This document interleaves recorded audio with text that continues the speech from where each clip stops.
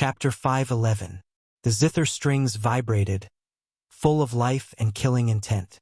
The blind female zither player, who was ranked second alongside Miss He on the list of assassins, did not give Su Fengyan any chance to heal. Her right hand was large and thin, and Su Fengyan used the spring thunder inserted into the alley's limestone to cut off a strand. Looking up, he saw two silver lines cutting through countless drops of rain, sweeping before his eyes. This was similar to when Li Chungang bent his fingers to flick the water droplets on the muddy official road, stringing them together into a line of sword. Su Fengyan did not dare to lower his guard. He stretched out his arm and buckled his fingers, tapping dozens of times in succession.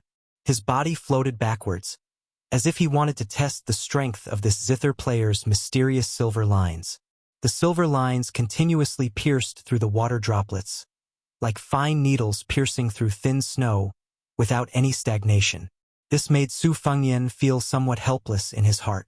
Merely in terms of strength, half of the De Huang Ting, gifted by Wang Zhongluo, might not necessarily have no chance of winning, but in terms of using it for his own use, in terms of the abstruse degree of spinning silk from a cocoon, it was still too far away.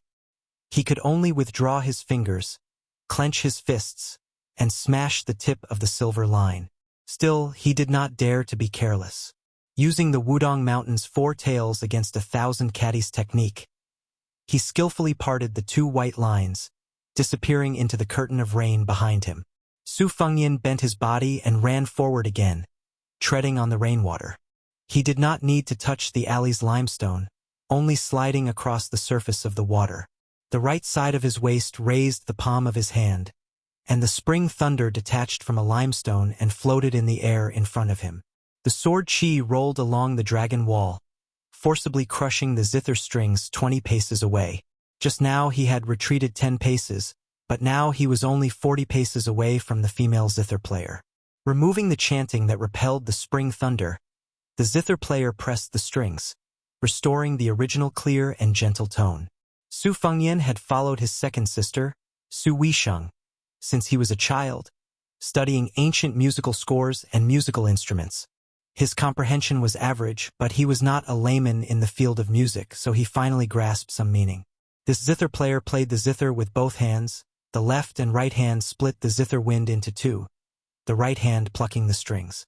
It was the Southern Tang's fishing mountain school, emphasizing high mountains and flowing water, continuous and gentle, with the style of a scholar. His left hand had the typical style of the Eastern Yu Guangling sect. His voice was impatient and restless, like surging waves and rolling thunder, like a hero holding a sword and singing loudly. As a result, even though the sound quality was mixed, it had the advantage of being abrupt, catching people off guard. It was like a small boat capsized in the blink of an eye. Killing people with music was an unorthodox method of martial arts. This woman's mysterious finger-killing vajra not only had sharp silver lines, but also damaged her aperture acupoints and bones, making it extremely difficult for her to heal. There was something even more tricky about it. If Su Fengyan had not been used to multitasking, he would have long been restrained. Not to mention moving forward, he would have retreated in the face of difficulties and obediently escaped from the alley. Su Fengyan used the Kai Shu style to hack apart the endless silver threads. Step by step, another 10 steps. The endless silver threads wrapped in a semicircle was compressed by Su Fengyan's chi toward the female zither player. The blind girl was expressionless. It was unknown whether she was taking a breath or distracted. Her right hand paused slightly, and her left hand remained in the air without pressing the strings. The sound of the zither suddenly stopped, and a crack appeared in her watertight defense. The spring thunder stirred up the semicircle. Su Fengyan ignored everything and pressed forward. Even if it was a trap, he would break it all together. He waited patiently until they were 30 steps apart. Finally, both of her hands fell at the same time. However, it could only be said that she did not have any order. Her hands slapped the strings in a mess like a child playing around. She simply slapped the strings again and again. 18 consecutive slaps. What a great big and small read 18 slaps. The puddles around Su Fengyan exploded one after another. Fortunately, he had the swimming fish style of the knife manual to rely on. He nimbly swam between life and death. The splashes from the 18 puddles were like 18 rolling knives. Other than the 10 puddles that he completely dodged, the 5 water knife was blocked by the mirage. However, there were still 3 water knives that rolled into the big yellow courtyard. The raindrops pierced Su Fengyan's feet and caused blood to blossom. Su Fengyan clenched his teeth and held the spring thunder. He threw it out like a short spear. The zither player was blind to begin with, so it could not be said that she did not see anything. She only slightly curled the corners of her mouth. Her left hand moved forward and her right finger made a circle. The wind and rain in the small alley suddenly changed. The heavy rain in the sky was like a piece of cloth that had been forcefully pulled down by someone. Suddenly, a boundless snowstorm built a road. Su Fengyan was suddenly ambushed from all sides and surrounded. The spring thunder hovered 6 inches away from her head. It trembled and could not advance any further. The zither player's left hand brushed across 7 strings in one breath. His aura stacked layer by layer. His right hand seemed to slowly lift up. He gently bent his fingers and flicked the spring thunder's scabbard. It was inserted into the wall at an angle. In the courtyard, this old man, who had been listening to the zither with his head tilted to one side, praised sincerely. There really is a 7-fold hand in this world. It has the boldness of a horse not moving forward when surrounded by snow. No wonder there are no old friends at the Western Pass. The zither has 3 notes. The pressing notes are like the person. The scattered notes are like the overtone of the person. It is called the 3 sounds. This zither player is unmistakably a great master of the country. The banana leaves that were slightly taller by the wall had been completely shattered. The burly blacksmith blocked the door. He closed his eyes and condensed his chi. His brows were tightly knitted. This old man was astonished. He clicked his tongue and said, "Isn't this our Western shoe's long-lost technique of fiber pulling?" Chapter 5:12.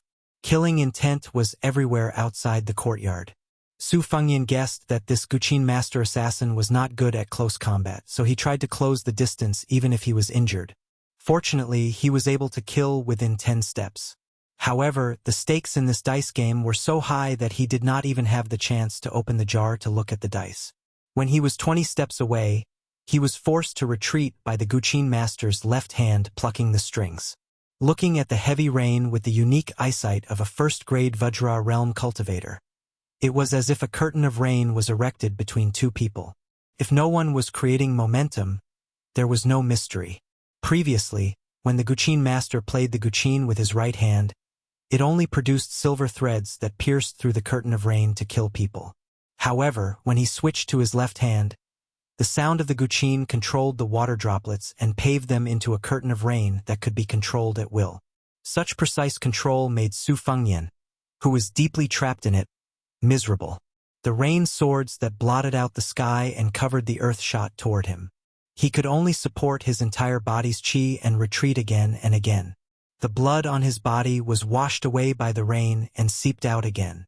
This old man in the courtyard did not see this tragic and bloody scene. He only chuckled and said, "It's said that the people of Jianghu like to draw their swords at the slightest disagreement. However, according to what you said, these 2 people did not even speak before they started fighting?"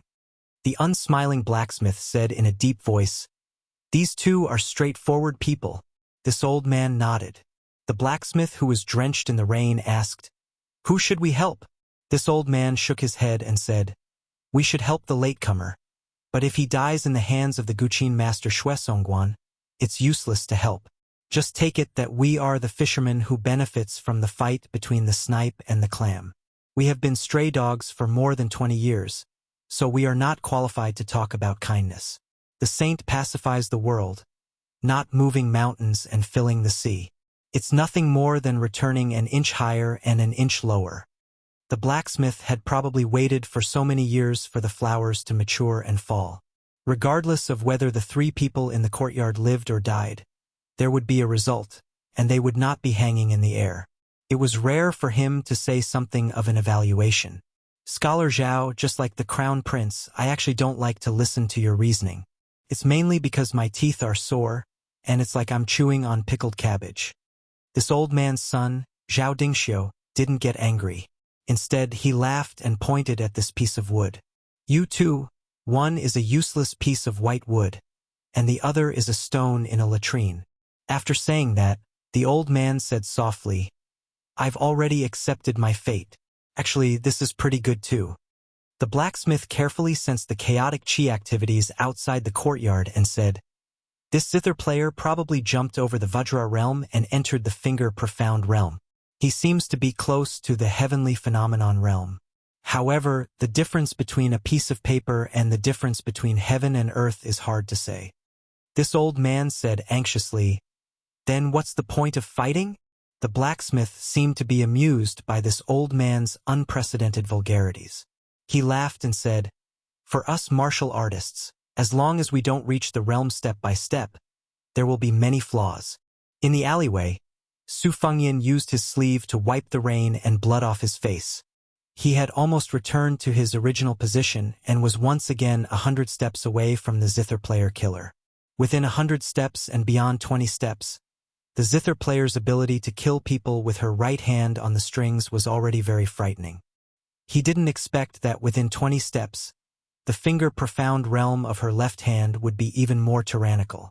Each of her silver threads wasn't enough to kill a Vajra realm martial artist, but it was like using a needle to prick a big leather bag.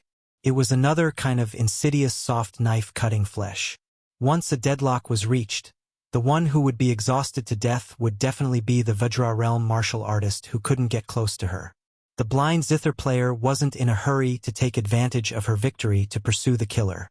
Her hands stopped and pressed on the zither strings.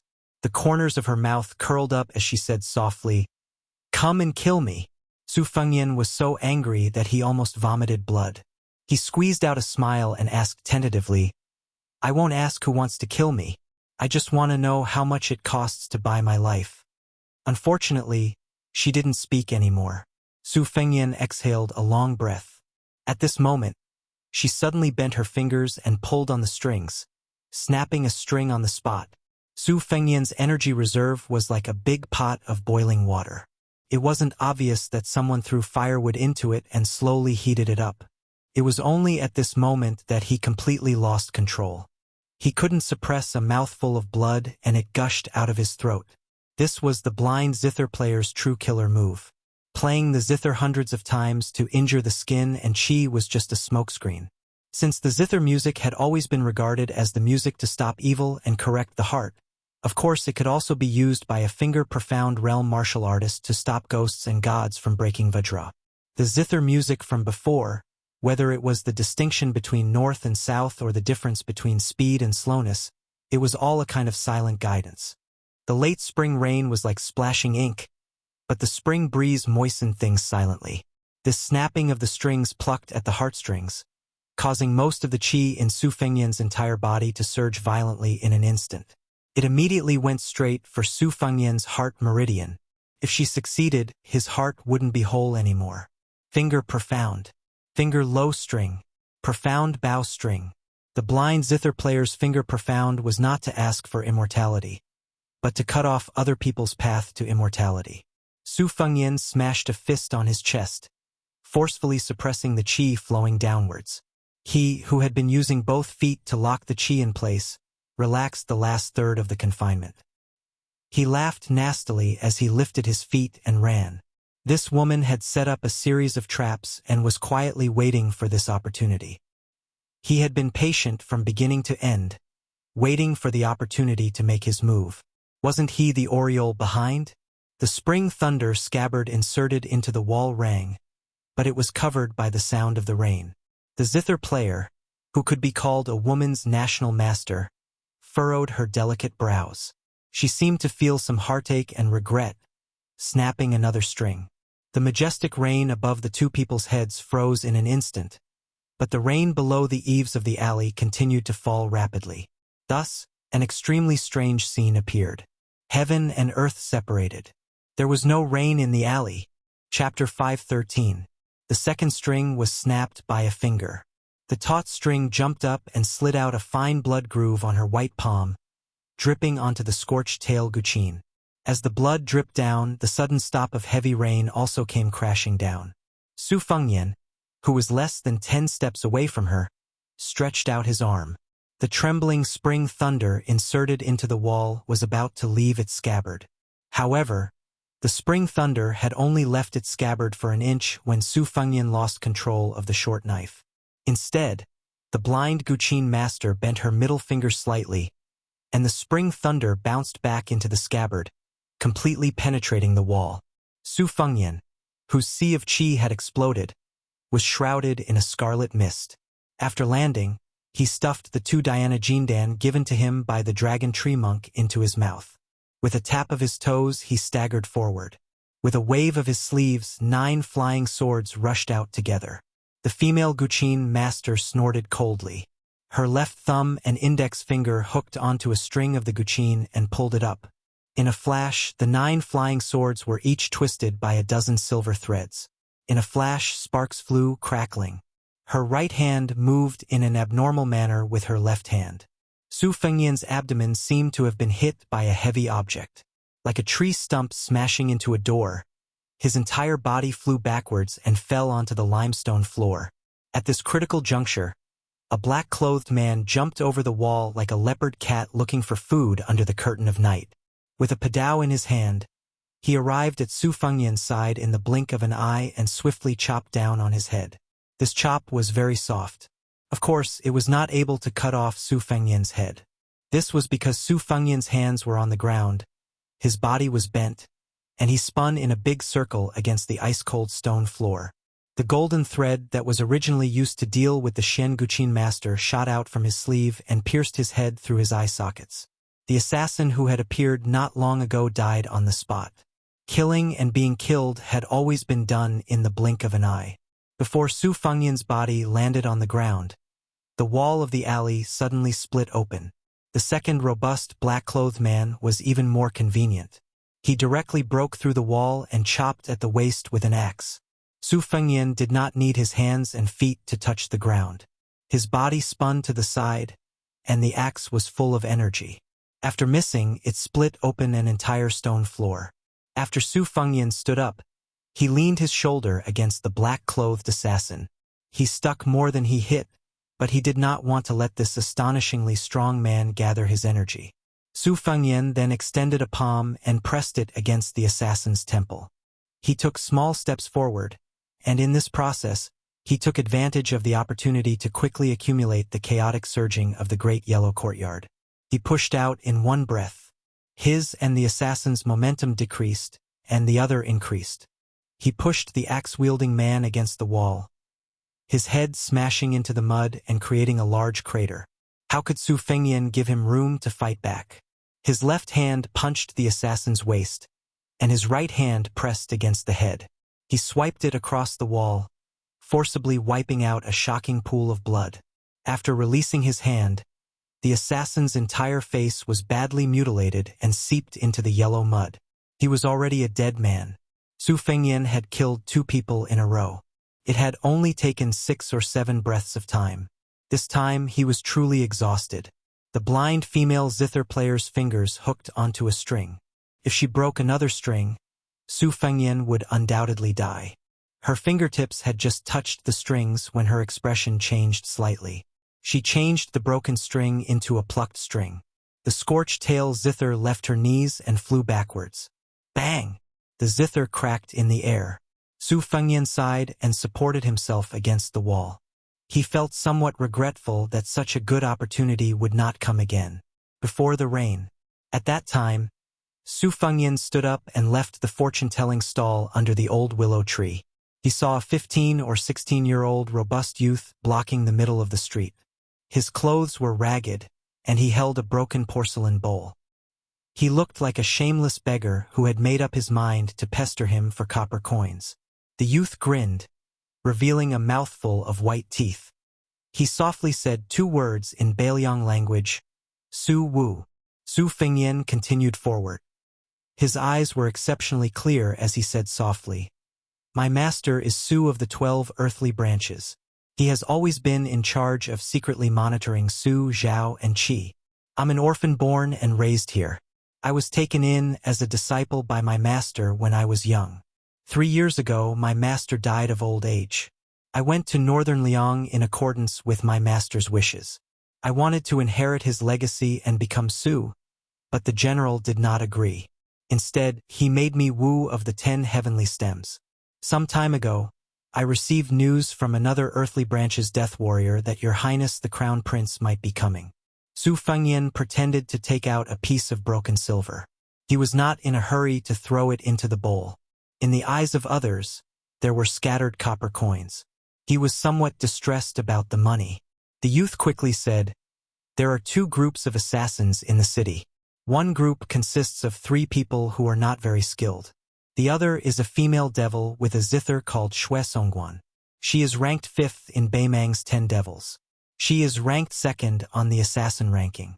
She is very difficult to deal with. I am good at the 6-stone bow. I can hurt a King Kong physique within 300 steps. Your Highness, do you want to kill her or avoid her? I will listen to you." Su Fengyan threw the broken silver into the bowl and said without hesitation, "Kill her." The youth pretended to be greedy for money. He smiled brightly and asked, "But Your Highness, she is a Xian Kuan expert. She is not easy to kill." Su Fengyan said as he walked. He had an impatient expression as if he was chasing away flies. He said in a flat tone, "I will attract her attention. If nothing unexpected happens, the group of 3 will take advantage of me fighting with Xue Songguan to hit me when I am down. If I am unable to kill her, I will definitely save my strength to kill them. When the time comes, you only need to shoot an arrow from 300 steps away." The sloppy youth laughed without being serious and said, "His Royal Highness, does he need to gamble so much? If you die, I won't be able to live either." Su Fengyan smiled and said, "When gambling, you can't always think of using small to win big. This kind of stingy gambler will lose 9 out of 10 times." The youth's eyes lit up. He seemed to agree with this point of view. Su Fengyan smiled. Like an eccentric and capricious playboy, he kicked the youth away and took back the broken silver from the bowl. The youth was stunned as he looked at the handsome back. He swallowed and spat out 2 words, "Stingy," at this time in the rain. Chapter 5:14. Without the banana leaf-style zither, the woman's delicate body leaned forward slightly and stopped swaying. The blind zither player spat out a mouthful of blood and reached out to pull out a black iron arrow from his back. The sharp arrow only pierced an inch into his back and did not seriously injure his lungs. A long spear pierced through the wall and pierced toward Su Fengyan. In the end, the demoness inexplicably threw out an iron arrow that pierced through the assassin's head. Su Fengyan easily dodged the tip of the spear. He looked curiously at the zither player who had first killed and then saved someone. He then waved his hand.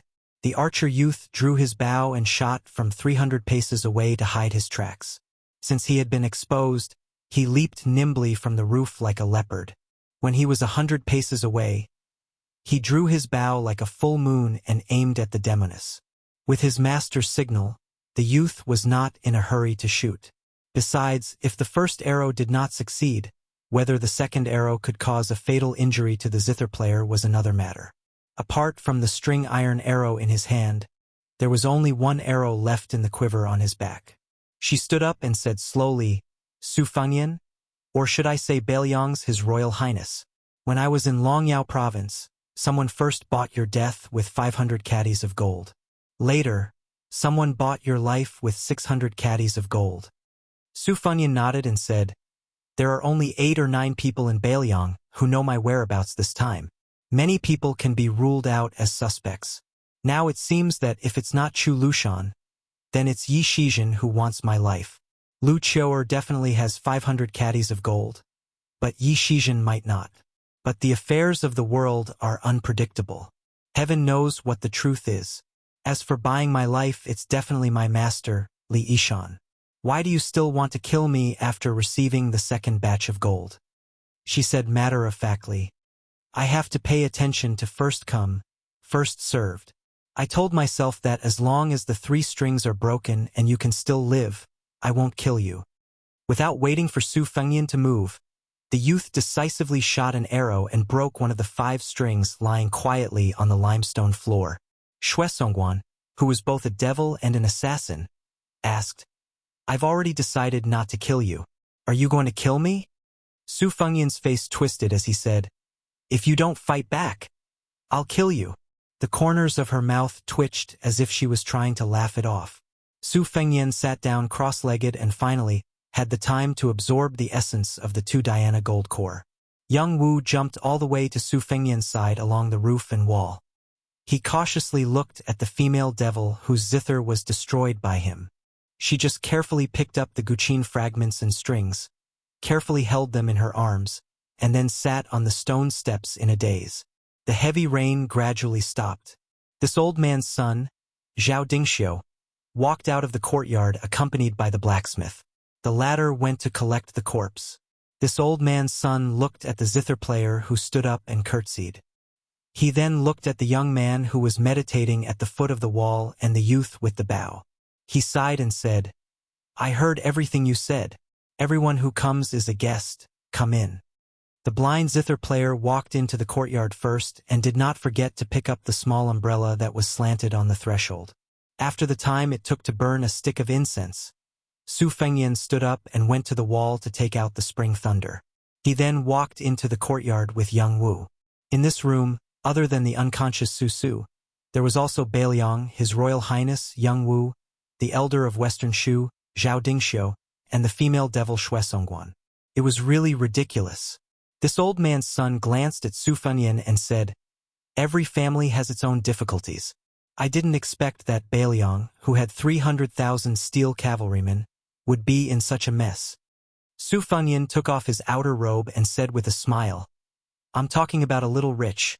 When a family has a big business, especially after it has completely settled down, the son of the Zhao family can't do anything to Beiliang, and Beimeng can't do anything to the 300,000 steel cavalrymen. Everyone has nothing to do, so there will be all kinds of internal strife." This old man's son laughed coldly and said, "His Royal Highness is really broad-minded." Su Fengyan sat on the threshold and leaned against the door. "In order to pass on a message to you, I almost lost my life here. Is this how the Western Shu people treat their guests?"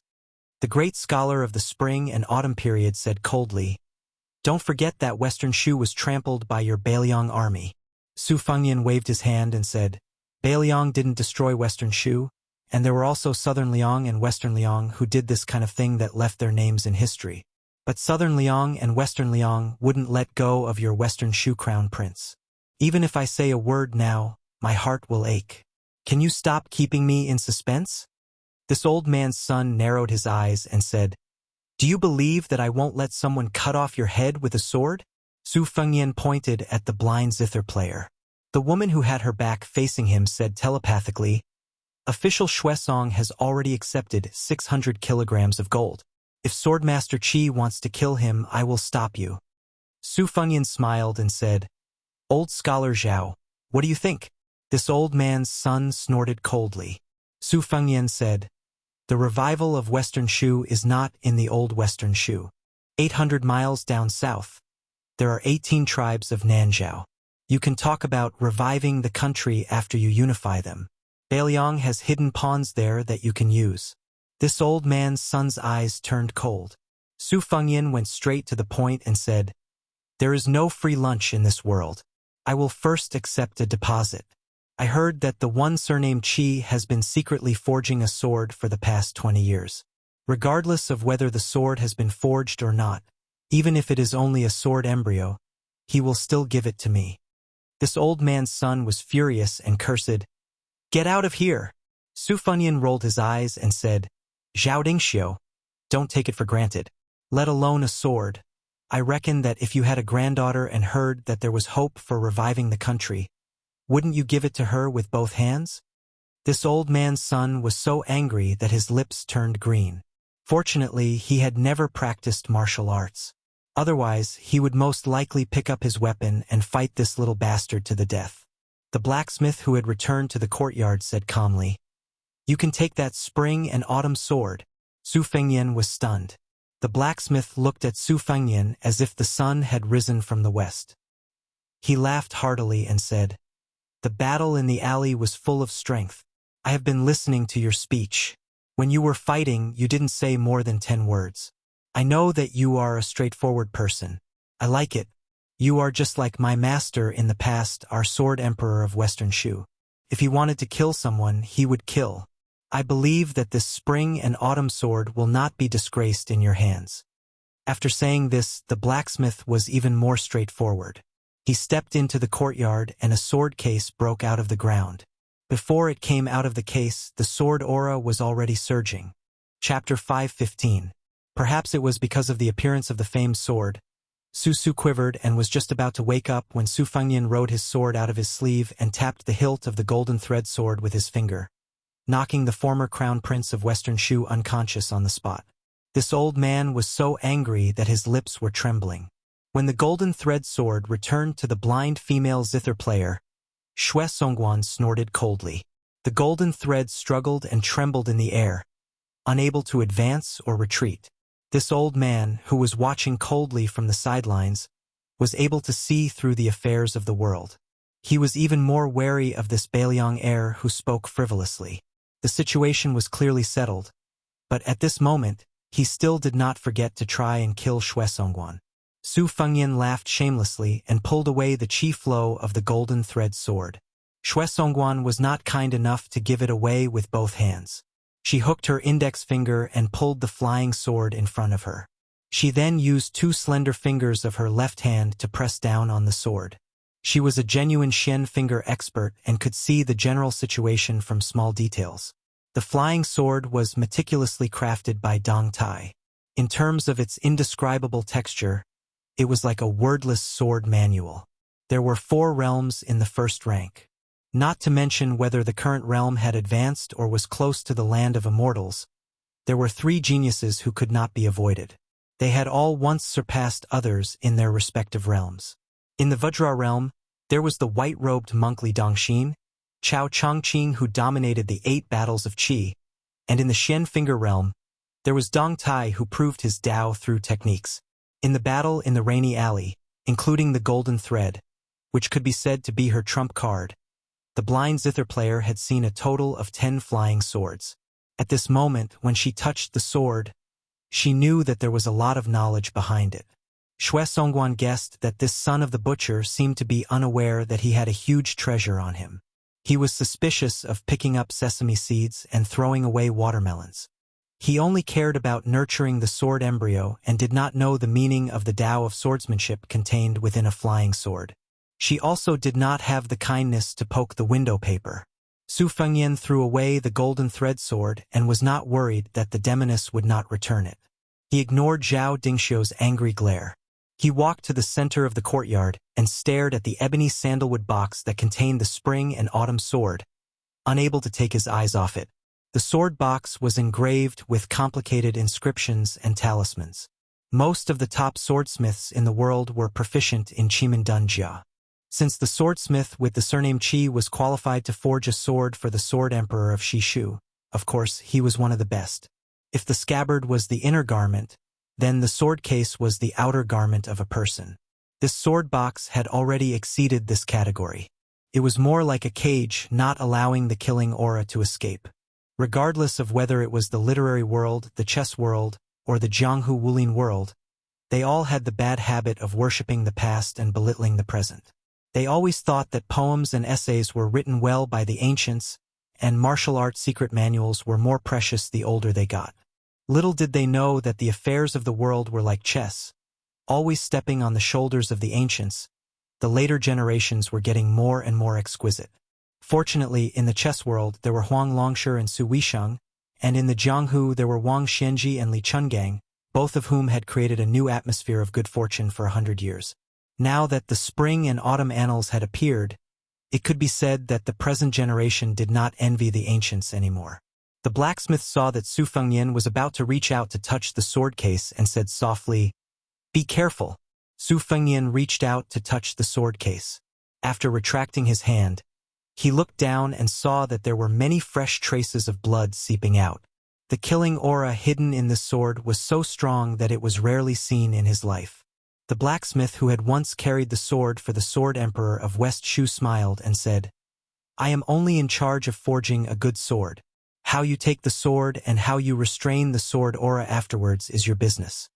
Su Fengyan did not even turn his head and said, Wu, go and help Sister Zither Master find an inn to stay in. The youth with the big bow and the quiver on his back nodded and said, Okay. Xue Songguan's 2 fingers released the golden thread, and in an instant it returned to Su Fengyan's sword case. The blacksmith, who was one of the top swordsmen in the world, saw this scene and secretly nodded. No wonder he could fight so fiercely with this finger-profound realm woman in the small alley. The king of Beiliang had a good son with a similar temperament. The blacksmith then thought of his own crown prince of West Shu, Su Su. Su Su was of course an alias. Su Su and Su Su were both homonyms of Shu. As for why his surname was Su and his name was Su, he had to ask the old scholar Zhao. He had not been able to figure it out all these years. Could it be that this old man missed the taste of the shortbread peddling on the streets of West Shu? The blacksmith walked in front of the furnace and looked at the young man sleeping soundly. He was different from this old man. He did not have so many enemies of the country. He only felt that it was good as long as this crown prince, who had been left behind in the marketplace, could live happily. Whether or not he could restore the country, it was up to the heavens. He remembered that when the great river crossed West Shu, the sword emperor, whose reputation was second only to the sword god Li Chungang, had said that the sword's momentum was like a river, flowing down from the top to the bottom. Naturally, the sword's aura was more abundant. He, who held the sword, felt that it was probably the same as being a person. Only Li Chungang alone could go against the flow of the sword to open the gate of heaven. The blacksmith carried Su Su on his back. There were 2 small rooms in the backyard. When Su Su was young, she liked to cry and wet the bed in the middle of the night. The old man had to stand guard at the door almost the entire night. On the other hand, the blacksmith slept soundly, or only cared about forging a sword with the black iron from outer space. Every time he thought of this, the blacksmith could not help but want to laugh. It was really hard for an old student who had spent his whole life studying. Even in his old age, he still had to be both a father and a mother. Back then, who knew how many times his beard had been pulled off by the little crown prince? After pulling it off, he still had to giggle. The blacksmith felt that the old man, who had a face of helplessness back then, was much more humane than when he had angrily reprimanded the emperor in court. Su Fengyan stood in the courtyard and walked slowly around the sword case. The young kamikaze left his bow in the courtyard and then walked out of the courtyard with the blind zither player. She wrapped the broken zither in a cotton bag and held it on her arm, like a graceful young lady who had just returned from grocery shopping. The young man looked at her from the corner of his eyes and found it interesting. He was originally a happy-go-lucky person who could not hold back his worries. He joked, "Sister Xue, I accidentally broke your beloved zither. You won't suddenly kill me, right?" The female zither player shook her head gently and said, "I won't."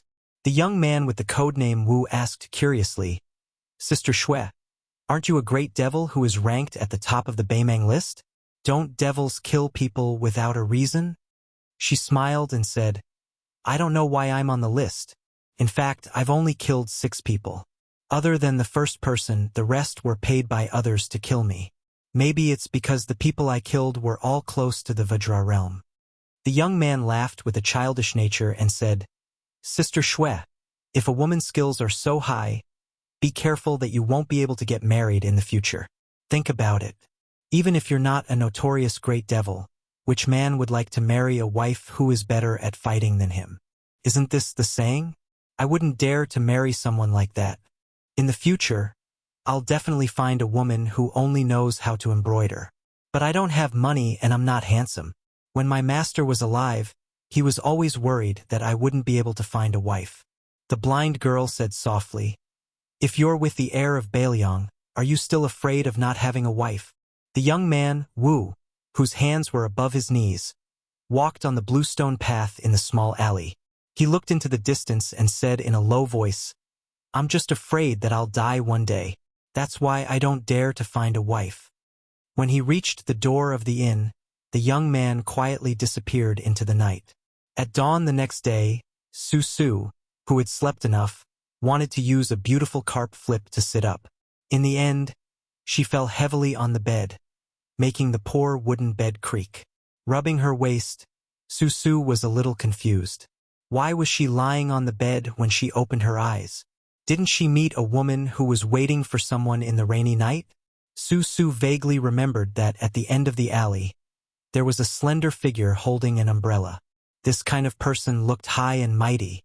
If she saw him on a normal day, Su would silently criticize him for half a day. Walking out of the room, no matter how the old master tidied it up, the old master would often nag about how he could sweep the world if he didn't sweep the room. At first, Su heard it in her left ear and out her right ear. Later, she couldn't stand it anymore and blocked the old master with a sentence. "Get the world and sweep it for me. I guarantee that this room will be spotless." After that, the old master didn't nag about it anymore. This made Su feel a little apologetic. This old man was moving out the pots of orchids. Su was not surprised and went to the front room. Uncle Chi was still working tirelessly on the iron. Su bent her arms and compared her muscles with Uncle Chi's.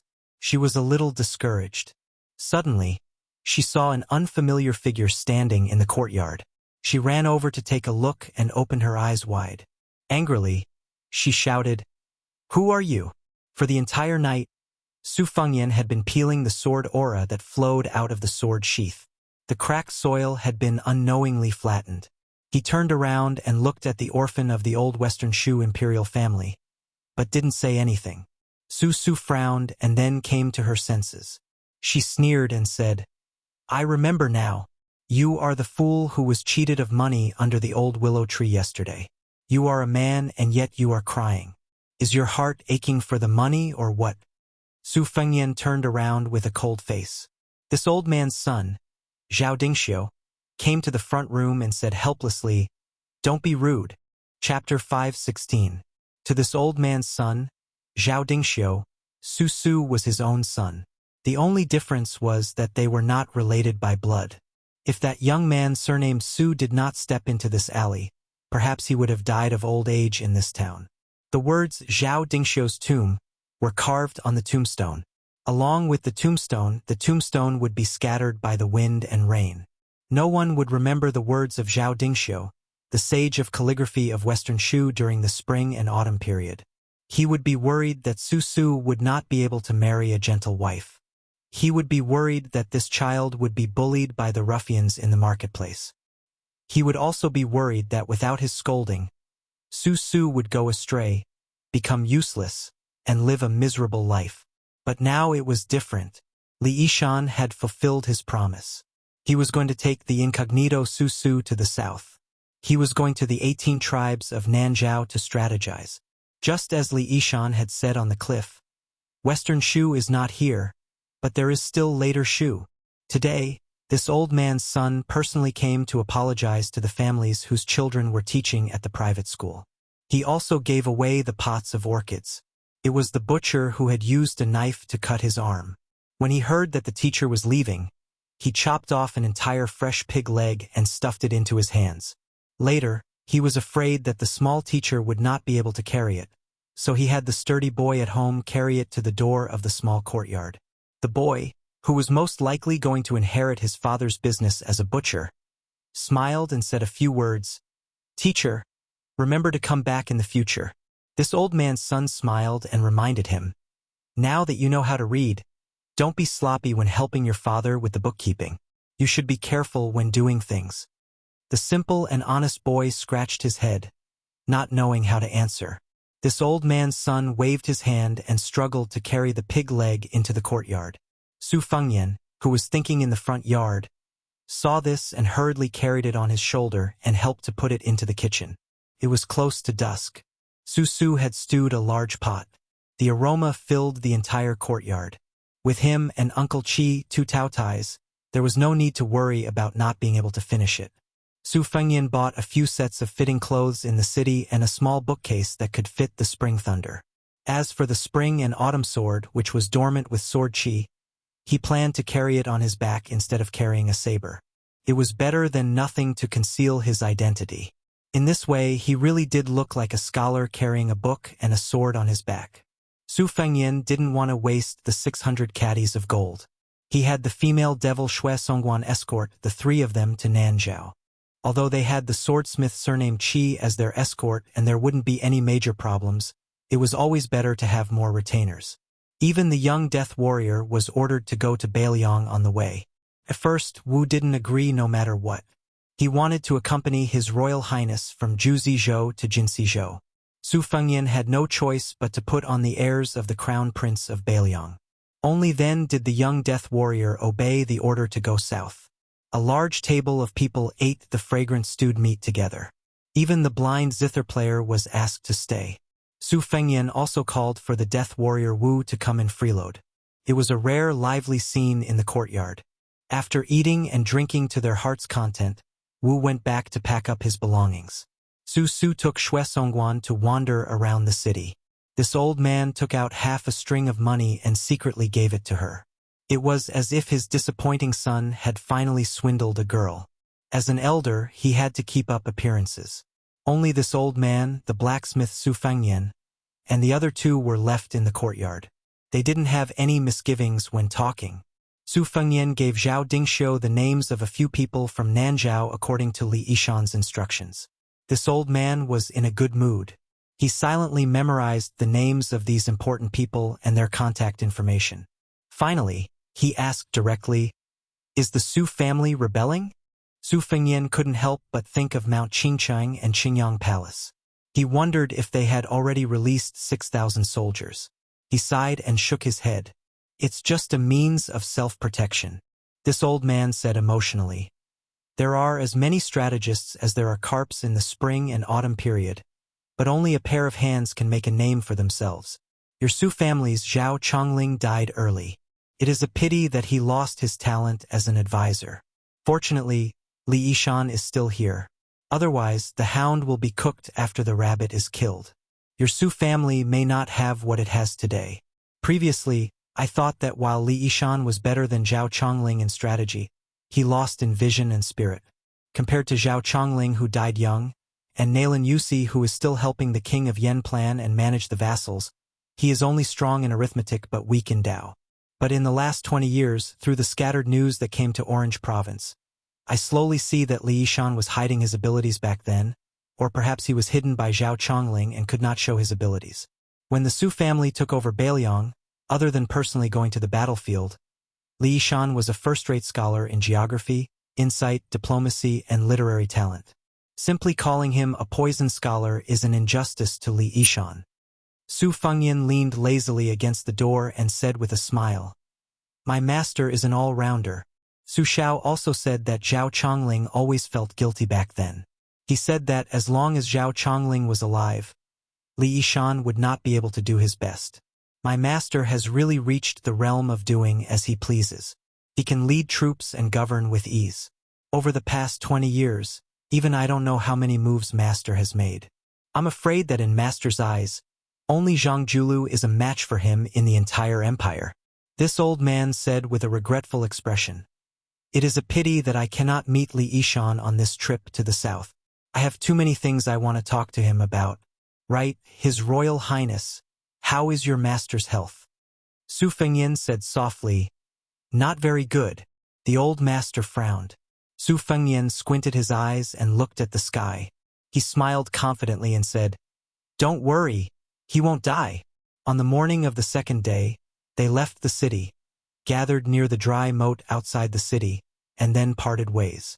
Su Su originally wanted to shamelessly ask this old man to rent a carriage. Wouldn't it be good to show off? But when she woke up this morning and saw this old man's tense face, she did not have the courage. Fortunately, when she heard that Miss Xue was going with him to the unfamiliar south, she did not care if there was a carriage. Turning back to look at the handsome young master standing by the river and waving his hand, Su Su gently pulled on the woman's sleeve and asked in a small voice, "You are not familiar with Su?" The blind woman said softly, "No." Su Su asked with a smile, "Then do you like him?" The corner of her mouth curled up and she shook her head. Su Su was happy and relieved, but also a little sad. Even the old master found that brat pleasing to the eye. In the future, there was an 80 to 90% chance that he would have a bright future. As for herself, She was living a muddle-headed life as a scoundrel. Then she would not like her even more, right? The young man did not hurry to catch up with the group. His big bow and quiver were hidden and given to the burly blacksmith to carry. The young man just stood beside his master, wanting to say something but hesitating. Su Fengyan said with a smile, "There is no use for you to follow me. You might even be a burden. If you die, you will die in vain." The young man of sacrifice looked melancholy. Who said the young man did not know the taste of worry? Su Fengyan patted him on the shoulder and comforted him. "Go. When you reach Bailiang Palace, tell Su Shao and my master Li Yishan that I am fine. This will count as you doing a good deed." The young man was worried quickly, but he was also not worried quickly. He smiled brightly and said, "Okay." Su Fengyan thought for a while, took out a bag of silver and threw it to the young man. "Don't let people think that we are stingy." The young man took the bag of silver and suddenly lowered his head and said in a low voice, "His Royal Highness, why don't I go with you to Jinsi Province? I am actually not that afraid of death." Su Fengyan turned his body around and stepped on his butt. He laughed and scolded, "Get lost." The young man staggered and turned around to look at the back of this old man's son. He rubbed his eyes hard and then hurriedly ran to this old man's son's son. Su was surprised and asked, "Oh, you actually cried?" The young man who knew this person's nickname turned his head and said, "Damn you, it's none of your business." Su giggled and said, "Is that guy your brother?" The young man said angrily, "He is your uncle." Su was stunned for a moment and then laughed. The young man flew into a rage out of humiliation and imitated His Highness the Crown Prince's actions. He kicked Su's soft butt and said in an imposing manner, "Scram!" Even this old man's son was happy to add insult to injury. He stroked his beard and smiled. "Little Wu, you taught him a good lesson." Su patted his sore butt and grimaced. He was not angry. He turned around and looked. Although Su did not think that he was smart, he was not stupid. He knew that the person surnamed Su was going north alone and did not let little Wu follow him. He was kind. If it was him, he probably would not have done it. Not to mention other things, it was pitiful to be alone without anyone to talk to. Su Fengyan, who did not know that he had become the scenery of others, went north. He patted the spring and autumn on his back and smiled. "I wanted to give it to Wenhua. It's not right to always use a wooden sword. But I have to wait until he is successful. Otherwise, it would be too embarrassing to carry it for a day or two and it would be snatched away. If he is stubborn and does not want it, then I will give it to Dong Tai as repayment for the gift of the sword. If I don't meet him, it's okay. I will return to Bailiang and give it to White Fox. If he doesn't want it, then this brother named Spring and Autumn, you can only follow me." Su Fengyan was silent and said to himself, "Actually, I want to give it to the old man with the sheepskin coat the most." In Honglu Cave in Jiangnan, there was a rice field between the green mountains. An old man with the sheepskin coat sat barefoot on the field after planting rice. There was a wooden water wheel beside him. Chapter 517.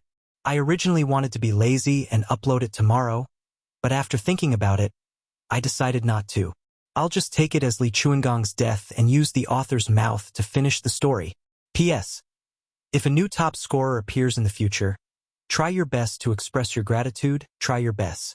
If Su Fengyan changed his face again, he would be in line with First Madame Shu Xiu's crafty taste. Indeed, he could not be more scholarly. The spring and autumn sword had already recognized him as its master.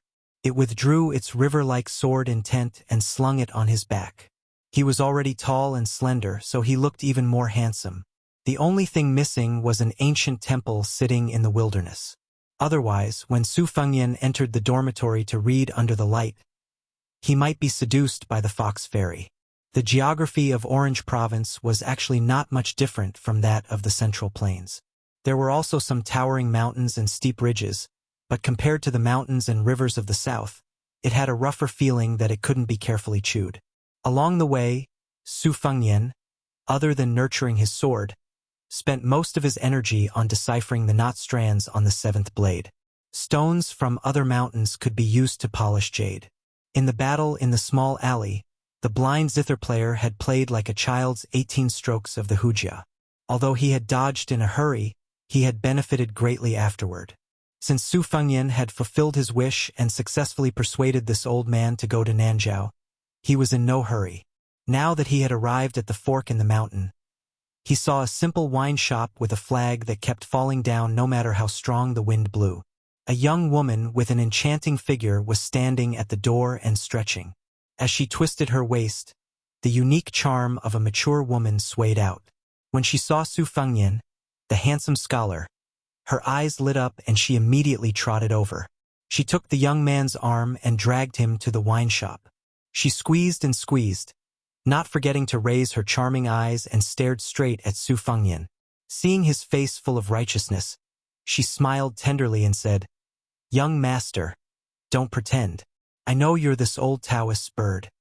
Su Fengyan no longer purposely pulled a long face and looked like a lecher who hit it off with an adulterous couple. He laughed and said, "Auntie has good eyes. Auntie." It was the young woman's turn to lose her composure. She said sweetly, "You're so naughty. I'm only 18. Su Fengyan said honestly, "Your daughter is 18, right? Little enemy. Go to hell." The young woman had a charming smile on her face as she spoke flirtatious words. She took out a dagger from her sleeve and stabbed it towards Su Fengyan's waist. Su Fengyan's expression didn't change as he carried the book box on his back. He held the dagger between two fingers and said helplessly, "Auntie, please don't be like this. I'm just here to quench my thirst. Since it's for money, it's not for free." The woman, who was quite charming, was still smiling. She squinted her eyes and said, "How can silver be enough? Even the body and 100 caddies of meat should be enough to make meat buns for me." She pulled the dagger a few times, but it didn't move at all. Her eyes revealed some surprise. She shouted towards the tavern, "Come out quickly. I've run into a tough nut to crack." Su Fengyan looked at the dozen or so strong men rushing out and didn't know whether to laugh or cry. That kid Wenhua would definitely like such a wonderful Jianghu. It was supposed to be the time when the tea before the Ming festival and the tea before the rain were in high demand. But the small tea house in Lucheng still had little business. The owner of the tea house, who was not naturally suited for business, did not care, nor did the eccentric young lady who had just arrived care. However, when Hua was anxious, it was not a good idea to eat scallion noodles with fried eggs every day. In any case, they should order some meat dishes every now and then, right?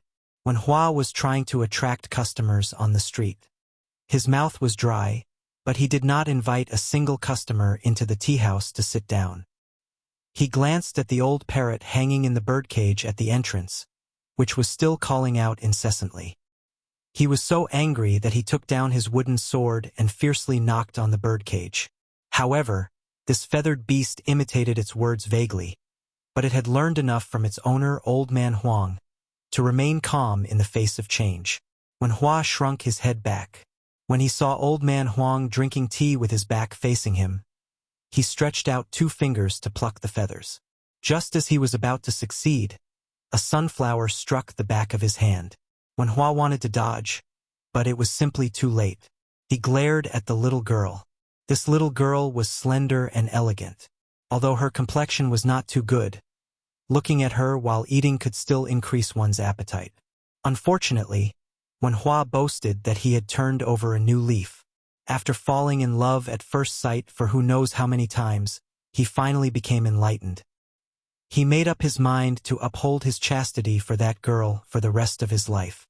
When Hua angrily said, Jia family has married a beautiful cheek.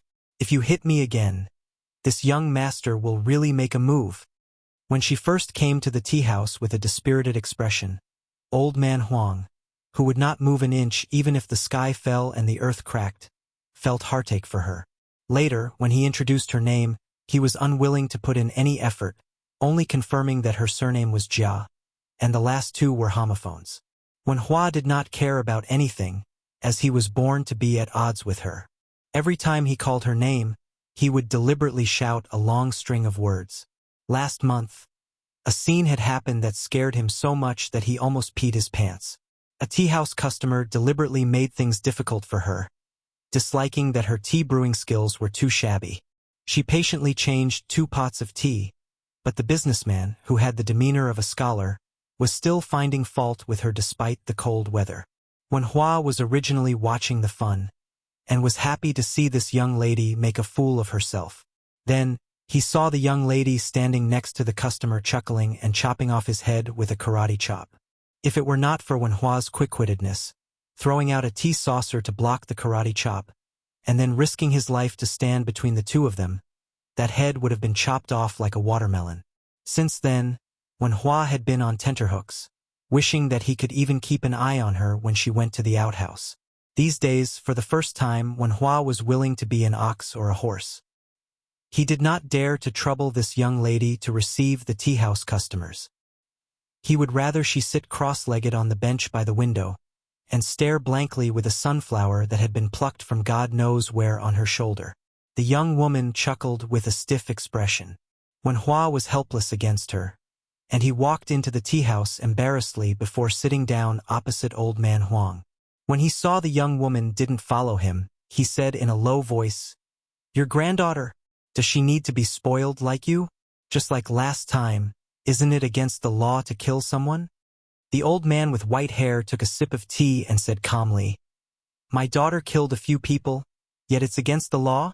Which clan's rules are these? Which country's laws are these? If it was 20 years ago, you could have asked those emperors and monarchs to answer and see who would nod." The corners of Wen Hua's mouth twitched as he said, "Old man Huang, you don't even make a draft when you boast. If it's according to what you said, then wouldn't you be on equal footing with the Zhao clan's son of heaven?" The old man glanced sideways at the wooden sword wanderer that personally taught him the sword technique, and he didn't say anything. Wen Hua felt a chill run down his spine from being stared at, and he said, all right, you're formidable, all right? Since you're so boastful, then I'll make 3 large bowls of onion noodles for you tonight. Otherwise, you'll surely be hungry to the point you won't be able to sleep." The old man that possessed an elegant aura waved his hand and said, "I'll go make a bowl right away." Wen Hua said angrily, "If I don't go, then do you really think I'm a lackey?" Then he stretched out his hand and said with a mischievous smile, "My family's little Nian said that a man can't be subdued by force. Only riches and honor can allow me to be obscene. So, give me money first." The old man hovered over the teacup, so Wen Hua immediately squeezed out a flattering smile and made an action of putting a towel on his shoulder. He ran away, but he muttered, "See if I'll add a fried egg for you. Heh! I didn't even put a few pieces of onion for you." The old man turned his head and raised his voice, and he shouted with a smile, "Little girl, come, sit closer and drink tea with me." The little girl sat at the table next to him and sat cross-legged, and then she plucked the sunflowers one by one. The two of them still had their backs to each other. The old man didn't mind, and he drank the coarse tea mouthful by mouthful. Wen Hua's legs were nimble, and the onion noodles weren't strenuous work. After eating that bowl of noodles with onion noodles that were so pitiful that they could be counted on one's fingers, he didn't fuss over every ounce with the kid in front of him. After he put down his chopsticks, he sighed with emotion. "Little one, among those people on the martial arts evaluation, who do you think is the real expert?" Chapter 518. When they talked about this, Wen Hua was immediately in high spirits, and he laughed loudly. Is there even a need to say it? Of course, it's old immortal Wang from the martial emperor city. Tuoba is a northern barbarian, so I don't care about him at all. In the end, it's still the peach blossom sword god, Dong Tai. He's the #1 swordsman. Of course, I admire him from the bottom of my heart. If I can exchange a sword move with sword god Deng in this lifetime, I will have no regrets even if I die. As for those Chao Guanzi, demon Luo Yang, and the others, they are nothing. They are not my cup of tea. Old man Huang sneered. With your knowledge, you want to achieve greater mastery in swordsmanship?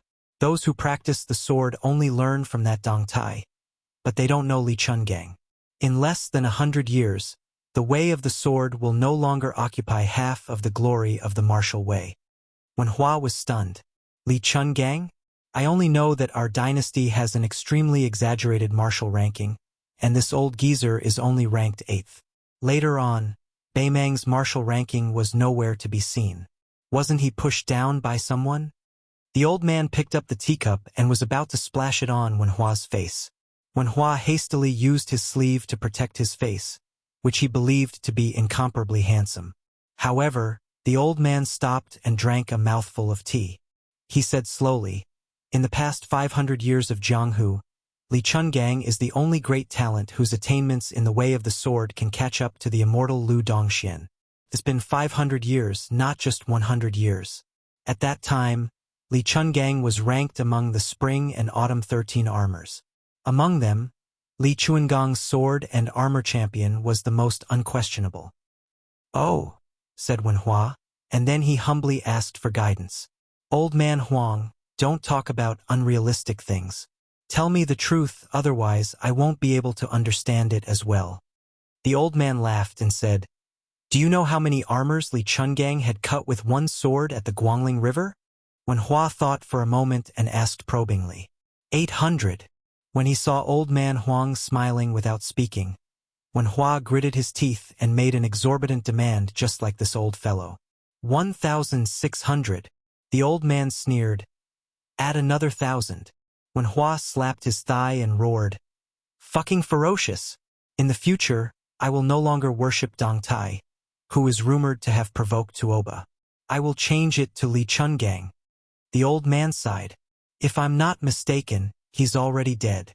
Wenhua was stunned. Old man Huang spun the white porcelain teacup with 2 fingers.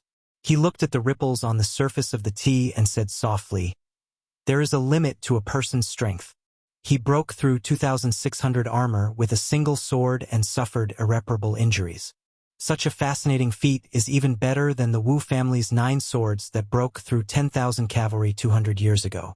It's a pity that I didn't see it with my own eyes. It's all your fault. However, although Li Chungang was heavily injured, logically speaking, it shouldn't be difficult for him to live for another 3 or 4 years. However, with Li Chuangang's temperament, how could he bear to slowly grow old to the point where he couldn't even lift a sword?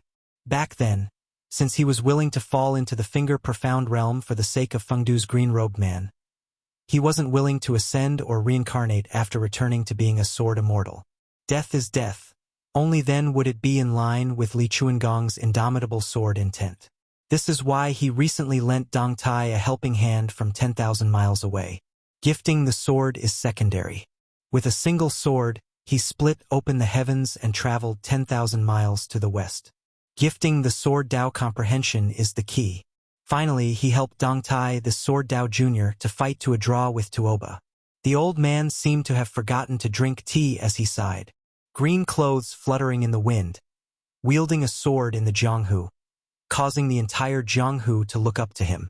His life has come to an end. With his final sword, he still created a new sword immortal. Only Li Chungang can do such a thing. He died a worthy death. I just don't know if Li Chungang can truly die without regrets.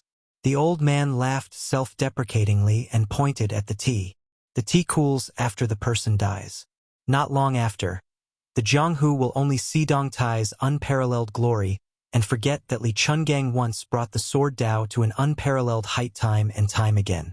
In my opinion, the world can do without an old man like Wang Xianji, but it can't do without a true playboy like Li Chungang. King of Jing and Zhaoheng is dead.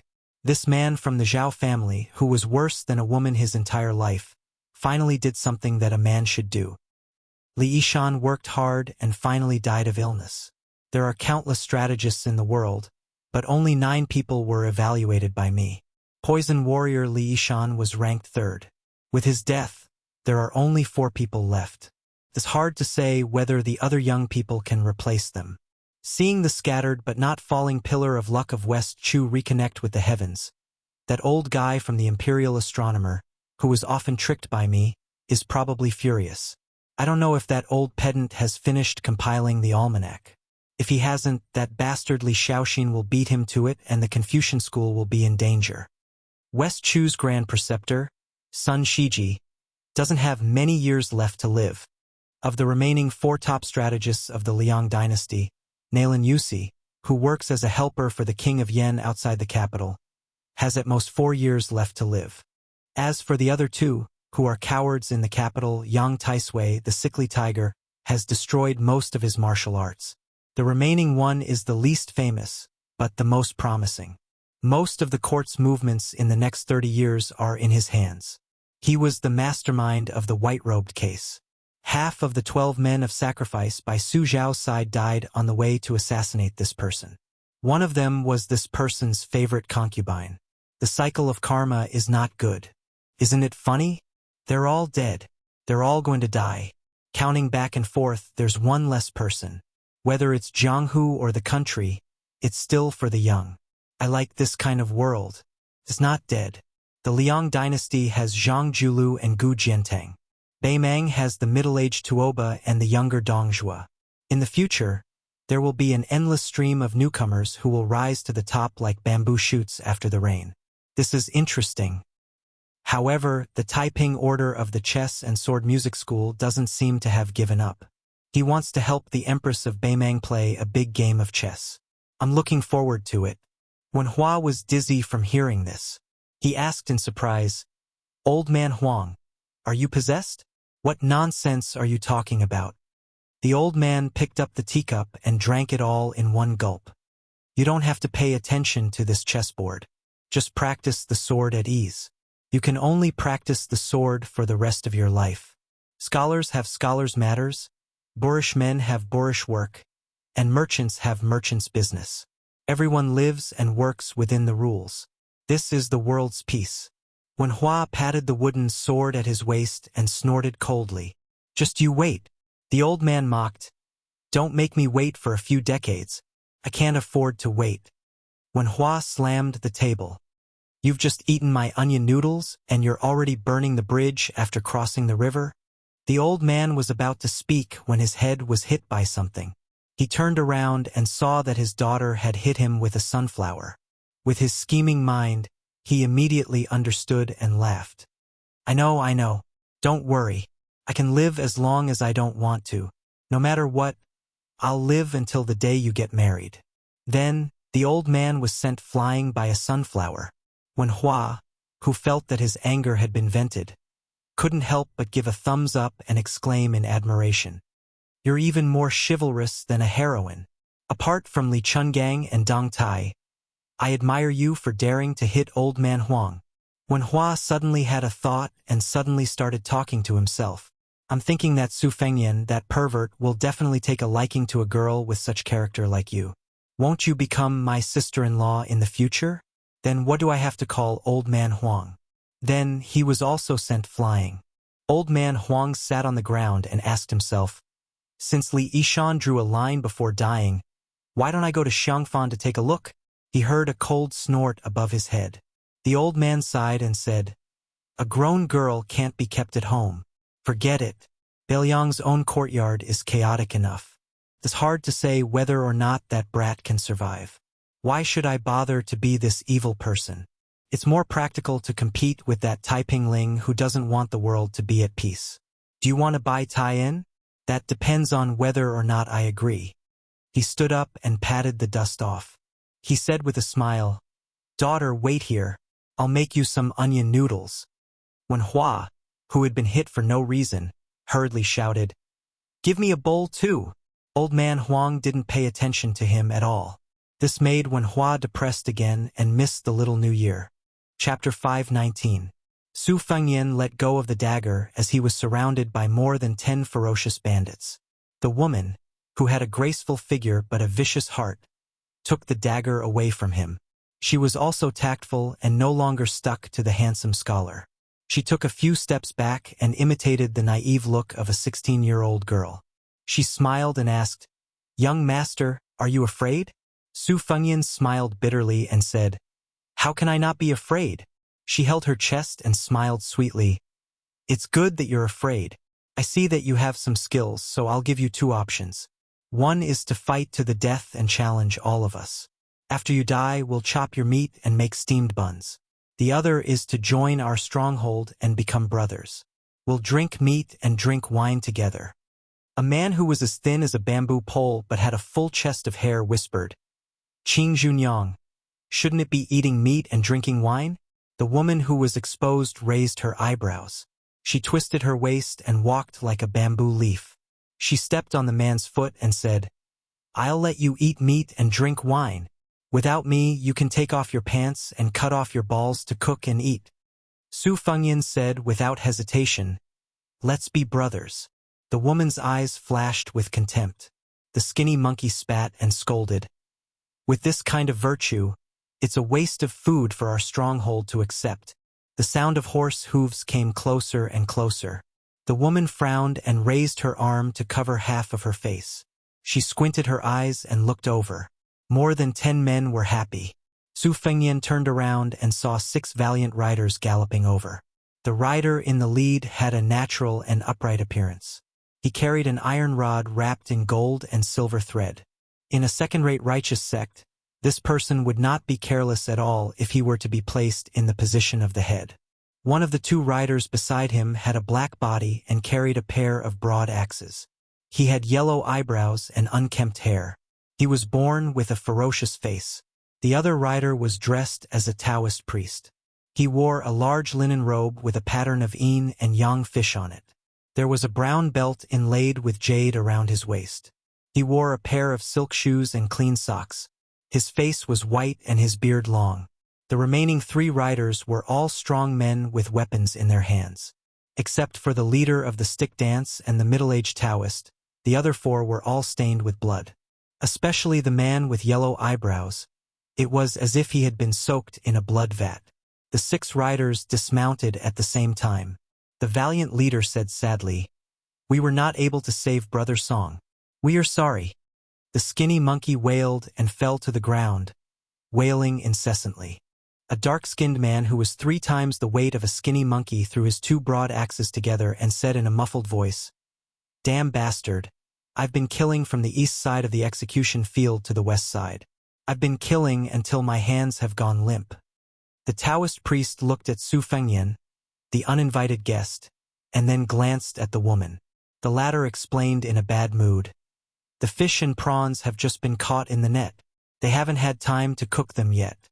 She looked at the unlucky handsome young man and smiled charmingly. This young man has some skills.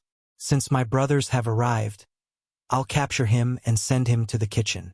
I'll make a few big trays of meat buns and send them up the mountain to reward everyone. The handsome leader frowned and said, Lady Qing Zhu, why are you doing this kind of business again? She said righteously, If I don't do this again, I won't have anything to eat. A hero will starve to death for a penny. I don't care how chivalrous you are, but I can't treat myself unfairly. The man took out a gold ingot from his pocket and smiled gently. Take it as this month's food money. He turned to Su Fengyan and smiled. I'm sorry to disturb you, young master. I'm Han Fong from Mount Lioi. If you trust me, let's drink a bowl of inferior wine together. Just take it as me helping you get over your shock. The man who sat on the ground and gasped for breath said with a rough voice, Brother Han, why are you talking nonsense with this pretty boy? Drinking is giving him a lot of face. If he doesn't drink, let me Lu Dei chop off his head with an axe and use it as a urinal. Su Fengyan smiled and nodded. Drink. The elegant man who became a bandit shouted, Don't be rude. He took the lead and sat down at the table outside the wine shop.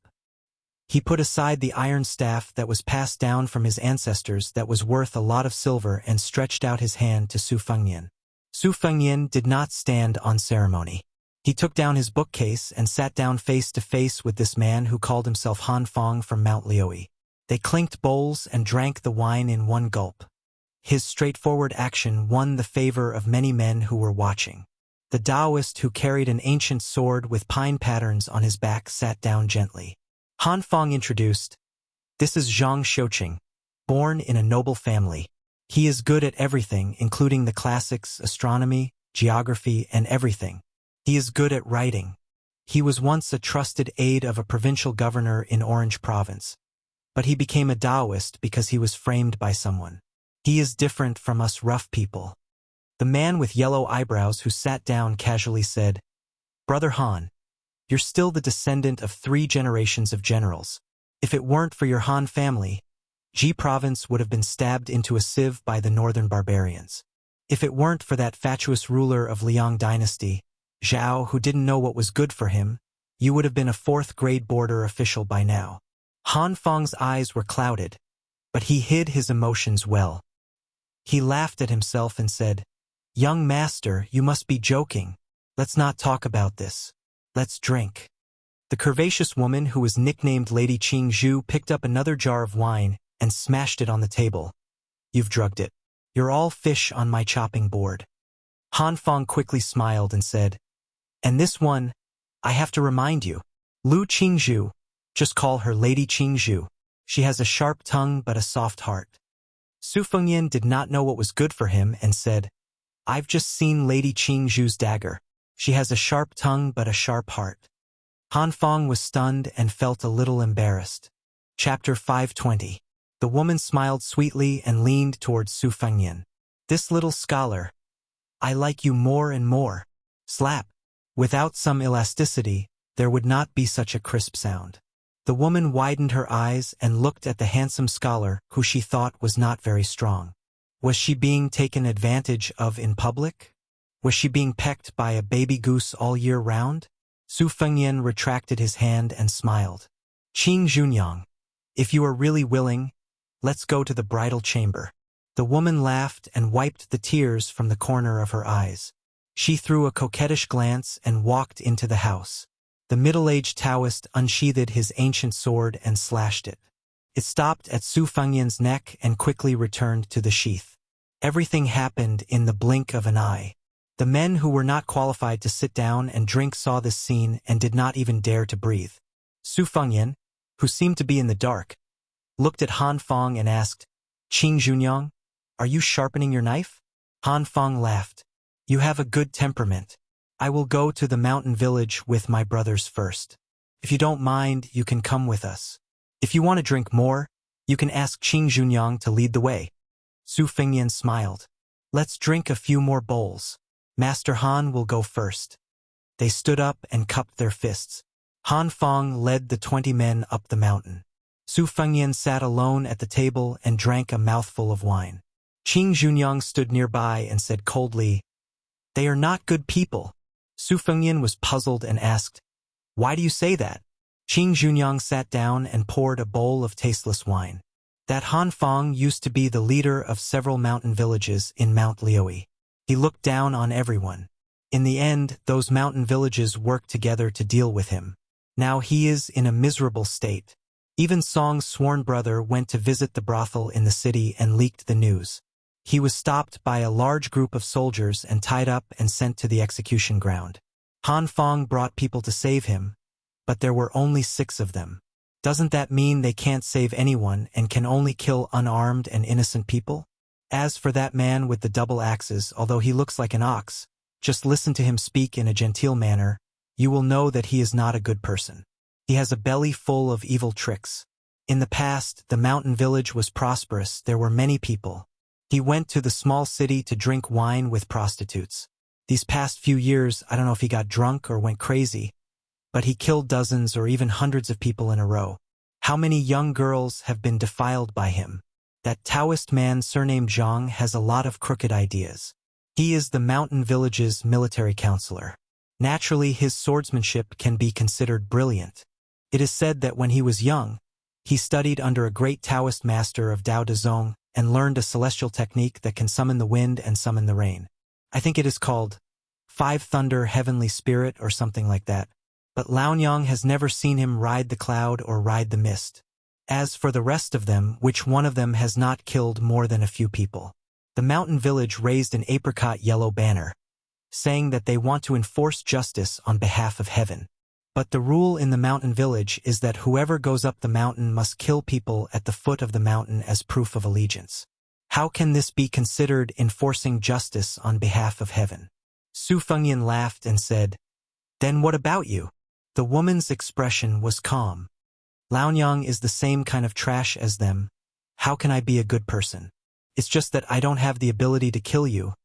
Otherwise, how can you sit here and drink wine so comfortably?" "That's right, what is your surname and name?"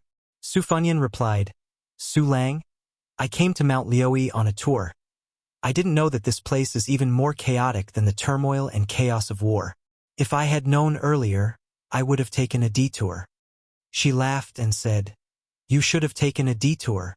This mountain is a den of thieves. However, I don't mind telling you the truth.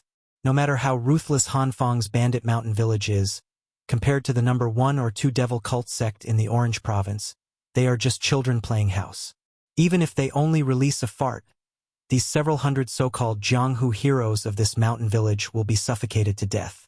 Fortunately, these devil rabbits don't eat the grass near their nest. They don't care about Hanfang and these small bandits. Su Fengyan was puzzled. Why are you telling me this? He asked. She propped up her cheeks, imperceptibly placing her chest on the table, revealing 2 lumps of dazzling fullness. She smiled coquettishly and said, You are just a fledgling entering the Jianghu. There is no knockout drug in the wine. Can't Laonyang rub some on the bottom of the bowl? Su Fengyan stared at her. You, she laughed and said, You dare to take advantage of Laonyang. How many lives do you have?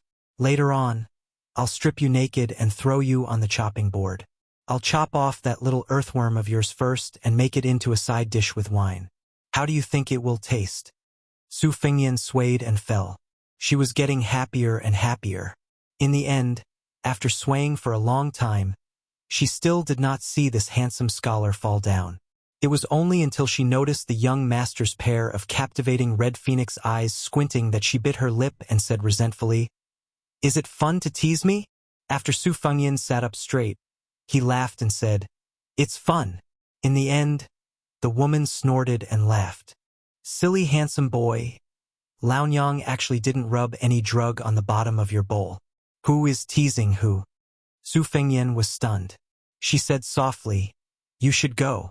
Don't let your emotions affect your decisions.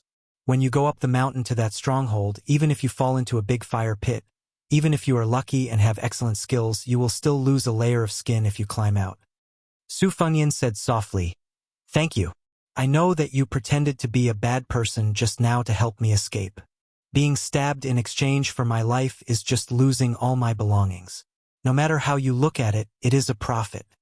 She smiled and did not say anything. Su Fengyan lowered his head and drank a mouthful of wine. The 2 of them were speechless. She suddenly said, In the past, I wasn't this kind of bodhisattva. It's just that you look a bit like my man. Su Fengyan nodded seriously and said, From this, it can be seen how romantic and elegant your man is. The woman smiled sweetly and poured a bowl of wine over. Su Fengyan gently reached out his hand and used the embracing sparrow style. It was incomparably mysterious as he condensed the wine into a piece and then put it back into the bowl in front of her. Who said that spilled water can't be taken back? Chapter 521. Su Fengyan, who had played the game of seizing the sparrow and collecting the water, laughed and said, It's just acrobatics. Lu Qingzhu's slender finger touched the porcelain bowl. Then she rubbed her willowy eyebrows and said in surprise, It's just acrobatics? Su Fengyan did not answer and asked, How did you enter the stronghold? She did not dare to drink the bowl of wine. After thinking for a while, she said with a smile, My complaints are too much and it hurts my liver and intestines. Let's not talk about it. Su Fengyan was not tactful enough to get to the bottom of it. Your man. She rolled her eyes. You really want to know? Su Fengyan shook his head and said, Forget it. Su Fengyan did not want to hear about it. Instead, she spilled the beans from a bamboo tube, but her tone was indifferent. He was dead, a useless scholar. When his family was destroyed, a man in the stronghold found him an eyesore and used an iron spear to crush his stomach. Afterwards, I was betrothed to a third party by Hanfang. Before we even consummated our marriage, that hero could not control the thing in his crotch and hurriedly wanted to have sex in the wild. My dress had already fallen to my calves and I waited for half a day naked. Only then did I know that a big shot from the devil cult was passing by and bumped into him and smashed his head. The devil lord saw that I was somewhat beautiful, so he showed great mercy and took me as his exclusive property. I followed him to that majestic sect. I was probably considered a concubine maid. I served him with a few foxes for half a year. When he got tired of playing with me, he sent me back. Fong Dai and the others only had evil intentions, but they did not have the guts. If they wanted to be the concubine of that great devil lord, they had to be alive, right? Otherwise, do you think a pretty widow like me could have lived until today? Even if I could have lived, I probably would not have had the strength to stand up straight in broad daylight. Serving men, especially those who were full of brute force, was very physical work. Now that he thought about it, back when he was in a place like the Imperial Palace, it could be said that he had seen a paradise on earth. He had not suffered for nothing. You see, you've brought up the topic. This old lady is really heartbroken. Let's change to another bowl of wine. This bowl is filled with evil energy. I'm afraid that I'll fall into your trap and really enter the bridal chamber with you. At that time, this old lady won't suffer any losses. You're just a newborn calf, and your head will be smashed by that devil's palm. You'll be a white puddle like soy milk. Su Fengyan pushed the wine bowl over and asked calmly, "What sect is this? Why is it so influential?"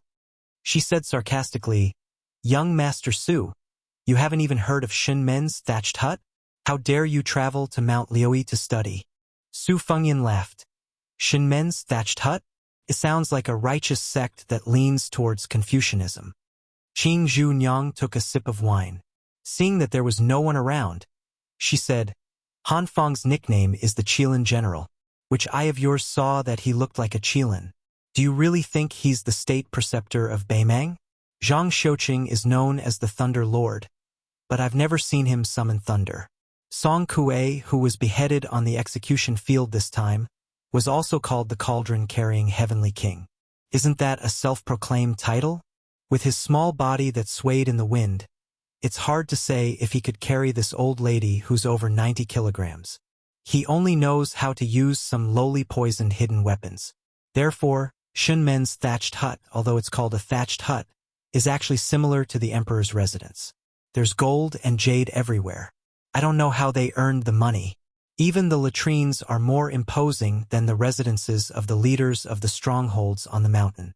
I've never really been to the Imperial Palace, but I think it's not far off. Su Fengyan nodded and then asked, "Qing Zhunyang, you're more than 90 kilograms, right? You should be around 50 kilograms. The woman was embarrassed and angry. "Can't I eat 7 to 8 kilograms of beef today?" Su Fengyan dismissed it with a laugh. The woman looked at the sky and said, "Oh, you, don't treat Mount Liui as a child's game. It's not a place where you can come and go as you please. We're all elites. If we don't have some skills, we won't be able to stand firm. Go, leave behind something for me so that I can give an explanation to Han Feng and the others. I'm no longer the Guanyin goddess who saves people in distress, nor am I a woman who's at the age of her first awakening of love. You can't be confused just because you have a good appearance. If you don't want to part with the sword you're carrying, take out some silver and treat it as a loss to ward off disaster. Han Feng gave me an ingot of gold to reassure those poor brothers of his who can't take the next meal. I'm just trying to pretend to be a rich man in front of you. This stronghold has long been ruined." Su Fengyan really did take out a stack of banknotes from his bookcase and put it on the table. He smiled and said, "More than 100 taels. Is this enough?" She raised her eyebrows and tapped the banknotes with her fingers. She laughed and said, "You're really a rich man. With your wealth, as long as your family's wealth isn't thin, you'll be worshipped as a spendthrift and a god of wealth in the stronghold. As long as they don't suck your blood dry, your life will be guaranteed. Just now I worked so hard to put on a show, but it turns out that I've been thinking too much. Su Lang, where are you from? Are you really a scholar who traveled to study?" Su Fengyan teased, "I'm from a small family in Gusai Prefecture. There are so many aristocratic families there that they're as numerous as the hairs on an ox. If you don't have the surname Ding, you'd be too embarrassed to go out and greet people. You can't even lift your head. I didn't expect you to have 100 or 200 taels of silver here and become a rich man. If I'd known earlier, I'd have come here earlier to show off." She glanced at the glib-tongued scholar and said sarcastically, "You've been peeking at me for a long time and you don't dare to touch me?" Su Fengyan, who was caught red-handed, shook his head and said, "I'm not that kind of person." After she got up, she patted her chest, either intentionally or unintentionally. The charming scene of her trembling made the man want to run over and hold her in his pocket, afraid that she would drop it because it was too heavy. Su Fengyan still kept his head down. Qing Junyang didn't know whether to roll her eyes or give him a coquettish look. She left with a smile. There were no waiters to help her in the wine shop, so she had to work alone. There were always trivial matters that she couldn't finish. Afterwards, the scholar with the sword and the book on his back didn't plan to go up the mountain. After paying more than 100 taels of silver, he sat down at the fork at the foot of the mountain. He moved the table to a shady place under the eaves and took out a geography book from his book chest. He asked Qing Junyang for a plate of salted peanuts, a bowl of cooked beef, and a jar of wine. He sat there from noon until dusk. Qing Junyang didn't treat him as a guest of honor. She made a careless meal and ate it, then asked him what his plan was. Su Lang said that he wanted to stay here for a few days and pondered over how to maintain a mountain stronghold. He also asked her about a lot of trivial matters such as how to make money, how to recruit people, and how to win people's hearts. She even asked him if he wanted to cultivate a vegetable garden on the mountain when there were no killings or robberies. She didn't hide anything from him. After all, it wasn't a big secret. If this young scholar was a secret agent from the government and came here to scout for information and pave the way for the armored soldiers to enter the mountain to suppress the bandits, she wouldn't be afraid. If the mountain stronghold was raised, she could just go back to the thatched hut of Shin men and work like a cow or a horse. To her, who didn't care who died, there was no one in the world that she was willing to collect. He could also pass the time at night, so he took 2 benches and slept through the night. In the house, Qing Junyang tossed and turned for half the night before she fell asleep. When she got up in the morning, she looked at herself in the bronze mirror. No matter how she tried, she couldn't get rid of the dark circles under her eyes. When she saw the energetic guy sitting there holding a book, her eyes were full of resentment. She didn't know whether she was angry at his shamelessness or angry that he was worse than a beast last night. He didn't even knock on the widow's door.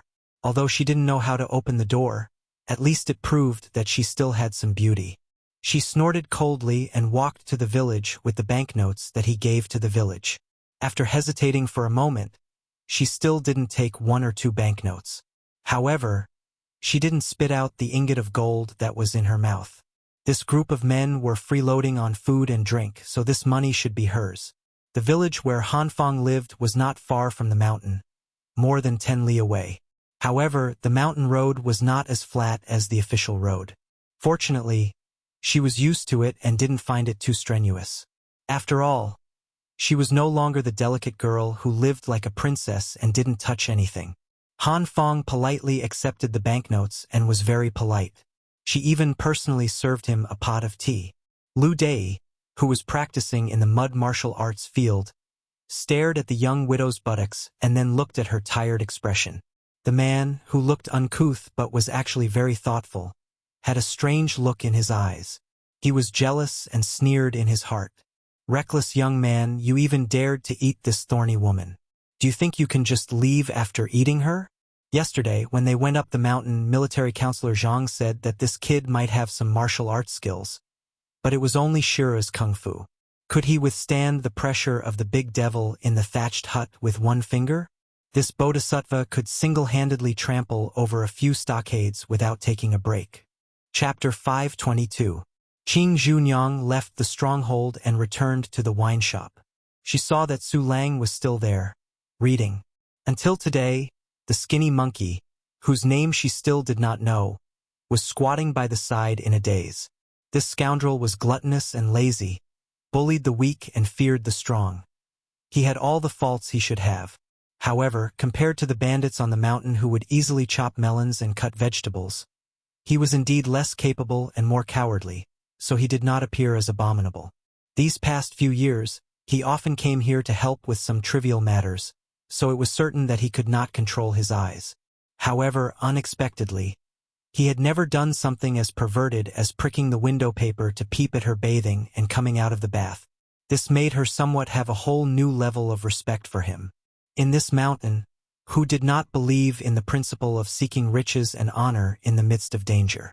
The skinny monkey became a distinct anomaly and also a good-for-nothing example. She heard that the first time he killed someone under the guise of allegiance, he did not completely chop a woodcutter to death with a single chop. His tears and snot flowed profusely, and he even had to carry the woodcutter to see a doctor. Fortunately, there was a brother watching from the side, who helped him stab the woodcutter to end his life, and only then was he allowed to enter the stronghold. However, if one were to say that, because of this, she was willing to spend a few nights with this skinny monkey, that would be too preposterous. She still preferred a more scholarly man.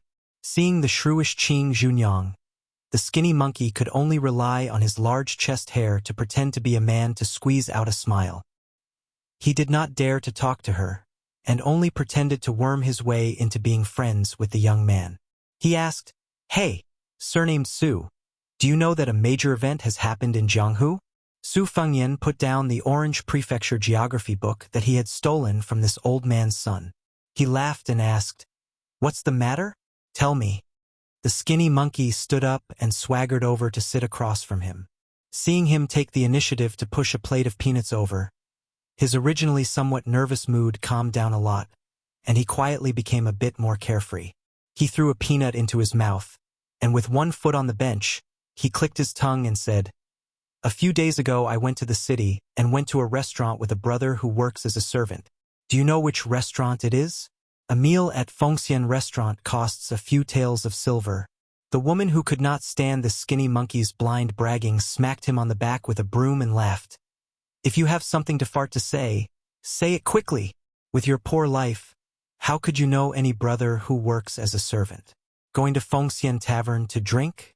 Why didn't you just say that you were going to Jianggu to visit a courtesan? Isn't that more impressive?" The skinny monkey, whose face was flushed red, swallowed his anger back into his stomach. His imposing manner was weakened by 70 to 80%.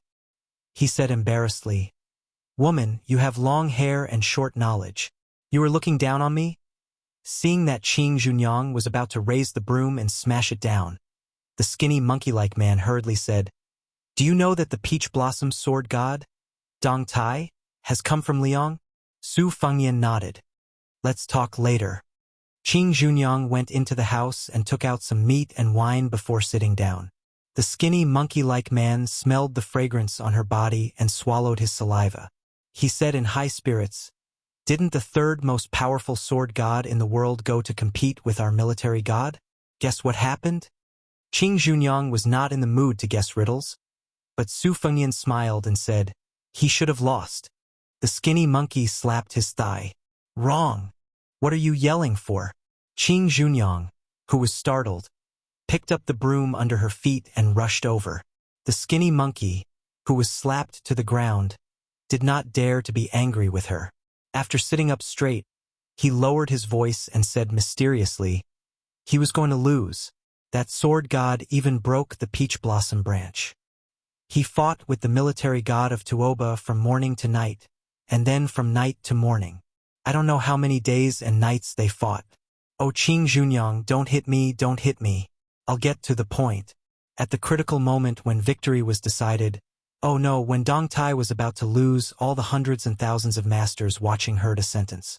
It came from thousands of miles away, from the sky. Qing Junyang's face was full of sarcasm. She sneered and said, "You are talking nonsense again, aren't you? Do you think you are a storyteller telling a fairy tale?" The skinny monkey said with a thick neck, "It is absolutely true." Su Fengyan poured a bowl of wine and did not forget to pour a bowl for Qing Junyang and the skinny monkey as well. He said softly with a smile, "Continue." The skinny monkey glanced at Qing Junyang. As for whether he wanted to cut her face or her chest, it was unknown. Then he said, "I heard a sentence. Dong Tai, I want to borrow a sword from you. Do you dare to take it?" Su Fengyan raised his wrist to take the wine. He stopped there and did not drink. The skinny monkey was about to slap his thigh, but when he thought of what had just happened, he retracted his hand and said with a fascinated expression. Then the sword god Deng replied, "Dong Tai, why wouldn't I dare? Thank you, Li Chungang, for opening the mountain for our swordsmanship." What happened next was even more frightening. A sword fell from the sky and into the hands of the peach blossom sword god. Then he fought the military god of Tuoba to a draw. No matter how soul-stirring the battle was, when it fell into the mouth of someone like the skinny monkey, there was always a lack of chewiness. Qing Junyang was skeptical. She had more doubts than she believed. She looked sideways and saw the young scholar drinking with his head lowered. The skinny monkey sighed and said in a muffled voice, "They are all celestial beings flying around. I don't know if I will be able to catch a glimpse of them from afar in this lifetime." Qing Junyang did not think too deeply and asked casually, "Who is this Li Chungang? Who can lend a sword to the third most powerful person in the world, the Peach Blossom Sword God?" The skinny monkey, who had emptied his stomach, said weakly, "He is probably a great swordsman from Liang." Qing Junyang saw the young scholar raise his head. It was a stiff face with no expression. He put down the bowl and said, "He is a one-armed old man with a sheepskin coat." The skinny monkey curled his lips and said, "Who are you trying to fool? A one-armed old man can ride a sword for thousands of miles? You speak as if you have seen him before." The young scholar smiled sadly and said, "I will never see him again." The skinny monkey did not know what to say to warm up the atmosphere. He saw Qing Junyang go into the house to work. After eating more than half of the wine, meat, and peanuts, he felt bored and went back to the mountain. Qing Junyang stood at the door from time to time and glanced at Su Lang. There was a long sword with a green scabbard on the table. She squinted her red phoenix eyes that even she would be jealous of. She just pursed her lips and stared blankly. Other than 2 meals, he just sat there. Qing Junyang still couldn't sleep even after the sky darkened. Through the window, she saw the flickering oil lamp outside. She put on her clothes and walked out, asking softly, "Do you want some wine?" He turned his head and smiled. He said softly, "No need." She still went to get a jar of wine. It was one of the few remaining good wine. After opening the seal, the aroma filled the air. She said, "I will drink by myself." After drinking a few bowls, she asked, "You really don't want to drink?" He shook his head and said, "Just drink. I will wait for you to get drunk and have sex." The woman, who was amused, really started drinking alone. She drank heartily and did not lose to those men who boasted that they could only nod their heads if they were killed. As she drank, she began to speak in detail. "Just like the saying in my hometown, a hairless bird is taken care of by the heavens. In any case, I somehow managed to survive. I was afraid of death and felt that it was too ugly to hang myself. How painful would it be to slit your throat and stab your stomach with a kitchen knife? A chaste and pure woman, I really can't do it." This woman, who used to rub ink with her bare hands and add incense with her red sleeves, was also Qing Junyang, who used to make human meat buns. She was drunk and her eyes were hazy with tears. That husband of mine did not do anything bad, but he did too many good things. The maids in the house were all poor children. When they made mistakes, he was not willing to punish them severely. I was always the good guy and the bad guy. The farmlands that we rented out were not of good years. They said that they received IOU, but they piled up year after year. How could they ask for it back? How did they die? Since you are heroes who enforce justice on behalf of the heavens, why don't you just rob the rich to help the poor? Why do you have to kill everyone before you stop? The people you killed were all good people who were no worse than you." Su Fengyan said calmly, "The last time I saw my eldest sister who had married far away, I advised her to go home. She refused, saying that the first marriage depends on the family, and the second marriage depends on the body. I knew she was waiting for someone." The woman laughed and cried, "Did she wait?" Su Fengyan nodded and said, "She waited, but I would rather not wait." She turned her head and wiped her tears. She stopped drinking and sobbing. The two of them were silent. With a bang, the drunk woman knocked her head on the table. Her lips trembled as she stretched out a hand and said softly, "My daughter, if she was still alive, she should be this tall, right?" She raised her outstretched hand slightly, and the fingers of the hand that pressed against the table stiffened. "Taller," Su Fengyan said. "Ever since I picked up the blade and started practicing martial arts, I don't think I have done a single good deed that has anything to do with helping the weak. Today I'll be unreasonable. Tell me who you want to kill and I'll kill that person. She just turned her head and looked at the stranger who was becoming more and more unfamiliar. She asked, "If you kill someone, will my daughter be able to live and grow taller under my watch?" Su Fengnian carried the spring and autumn sword on his back and walked up the mountain. Chapter 523.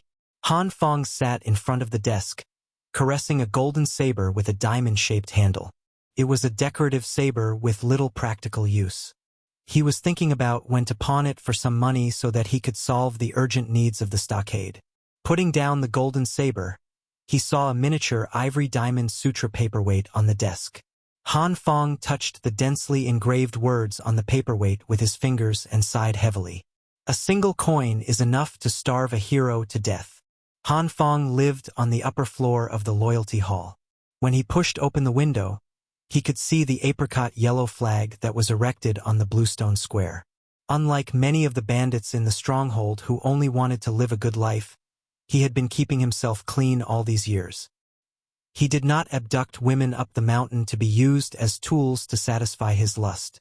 In the past, when he went down the mountain to kill the rich and help the poor, or to block the roads and cut off the paths, he would distribute those delicate and pretty women to his subordinates. Song Kuei and Fang Dei, who sat in the top few positions, were not greedy for money. Their only hobby was to compete with each other for the affection of women and fight with each other. Every time, he and Zhang Shouqing had to mediate between them to make peace. Just like this time, when Song Kuei was beheaded on the execution field, the wives and concubines he left behind in the stronghold would become the playthings of the rest of the brothers tonight. This was also the reason why Han Feng was unwilling to take any wives or concubines. As a bandit, few people could enjoy their old age in peace. It was already a blessing from God to be able to live to the age of half a century. The stronghold was at its peak. Excluding those who had families to feed, there were more than 200 brothers who could ride horses and kill people. They came and went like the wind. There were no military towns stationed soldiers in the hundreds of li around Mount Liui. The local government was not strong enough to suppress the bandits. When facing their own stronghold, they would be thanking the gods if they did not go to the government office and behead the officials row by row. However, now that the stronghold had lost its power, there were only a dozen or so capable subordinates. Many of those who used to be brothers in the past had died, and most of those who were still alive had gone to the other strongholds on the mountain. Those who were left behind were burdened by injuries and injuries. They were raised in the stronghold and had bad tempers.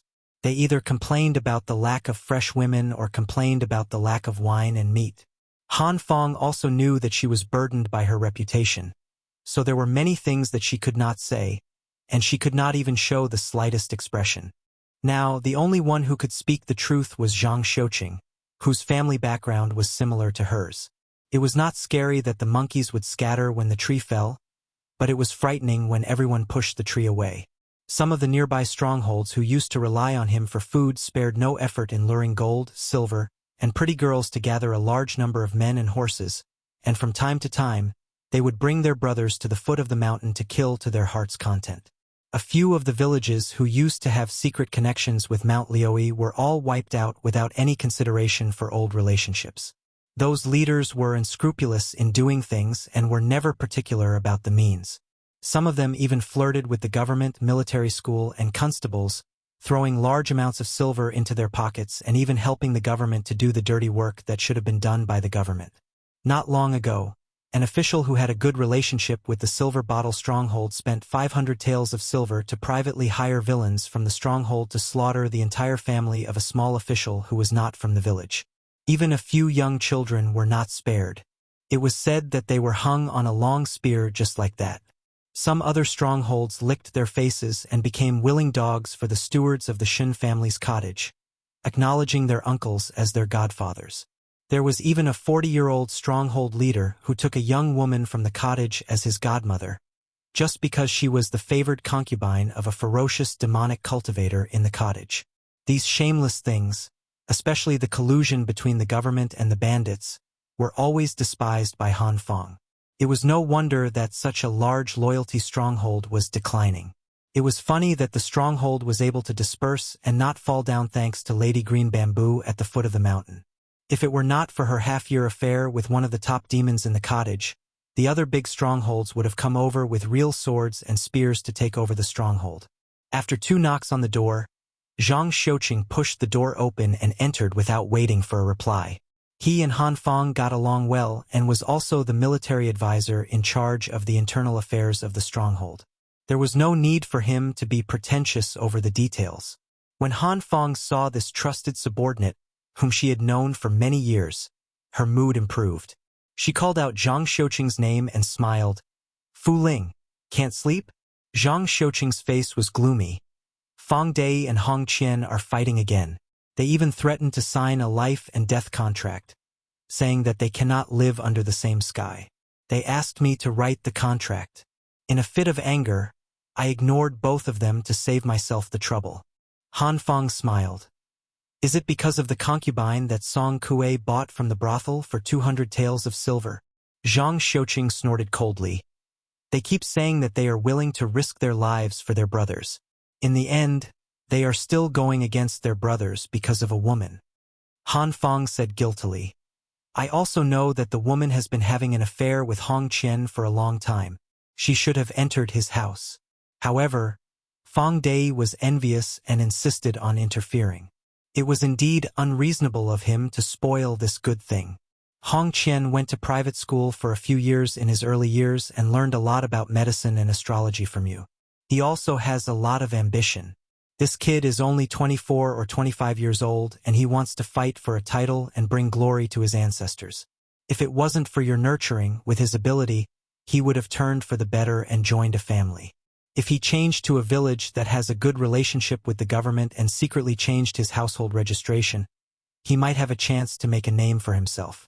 Everyone in the village knows that Feng Dai is on good terms with me, and he also considers himself as a child of the Han family. So it is my fault for making things difficult for you." Zhang Xiuqing's expression softened slightly. He waved his hand. "First Master, you are exaggerating. Fu Ling just feels that it is a pity for this family business." Han Feng sighed softly. "The sky wants to rain, and the mother wants to get married. There is nothing that can be done about it." Han Feng stood up and walked to the window with the chief strategist. The breeze caressed her face. She looked at the night scenery of the mountains under the bright moonlight. Her state of mind became calmer. Suddenly, she smiled. "A village woman is like a village woman. No matter how pretty that vixen looks, she is still a village woman." Zhang Xiuqing smiled knowingly. Hong Qian and Feng Dai are just village men. They have never tasted the delicacies of the mountains and seas. Naturally, they will fight until their heads bleed. Look, aren't they already invited to the square to compete? Chapter 524. Han Feng pressed her hands on the windowsill. "It doesn't matter. Feng Dai may look boorish, but he is actually more meticulous than a girl who is in love. He is full of schemes, and he is only taking the opportunity to find trouble with Hong Qian. Now that the stronghold is in decline and the 3rd position is vacant, he wants to take the lead and sit under his butt. Hong Qian has a good constitution and a good comprehension ability. His martial arts are improving steadily. Feng Dai can only rely on brute force to fight as soon as possible. After a year and a half, he won't have to compete with Hong Qian anymore. This black bull is too clever, but he doesn't know that Hong Qian's ambition doesn't lie here. Actually, if he makes more connections now, he might need to rely on Hong Qian to hold up the apricot yellow flag in the future. Fu Ling, I will teach Feng Dai a lesson later and make him know his place. You should also say a few words to Hong Qian, who is half a disciple. We are really a father and a mother. It's tough." Zhang Xiuqing smiled and said, "It's considered good. Compared to those stronghold chiefs who are grandchildren, we are at least considered as elders." The two of them looked at each other and smiled.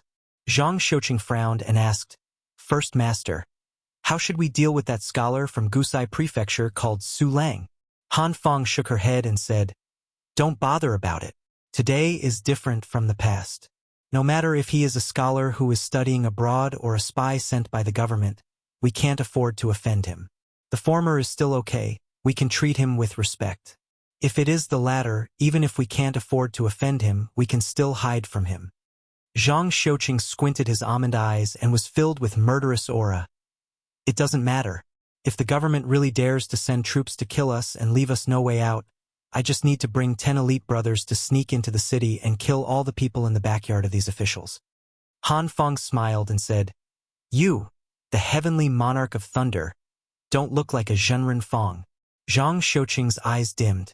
He sighed and said, What Zhenren? He's just a bandit in a Taoist robe. He only knows how to subdue demons and devils on paper. With a regretful look, Han Feng said, It's because the stockade is too small for Brother Fulling to display his talents and skills. If we could have been a little more powerful back then and had 300 brothers, we would have had enough power to ask for an official position. If we were recruited by the imperial court, we would have at least 6 or 7 official positions with real power in the inner circle and 30 or 40 official positions outside the inner circle. Not to mention Brother Fulling's strategic planning, with your identity as an outer circle disciple of the Dao sect, you wouldn't have had to deal with the daily necessities in the stockade. Zhang Xiuqing stretched out 2 fingers and stroked his beard. He smiled broadly and said, Life and death are decreed by fate. Riches and honor are in the hands of the heavens. Ordinary people like me can't force things. Han Feng's eyes widened. At the same time, the Taoist blurted out, That's not right. Why did the devil show himself? Han Feng glanced at the Taoist beside her from the corner of her eyes. On the martial arts field paved with bluestones, a group of people appeared out of nowhere. They were all wearing brocade clothes that were rarely seen on the mountain. Moreover, even if the bandits in the stockade wore silk clothes, it was inevitable that they would look like monkeys wearing hats. The dozen or so handsome men and beautiful women had a very good temperament, like immortals from heaven descending to the mortal world, making people jealous. The leading middle-aged man wore a wide-sleeved white robe and came barefoot. His face was like jade and he didn't carry a sword. However, there were several sword-wielding attendants beside him. Needless to say, such a magnificent scene was the arrival of the nobles from the Shun sect's thatched cottage on the Changle Peak of the Liui Mountain. When Han Feng saw that Hong Qian left the field and didn't fight with Feng Dai, he walked towards the graceful man who looked like a marquis in the mortal world and bowed respectfully. Han Feng's heart sank to the bottom. As expected, Hong Qian had secretly changed his allegiance and joined the cottage. Han Feng sneered. The Taoist Zhang Xiuqing was furious. He angrily scolded, "Bastard!" and jumped out of the window and landed on the field. Feng Dai and the dozen or so brothers in the stockade who were watching the show were also on guard. Zhang Xiuqing pulled out the pine-patterned peach wood sword from his back and pointed it at Hong Qian. He said in pain, "Hong Qian, the stockade has treated you well. Back then, you killed the soldiers and had no other way out. It was the master who took pity on your abilities and took you in. Why did you do such a disobedient thing?" Hong Qian's simple words made Zhang Xiuqing, who was half a master, speechless. People walk towards higher places. Hong Qian continued expressionlessly. "That's right. It was me who reported to Immortal Zhongli that a strange man tried to get close to Lady Qingzhu. Since Lady Qingzhu had entered the divine residence of the cottage, she should be a member of the cottage alive and a ghost of the cottage dead. She was unscrupulous. What's wrong with me telling the Immortal Master? Master, the Immortal Master has already promised me that as long as you are willing to leave the stockade, the Immortal Master will be merciful and there will be a place for you in the cottage. Isn't such great glory what you have been dreaming of for many years? I built a Qingyun ladder for you out of kindness. What's wrong with that?" Immortal Zhongli's trip this time was on the way, and he didn't intend to argue with the stockade. He only went to take the lives of that adulterous couple. The man with bare feet on the ground finally spoke. Squinting his eyes, he said, "I heard that the two leaders of the Zhongli stockade are quite skilled. Otherwise, they would have been imposters like Hong Qian.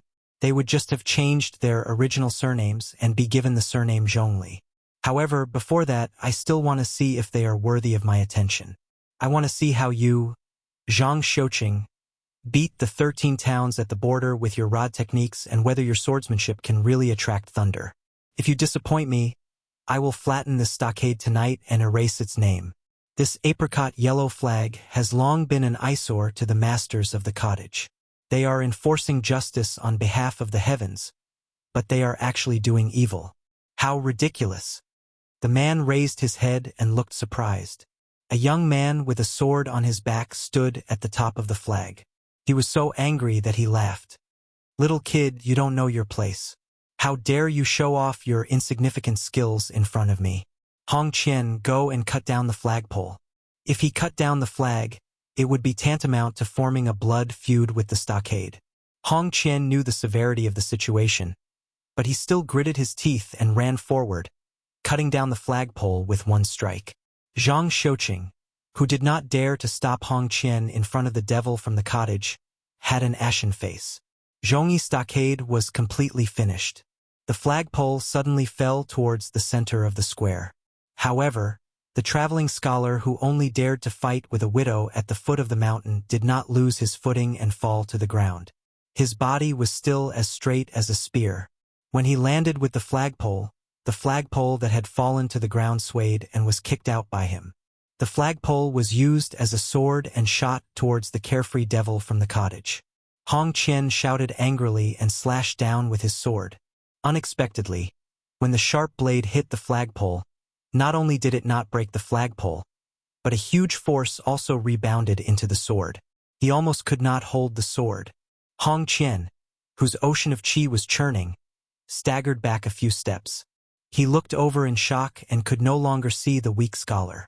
The devil from the cottage, whose surname was Zhongli, sneered. He stepped out and pressed his palm on one end of the flagpole, breaking it inch by inch. There was no doubt that he was an expert. Everyone only saw the scene of him breaking through the flagpole but did not see that he had quietly slid back a few inches. The devil tried to raise his qi several times but could not stop himself from retreating. The fear in his eyes was no less than Hong Qian's. When he saw the young swordsman disappear in a flash, he finally could not hold it in and said in a low voice, "Sword, come!" The sword boy hurriedly threw out a simple ancient sword covered with ice cracks. The next scene was that the young man stood in front of the famous middle-aged devil of Mount Liui. One of his hands overstepped his authority and caught the ancient sword for his master. The other hand grabbed the devil's neck and lifted him up.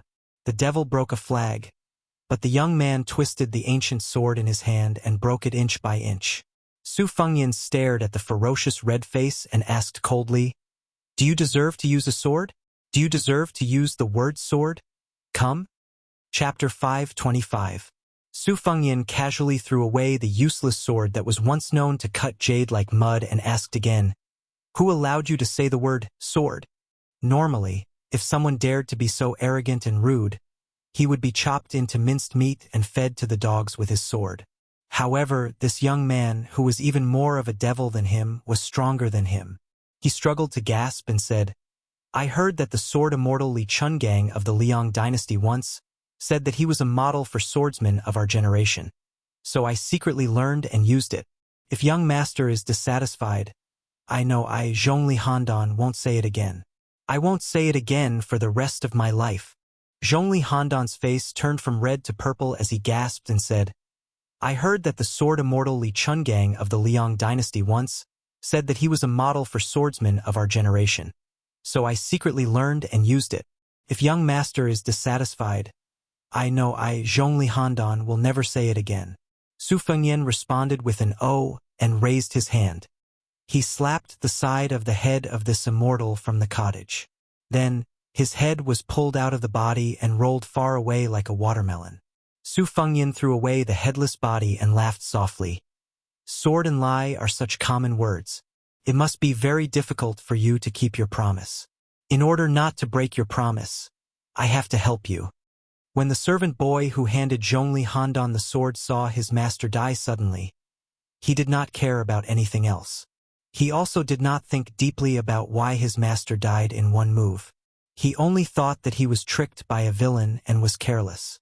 He snatched the famous sword from the other servant who was holding the sword.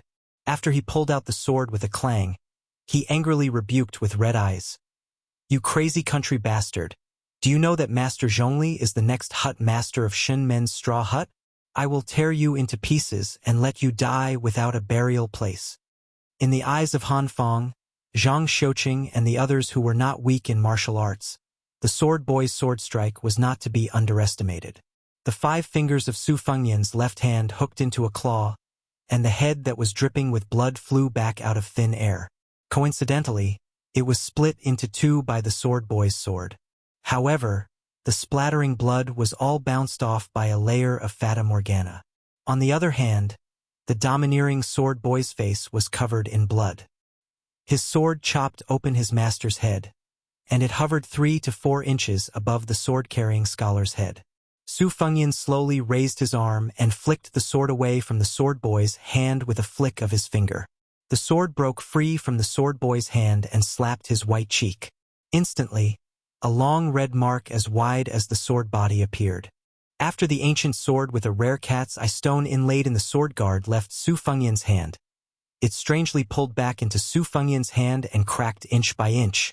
Su Fengyan smiled at the stunned sword boy and said, "I have never even heard of Shin Men's thatched hut. How would I know who this piece of trash with a broken head is? Your master has just gone to hell. Since you are so loyal, why don't you accompany him?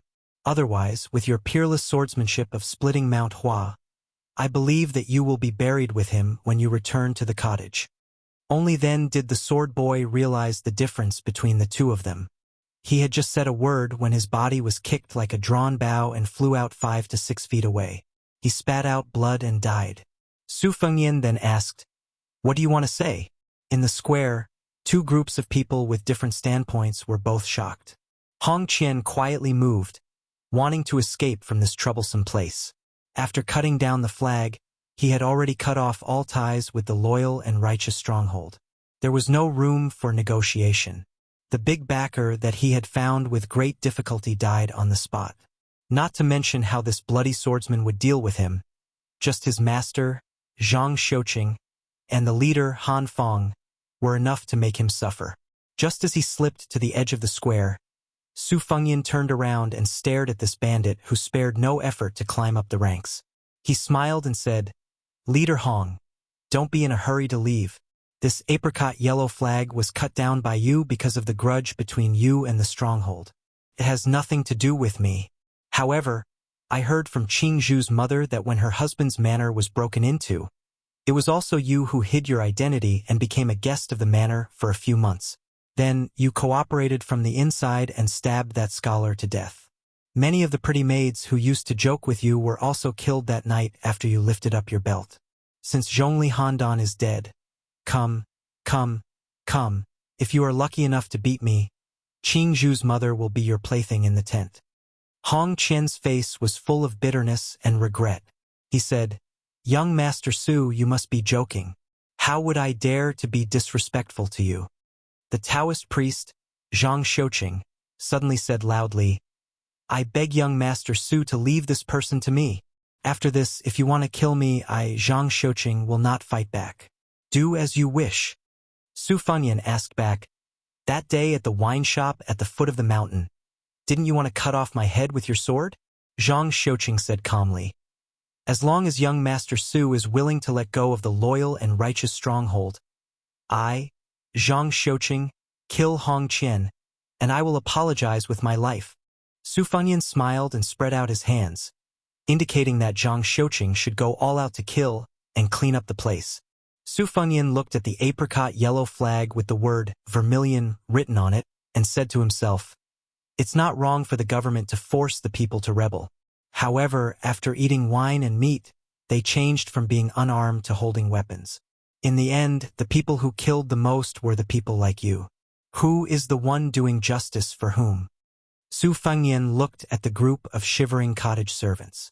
Since even the king of the mountain was dead, what else could he do? Su Fengyan turned his head and said to Han Fong, "Leader Han, can you lend me 7 or 8 horses to go with me to the Shin Men's thatched cottage to see the wonderland on earth?" Han Fong clasped his hands and said loudly, "I dare not disobey." A few bandits from the Zhongyi stockade brought over a dozen horses from the stable with fear. They were afraid that this handsome guy, who was even more devilish than a devil, would think that there were too few horses and that he was not observant enough and would kill them all. That would be really unjust. Hong Qian was already entangled by Zhang Xiuqing. A few strong men stood still and formed a circle. Against the famous anonymous disciple of the Daoud clan, Zhang Xiuqing, Hong Qian originally had no chance of winning. Moreover, most of his martial arts were taught by Zhang Xiuqing. His shortcomings were exposed and he was targeted everywhere. Fang Dei, who was eyeing him covetously, saw an opportunity. He waved his axe and cut a big wound on Hong Qian's back. Hong Qian no longer had the strength to scold this black bull for not following the rules. At this moment, Su Fengyan, who had just pulled the reins and was about to jump on the horse, flashed past. He grabbed the flag with the words, "Justice for Heaven," in his hand and rushed behind Fang Dei. He slapped his back. Before the strong man fell, his head was wrapped up by the flag. Like a dumpling, he was slowly suffocated to death. A cool breeze blew in the square, but it made everyone fall into an ice cellar. After Hong Qian's chest was pierced by Zhang Xiuqing's sword, he laughed and said, "It's good to die. All of you died happily. I will still be a man in my next life. I only hope that God will let Han Feng, Zhang Xiuqing, and the rest of you become women." Without waiting for him to finish his last words, Zhang Xiuqing's sword pierced his heart and lungs. Su Fengyan glanced at the apricot-eyed Taoist and said calmly, "Since Lady Qingzhu said that you still have some sage-like demeanor, I will spare your life. As for what to do in the future, wait for me and Leader Han to come back and make a decision." Chapter 526. Unexpectedly, this Taoist priest was also decisive. He waved away the blood on the tip of his sword and held a peach with sword upside down. He bowed and said directly, "There's no need for such trouble. Zhang Xiuqing is willing to go to the cottage with Mr. Su." Su Fengyan ordered the cottage attendants coldly, "Bring Zhongli Handan's head with 2 parts." The group rode to Changle Peak, which was 2 hours away. There was actually a luxurious carriage outside the Zhongyi village. However, since Su Fengyan did not want to sit in it, no one dared to make trouble. The sects that had the right to occupy a mountain and call themselves kings were mostly rich and powerful. The ones that were far away were like Dragon Tiger Mountain and Huishan Shenyuan, which were opposite each other across the river. The ones that were closer were like Qingyang Palace. They all had thousands of followers. Not to mention the clan leaders, even some small fries were high up in the sky. In the eyes of ordinary people, they only felt like they were covered by clouds and mist. Naturally, they would be in awe. The Shen family thatched cottage was the king of the Liuyi Mountain.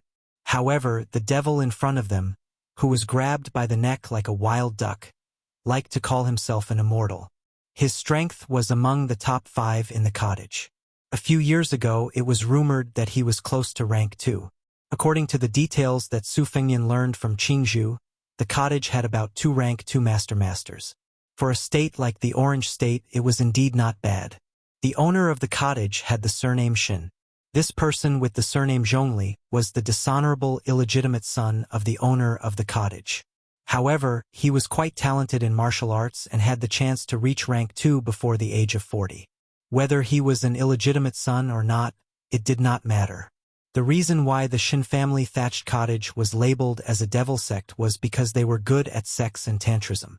In the end, as long as it was related to sex, the cottage was good at it. When the disciples of the Shen family went down the mountain, they either killed their parents or kidnapped their young tripod furnaces. They also escorted mature tripod furnaces to high officials and dignitaries. They even had business dealings with some relatives of the 2 surnames in the Beimang imperial tent.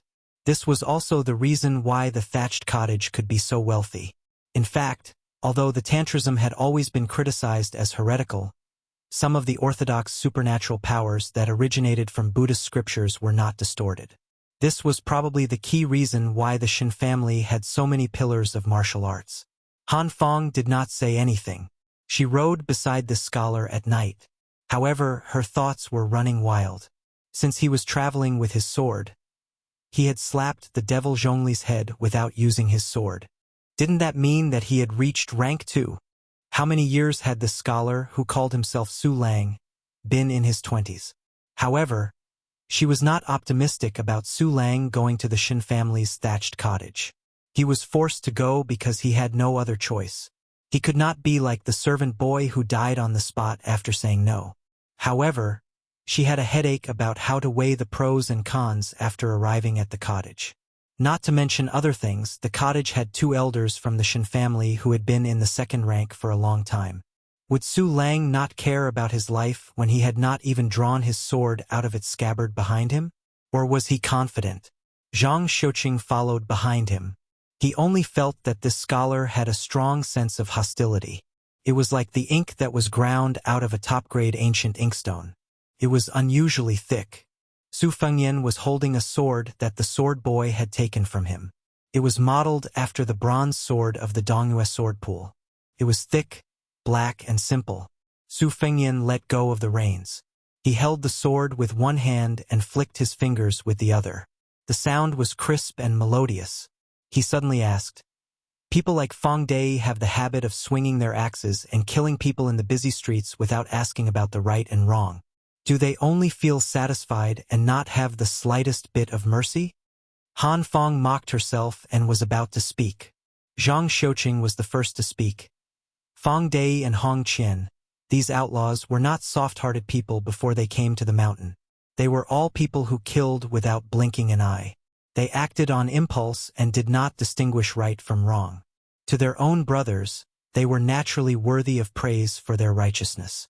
This is just like the so-called killing their children and raising their mothers in the 24 filial piety of the Central Plains. They are all crazy. In the end, they go against common sense. In the end, the loyalty of the brothers depended on Feng Dei and these boorish fellows. Those who were literate and quick-witted were rarely willing to hang themselves on a single tree. Later on, Zhongyi village was pushed aside by the other villages of Mount Liui, and the birds and beasts scattered. Those who scattered were precisely these brothers who had knowledge and knowledge in their stomachs. After joining other families, they turned around and wreaked havoc on Zhongyi village, sparing no effort. The third boss Song Kue was tricked by one of his former brothers into going to the city, which was why he ended up in prison. Of course, not everyone is so despicable. Many brothers who went up the mountain but did not form a gang or faction to establish a foothold were disheartened, and after going down the mountain, they were still affectionate and loyal to the Zhongyi stronghold. Can be said that they parted on good terms. Su Fengyan nodded and said, "At the foot of the mountain, I asked Qing Junyang for advice on many methods of running a village. I more or less know that it is not easy for you." Zhang Xiuqing couldn't help but curse in his heart. "I beg you, this great devil, to stop asking for advice. You already have such fierce and unparalleled skills and supernatural powers. Could it be that you want to learn from us and build a stronghold for fun?" Zhang Xiuqing's heart was heated. Could it be that Mount Liui was going to change? Han Feng also had a telepathic connection. The two of them knew each other. Their gazes met and then flashed away. A sword boy who picked up the luxurious sword inlaid with cat's eye stone from the square came riding over. He anxiously reported, "Young master, someone is sneaking away." In fact, Su Fengyan had already known the truth from the sound of the horse's hooves. However, it was unnecessary for him to turn his head and look. The ruthless sword boy, who had probably learned most of his skills from his master, used the sword as a dagger and took the opportunity to stab Su Fengyan's neck. Even Han Feng and Zhang Xiuqing did not expect this sword boy to be so daring. His unyielding character was even more obvious. Su Fengyan gently threw the bronze sword in his hand. It stabbed into the back of the escaping cottage servant and he fell off the horse. 2 fingers easily pinched the tip of the sword. The 2 horses were still riding side by side. Su Fengyan did not immediately kill the servant. He only pulled out the valuable sword and then smiled. Go to the corpse and pull out the sword. As for whether you want to escape or not, it's up to you." The sword boy was stunned on the spot. Then he broke down and burst into tears. Su Fengyan turned the sword around and kicked him. The sword boy, who had just come back to his senses and was about to pull out the sword, flew out like a kite and hit the mountain wall. He stopped breathing and died. Zhang Xiuqing was as silent as a cicada in winter. How could this devil's character be more unpredictable than his methods? Su Fengyan, who was sitting steadily on the horse, threw the sword to Han Feng. He put his hands in his sleeves and squinted his phoenix eyes to look at the road in front of him. He remembered the harsh days when he saw thieves armed with knives and sticks as his mortal enemy. Every time he crossed over a mountain, there was a young girl who was determined to be a heroine who would happily shout that the king asked her to patrol the mountain. She would patrol the South Mountain and the North Mountain. At the end of each sentence, she would not forget to make incessant moans. Su Fengyan said calmly, "If you, a heroine, knew that you were going up the mountain just to kill people, would you still call me your good brother?"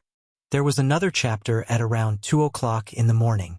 It was to thank the new top scorer on the 13th, Grey Shepherd V. Gale altar. As for the new top scorer on the 14th, young Master Fushu, his outburst came later. Chapter 527. Su Fengyan went up the mountain because he wanted to learn from Li Chungang and kill thousands of soldiers by himself. Although he did not bring spring thunder with him, he was still nourishing it. Su Fengyan had already noticed that he had accumulated too much killing intent and hostility. If this continued, he would go crazy sooner or later. When that happened, Bailiang would lose a hereditary king of Bailiang, and Baimang would gain a new demon who would kill without batting an eyelid. After asking about the family background of Shunmen's cottage, he learned that other than the two old men who were above the common populace, there were 4 or 5 masters who were as strong as Zhongli Handan. For the Orange Province, where there were many military towns, they were already bold enough to survive in the cracks. Baimang ruled the Jianghu with an iron fist. Among the 5 major sects, Tibing Mountain, which was no different from a military town, was ranked 3rd. The chess and sword music school was ranked last. Because there was Hong Jingyan who was on the Wushu rankings holding the flag, as well as the master of the sword mansion, Jian Qi, and a few other hidden masters, no one dared to look down on them. With these 5 beasts who absorbed the resources of the Jianghu like whales swallowing whales, there was an insurmountable gap between the superclass sects and the first-class sections. Su Fengyan did not find this strange. Baimang only used such methods so that they could gather the strength of the Jianghu at the start of the war and integrate it into the army to deal a heavy blow to the Liang dynasty. Looking at it this way, when Su Shao entered the Jianghu on horseback and broke the Jianghu, there were pros and cons. For the imperial court, it was a headache. However, once the backbone was crushed and the backbone was broken, the Jianghu would lose its vitality. Su Fengyan shot a glance at Han Feng. This stick-wielding hero who sat at the head of Zhongyi's stronghold came from a prestigious family. The Han family was the cornerstone of the strategic border region, Ji Province, for 100 years. It was unknown just how many waves of northern Mang invasions they had withstood. The old man of the Han family had once led 800 elite cavalry to charge at 60 to 70,000 northern Mang soldiers. After identifying the location of the royal flag, they directly slaughtered their way over, their military achievements illustrious. This was not an exaggeration in unofficial history.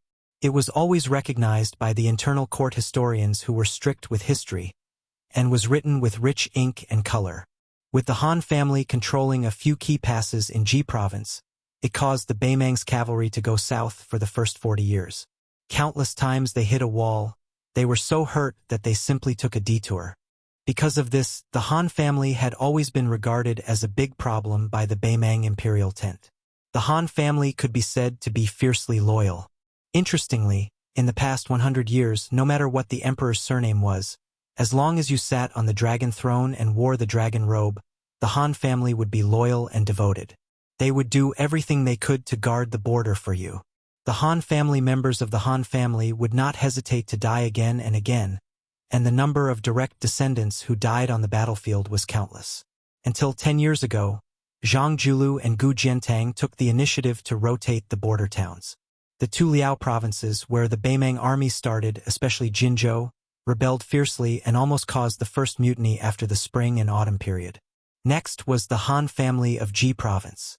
Although the Han family did not express any dissatisfaction and even started to move, for some reason, there was a mutiny in Ji Province overnight.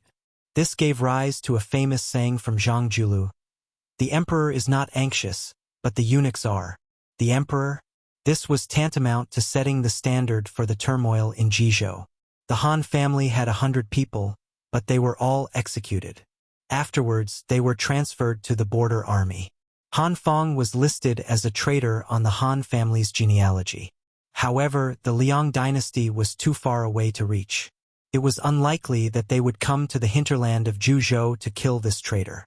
Years ago, Su Xiao and his second sister, Su Weisheng, sat around the stove on a snowy night and talked about the world. When they talked about the Han family in Jizhou who had no hope of being avenged, Su Xiao only said one sentence. In the end, Master Han still did not have enough soldiers. His second sister lightly added, the imperial court was certain that the Han family would not rebel because of the burden of loyalty and righteousness. Therefore, they deserved to die even more. 1 needle to the blood, 2 needles to the bone. Su Fengyan once curiously asked Su Xiao if he was the one who purposely led Beiliang and the 2 Liao to Jizhou. Su Xiao asked him in return, take a guess. At that time, Su Fengyan's temper was as irritable as the dragons in the prince's mansion. He scolded, take a guess your grandpa. Su Xiao only had a good temper with his children. He still smiled and replied, am I not your father? Take another guess. Then the young Su Fengyan was completely speechless. At that time, his second sister, who had not yet gone to the Shangyin Academy to study, held her belly and laughed for the first time. Finally, they approached the Shin family's thatched hut. One servant of the Shin family was kicked to death, another stabbed to death with a sword. Those who survived no longer had the arrogance they had when they came down the mountain and entered the stronghold. Even when they were about to enter their own territory, they did not dare to show any emotion. They still kept a straight face and rode behind the scholar carrying the sword. On Chonglu Peak, there were rows upon rows of bamboo buildings. Thousands of large red lanterns were hung high up. The decorated archway had the 4 words 6 Fate-Yin Peaks hanging on it. The 2 pillars were made of incomparably expensive golden-threaded cedar wood, which was the wood that needed to be wrapped around. Golden-threaded cedar wood was originally purchased by the government for the imperial family. The construction of the main hall and the pillars of the mausoleum were all made of high-quality Jinnan, and the golden-threaded cedar wood was the best quality. During the spring and autumn period, the Central Plains, Western Shu, and Southern Tang, and a few other countries, every few years, there would be 1 or 2 cases where dozens of heads would fall to the ground. In the current dynasty, there was even a comical scandal where the emperor of the Zhao family stole precious Jinnan wood under the guise of repairing West Chu's imperial mausoleum. Because the golden-threaded cedar wood itself had the effect of a sea of clouds, it did not need to be carved to dazzle people. Su Fengyan rode past the decorated archway and turned his head to look at the golden-threaded cedar pillars. He clicked his tongue and said, what a wealthy family! It was the first time that Han Fong and Zhang Xiuqing personally came to the Shin family's thatched cottage. Apart from the eye-opening experience, they were also very worried. The richer the Shin family was, the more likely they would be buried with them. How could they smile? Su Fengyan looked at the 2 groups of people rushing out from the 2 sides of the main building and said to himself, Su Fengyan, remember, don't treat a level 2 master like a joke. Su Fengyan turned around and stretched out his hand. He said calmly, give it to me. A cottage retinue hurriedly threw over the bag that was soaked in blood and rode forward. The horse's hooves stepped on the white jade square, which was exceptionally loud. From 100 steps away, Su Fengyan casually threw out the bag that contained Zhongli Handan's 2 severed heads and stared at an old man with a white beard that reached his chest. Chapter 528. Not everyone could make the head of the Shin family get up from his white belly in the middle of the night and personally go out to receive them. However, since there was a saying that one had a high vantage point, of course, there would be benefits to living high up. The disciples of the Shin family who were responsible for the night watch had already spread the news. Layer by layer, the situation became more and more intense.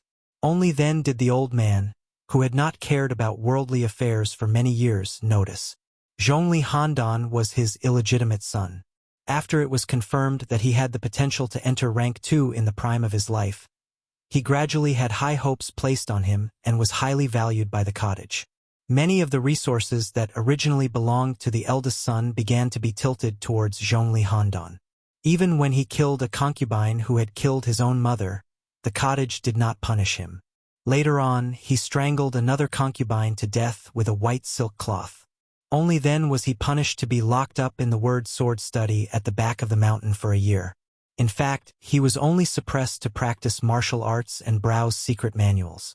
Tonight, there was clearly an important guest who had just visited the residence. After that, Zhongli Handan secretly left the mountain in a carriage. This was not a big deal. What was surprising was that when he came back, he was nowhere to be seen. How could the cottage, who had spent a lot of money and effort on him, be at ease? The two sides were in a standoff. A disciple of the Shin family who had a slender bronze sword received a signal from his eyes.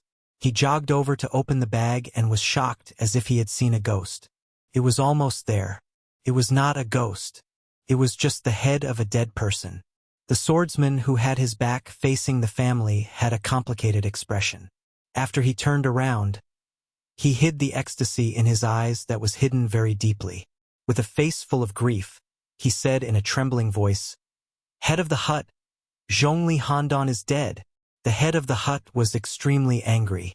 The long beard in front of his chest fluttered. He lifted the iron cane that weighed hundreds of kilograms and heavily smashed it into the jade ground, creating a hole. He shouted, "Who are you?" Su Fengyan did not pull the reins. He put his hands in his sleeves and carried the spring and autumn sword on his back. He sat still on the horse and said calmly, "To be honest, this is the first time I've met this cottage swordsman who calls himself Zhongli Handan. We have no grudges against each other." However, he said sword come, and said that he wanted to imitate sword god Li's style on the snowy plains. However, he didn't send thousands or hundreds of swords. He only asked his servant to throw a broken sword over. I really couldn't stand it anymore and coincidentally wanted to kill him so much that I went crazy. So I slapped his head off. If the Shin family cottage can't stand it anymore, why don't you take turns fighting me? The head of the hut was so gloomy that the nearby disciples of the Shin family trembled and did not dare to look at him.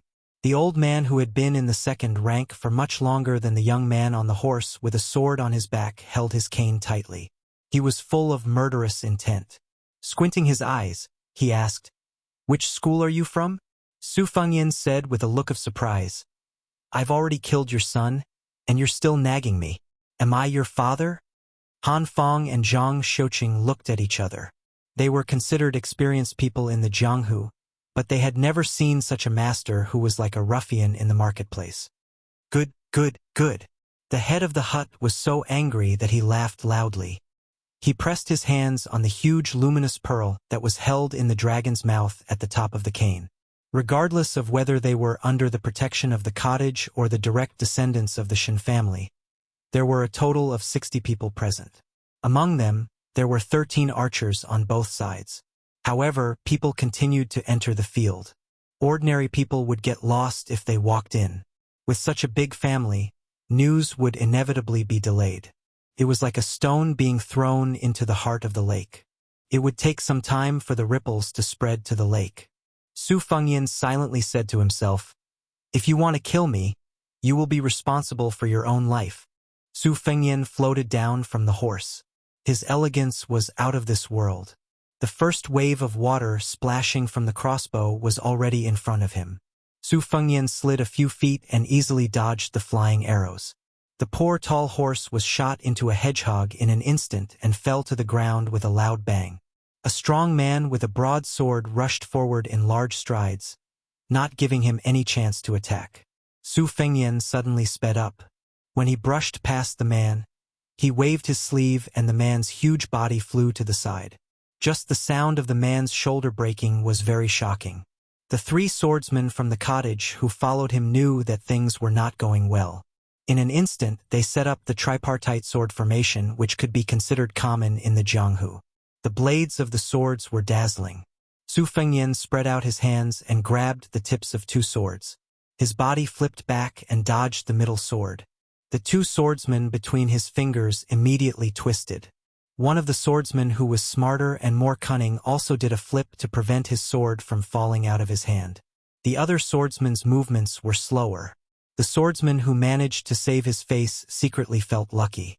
A force surged from the tip of his sword to his wrist. His body was fiercely pulled forward by the force. Just as he was about to abandon his sword and retreat, Su Fengyan held his sword and moved to the side like a fish swimming in water. The back of his hand suddenly hit the swordsman's chest, who was caught off guard. A cloud of scarlet blood spurted out. When the swordsman stumbled back, Su Fengyan raised his leg, which was not higher than his knee. He kicked the swordsman's calf with a huge force, causing his body to fly forward. Then he hit the man's forehead with his knee. Bloom! The swordsman fell on the white jade slab. He only twitched twice symbolically before he quickly died with the ups and downs of his life. Su Fengyan flicked his sleeves, and the second wave of arrows shot by the crossbowman fell into two treacherous vortexes. In the end, they were stabbed in the opposite direction. Only those who were quick enough to dodge were able to escape, but there were still 3 crossbowmen who died. Most of the people in Shinmen Cottage were swordsmen. 7 people, 7 swords, and 7 swords were released instantly. Every sword carried a strong momentum that did not care about life or death. It seemed that these Jianghu heroes were also stimulated. Every sword attacked the enemy's vital points. Su Fengyan was not in a hurry to kill the enemy and break the array. He glided like a fish, as if he was taking a leisurely stroll. The slender figure with the sword on his back dodged elegantly. Except for a few swords that pierced his lower body and moved a little, the other dozens of swords that were released in 7 or 8 breaths could not make his feet leave the ground. This scholarly young man's body rose and fell like the tide, but he did not fall. No matter how many swords attack, my feet will take root. A man in purple with a golden crown who was calmly watching the battle stood beside the master of the cottage. After seeing his father nod, he unsheathed his sword like a dragon's roar. The sword aura was faintly lingering. In the gap between the 7 swords, he stabbed viciously towards Su Fengyan's heart. Su Fengyan formed a circle with his hands and covered the long sword. The green sword aura that was close to his heart could not pierce forward. His palms drew a circle again and the sword followed. The man in purple who looked like Zhongli Handan frowned slightly. He did not forcefully hold the sword. Instead, he pushed his palm on the sword hilt and finally pushed it forward a few inches. Su Fengyan floated back and dodged the attack and the 7 swords. The crossbowmen who were watching the situation immediately released the 3rd wave of arrows. They did not want to kill the enemy, but they did not want to give the swordsman a chance to breathe. The moment of breathing was like the moment of yin and yang. Those evenly matched life and death battles competed on the exquisiteness of breathing. Of course, there was also the degree of vigor. Both sides strangled each other like needles pricking each other. It was a matter of who leaked more slowly. Back then, at the riverbank, in the blink of an eye, an old man wearing a sheepskin fur coat killed 600 iron armors with a single breath that circulated for 800 li. Su Fengyan, who had entered the initial stage of the Great Vajra realm, did not advance. Instead, he retreated, causing the arrow rain to miss again. The man in purple's expression changed slightly. He used his chi to control his sword and retreated with the sword. The mirage expanded and resisted 6 swords. His 5 fingers formed a hook and pressed down on a head. The majestic vigor at the tip of his fingers caused the head to explode. His hands rolled up his sleeves and tied his hair. The remaining 6 swords completely lost their aim. After a series of messy collisions, they no longer had their original order. Su Fengyan used the half-baked Hu Jia's 18 slaps that he stole. In the blink of an eye, he killed 6 swordsmen who died with their eyes wide open. Su Fengyan, who was standing among the corpses, raised Kunlun with both hands. He closed his eyes and said softly, "Old Manly, why don't you open your eyes and watch me kill a few people in one breath?" Chapter 529. 6 corpses that had been slapped to death by Hu Shao lay on the jade square with the scholar in the center. Blood flowed everywhere. After this battle, the archers were all stunned and forgot to shoot the next wave of arrows. The long-bearded hut owner shouted angrily, "Disciples of the Shin family, go first!" 2 encirclements were formed in an instant. The small circle was made up of more than 20 members of the Shin family, mixed with the men of sacrifice cultivated by the cottage. The outer circle was made up of more than 40 guests of the Changle Peak. As the battle became more and more intense, more than 30 people rushed into the white jade square. The small circle suddenly shrank. more than 20 swords and knives combined. Su Fengyan's left foot moved about an inch, his hands raised to break the river and shake the Kunlun Mountains. Together with the knot of black hair that the blind Guqin player had learned by imitating Hu Zhao's rhythm, he had the demeanor of a great grandmaster. His body swayed and his qi flowed east like a long river. The disciples of the Shen family had been practicing martial arts since they were young. They were blessed by nature when it came to training their bodies. They also had superior secret manuals and masters to guide them. The 20 swords and knives attacked in a strict manner. Although they were defeated by the mighty qi, the small circle recovered and spread. Only a few people's swords and knives left their hands and were destroyed. Most people were safe and sound. The few who lost their weapons almost simultaneously caught the upper-class swords and knives thrown by the people in the big circle behind them. The circle shrank and stretched, showing the power of the Shen family cottage.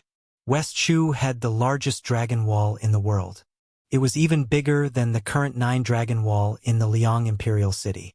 When Li Chungang used 3,000 streaks of sword qi to roll across it, it was called the opening Shu style. Su Fengyan, who had fought against more than 60 martial artists alone, silently said, "Sword, rise." Su Fengyan used Wudong Wang Zhongluo's one-finger Kanglan style to start. The spring and autumn sword on his back was unsheathed. The sword qi covered the entire Changle Peak. Spring and autumn flashed by. Su Fengyan stomped his feet fiercely, creating 2 pits on the jade floor. Between heaven and earth, there was a stream of splendor, like a flowing comet. Compared to the somewhat crude swallow-circling flying sword of the past, it truly surpassed the realm by too many levels. It was already close to the level of the Wu family's sword mound. At the Battle of the Reed Marsh, when Zhao Luding faced Li Chuangong's 2-sleeved green snake, he did not panic in the face of danger. He borrowed the second most famous sword of the age, the Su of Gojoseon, from the hands of the sword attendant. This was drawing qi to control the sword. Su Fengyan, in an extremely rude and unreasonable manner, continued to slap randomly. This was a summary of the main points. On the other hand, the spring and autumn sword qi rolled out like a huge net. Wherever the sword qi reached, not only did it engulf the 20 people in the small circle, it also engulfed the 40 people in the big circle. The sword pierced through his neck, his chest, and his leg. The sword came and went, and the qi was endless. The father and son of the Shen family were 2 of the 3 master realm cultivators on Changle Peak.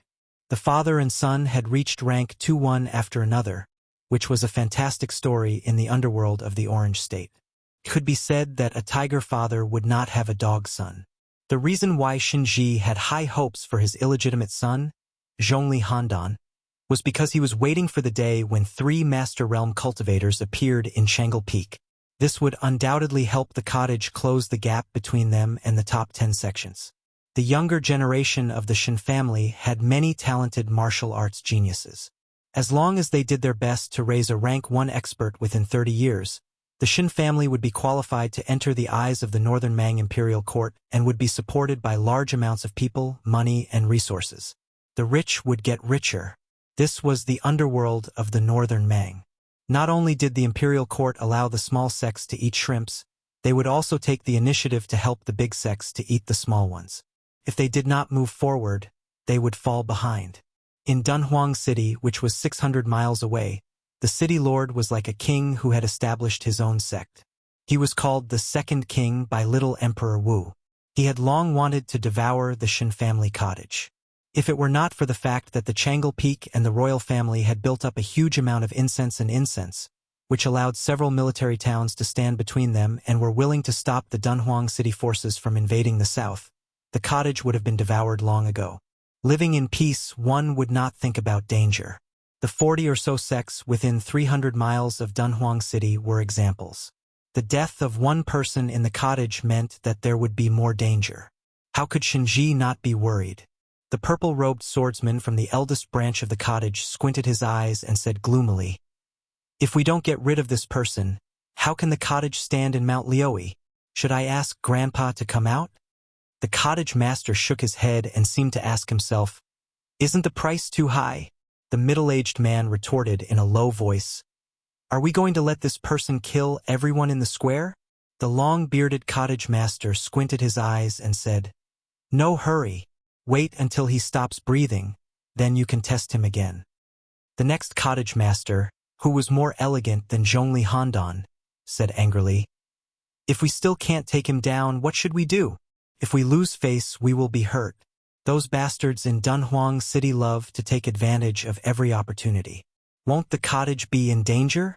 If the cottage is destroyed, how can the descendants of the Shen family live a peaceful life? We can't learn from those filthy village leaders and take the Dunhuang City Lord as our godmother and be her slave, right? The messenger from Dunhuang City on the mountain has a seductive face and a plump body. She is like a concubine in the palace. However, her heart is vicious and her tone is lawless. She just came and already said that she wants the entire Shen family of the cottage to be the fake sons of Dunhuang City. How can I tolerate that? Shinji frowned and said, Don't try to goad me. Nobody knows my son better than his father. Do you really think that I'm old and dim-witted for all the tricks you've done in secret all these years? You blame me for not being willing to rely on Murong Baoding and not paving the way for you in the military world. So, you secretly made friends with the henchmen who hold the decree. Shun Kaihe, do you still think that I am your father? Shun Kaihe's face was distorted and he sneered. My mother was strangled to death by Zhongli Handan's illegitimate son with a piece of white silk.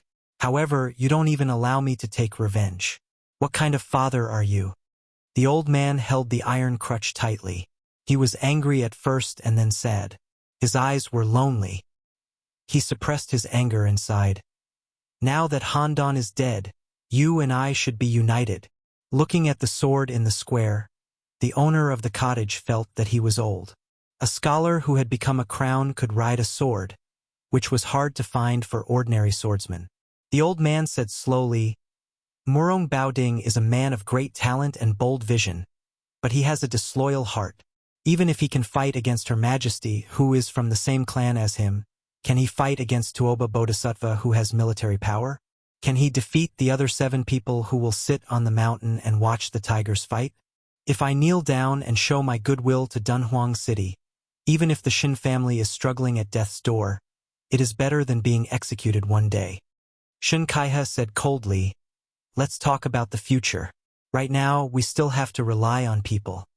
The old owner smiled bitterly and said nothing.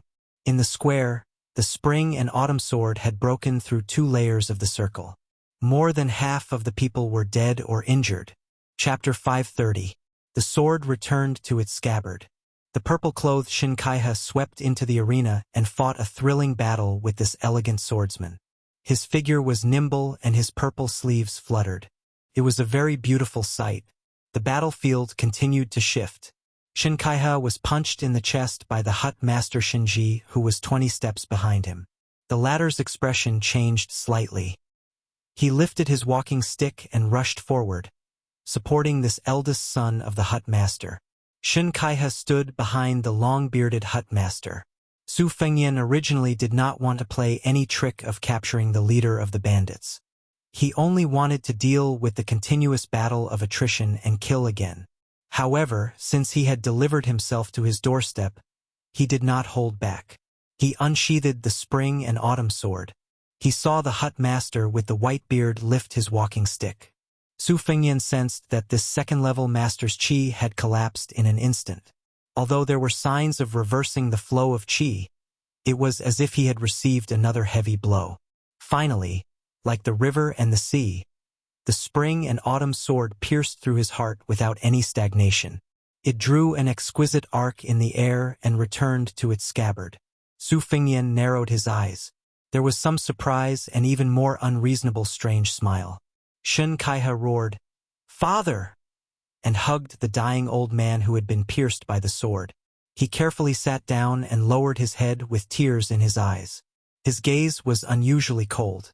The hut master Shinji, who was about to meet the enemy, had been attacked twice in the back by the qi of the sword at close range. 2 of his vital acupoints had been pierced. The acupoints themselves were not fatal to martial artists. However, the Shin family's unique inner strength cultivation method was very particular about stopping and then stopping again in the circulation of qi. The circulation of qi was progressively progressing layer by layer. In the end, the atmosphere was very vigorous. This subtle moment of the Shin family's 3 stops to reach the peak was not easy for outsiders to grasp.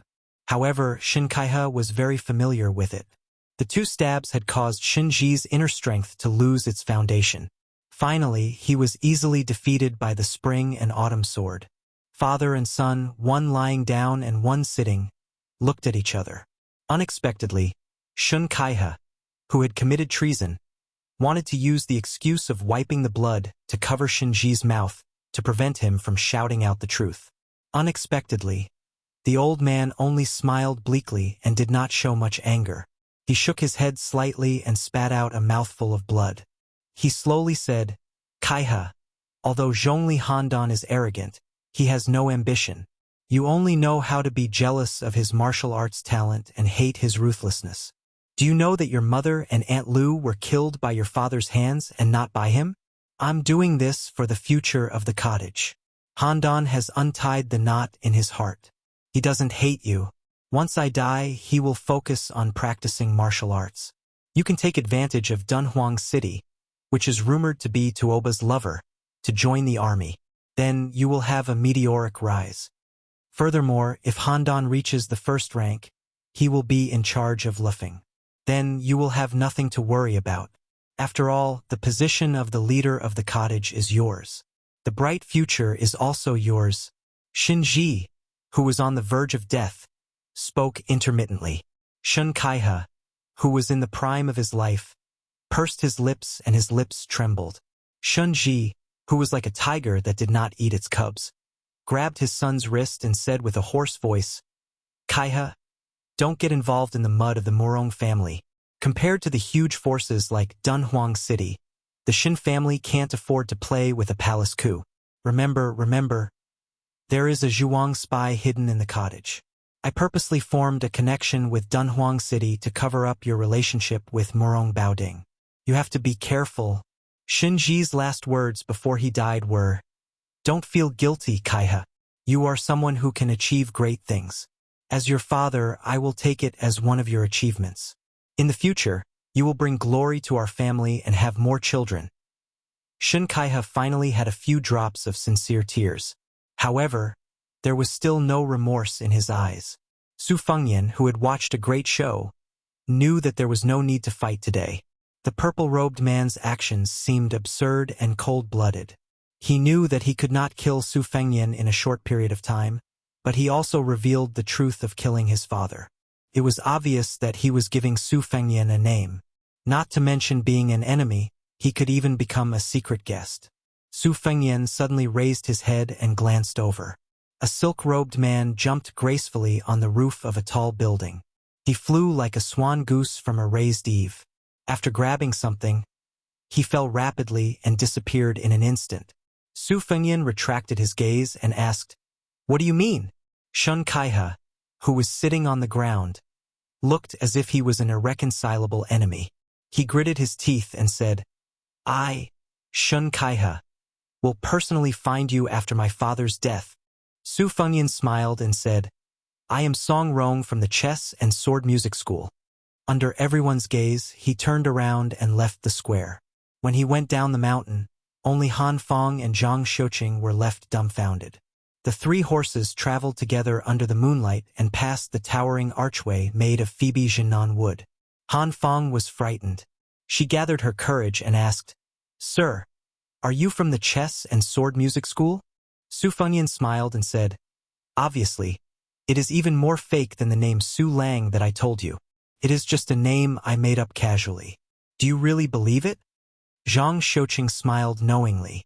Su Fengyan looked back at the night view of the mansion with lanterns hanging high and said softly, I know you are from the Han family.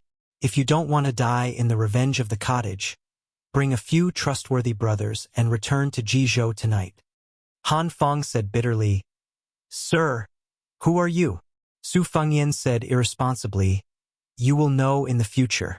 Anyway, if you still want to help the Han family and turn the Legend of the Courteous Minister written by the historian of the Liang dynasty into Legend of the Loyal Minister, then go to Jizhou. Besides, you have no choice. If you want to live, you can only escape to the south. Han Fong said stubbornly, "What if I don't want to listen to orders?" Su Fengyan sneered and said, "Then die." Han Fong's expression was solemn and she said calmly, "When have the men of the Han family ever feared death?" Su Fengyan smiled and said, "Of course I am not afraid of death." Back then, in the capital of Ji province, a few hundred members of the Han family were strung together like grasshoppers. When they arrived at the entrance of the city, they raised their hands and chopped down with their knives. I heard that the butcher's knives even left a gash in their heads. I don't know how you became a cowardly fish that escaped the net, but I won't look into it. I will only negotiate with you. You go to Ji province and use the Han family's banner to secretly recruit 1,000 elite soldiers. As for where you hide, it is up to you. If you want gold, I will give you gold. If you want silver, I will give you silver. I can even provide war horses and weapons. After that, let's see if God will let the Han family wash away this injustice. As for who I am, Zhang Xiuqing squeezed the horse's belly and took the lead to run a few hundred steps forward. After the 3 horses ran side by side again, Zhang Xiuqing saw that Han Fong's face was still in shock. It was obvious that the answer must be very shocking. Su Fengyan asked, "Other than you, Han Fong, are there any other direct descendants of the Han family?" Han Fong shook her head and said, "No." Su Fengyan sneered and said, "Fortunately, otherwise I would have killed them for you." Han Fong was slightly angry, but she suppressed it. Zhang Xiuqing's eyes were shining. The reason why he did not abandon Han Fong after the decline of the Zhongyi camp was because he, Zhang Xiuqing, no longer hoped for the day to come. When he interacted with Han Fong, he was more of a friend and confidant. Unknowingly, there was no master-servant relationship between them because Zhang Xiuqing knew that Han Fong controlled people too rigidly. She did not know how to reward and punish. To put it bluntly, she was soft-hearted. She was definitely not a wise ruler who could conquer the world. Zhang Xiuqing did not mind being someone's dog, as long as that person showed enough shrewdness and skill. Su Fengyan put his hands in his sleeves. Thinking of the warmth of the past, the corner of his mouth raised slightly and his eyes were gentle. "I can't believe I met you in Juzhou." Chapter 531. Su Fengyan asked Han Fong and Zhang Xiuqing, the 2 smart people, to go to Zhongyi village to pack their luggage. He went down the mountain alone and came to the wine shop. He saw Qing Junyang lying there sleeping soundly. If she was seen by the skinny monkey, who was as impatient as a monkey, wouldn't he drag her into the depths of the forest or the fields and ride her like a mare? After Su Fengyan sat down, he reached out and patted her cheek, which made her shiver. The woman, who had been through a lot, subconsciously wiped the corner of her mouth, afraid that she would forget herself. Most women were like this. They loved beauty, cherished reputation, were afraid of pain, and were even more afraid of death. Of course, there were exceptions. Su Fengyan had seen too many women who were not inferior to men. He did not dare to underestimate them. Moreover, for women who were more beautiful than 70 yuan, he did not mind if they were older. As long as they were not life and death enemies, he would be kind to them. Qing Junyang was in a daze. She hugged her collar tightly and did not notice anything strange. She was relieved. This expression hurt Su Fengyan. Qing Junyang was experienced and was familiar with the relationship between men and women. She saw the young man's helplessness from the corner of her eye and smiled. "Little bastard, you don't even dare to knock on my door. I'll piss you off." Su Fengyan said straightforwardly. Zhongyi village angered the devils of Shunmen's thatched hut. Han Fong and Zhang Xiuqing will take you south to Jizhou to escape. I think the days will be bumpy, but it should be better than being a fish on the chopping block. You will live a more comfortable life there. However, it is up to you whether you want to go to Jizhou or not. I won't force you. I'll tell you in advance that Zhongli Handan of Changle Peak Cottage is dead. You have no one to rely on. Qing Junyang was stunned. She mumbled to herself, "Dead? Finally dead?" Su Fengyan nodded and said, "He can't be more dead. I'm not lying to you." Qing Junyang lay on the table and stared blankly. Her breasts were out to scare people again. Was he not afraid of crushing the table? Su Fengyan looked at her openly and asked with a smile, "Do you know how to ride a horse?" Qing Junyang winked and said, "I can even make human meat buns. How can I not know how to ride a horse?" Su Fengyan's eyes looked strange. He nodded and said, "You know how to ride a horse." Qing Junyang's charming eyes were like silk.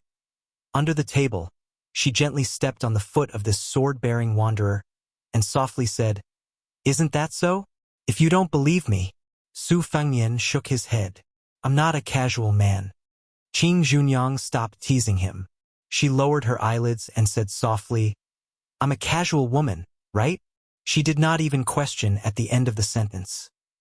"And he, of course, of Lady Annan laughed. Junyang he was that was that. Biqing Junyang did not seem to take it seriously. She said with a worried face, "What can I do in Jizhou?"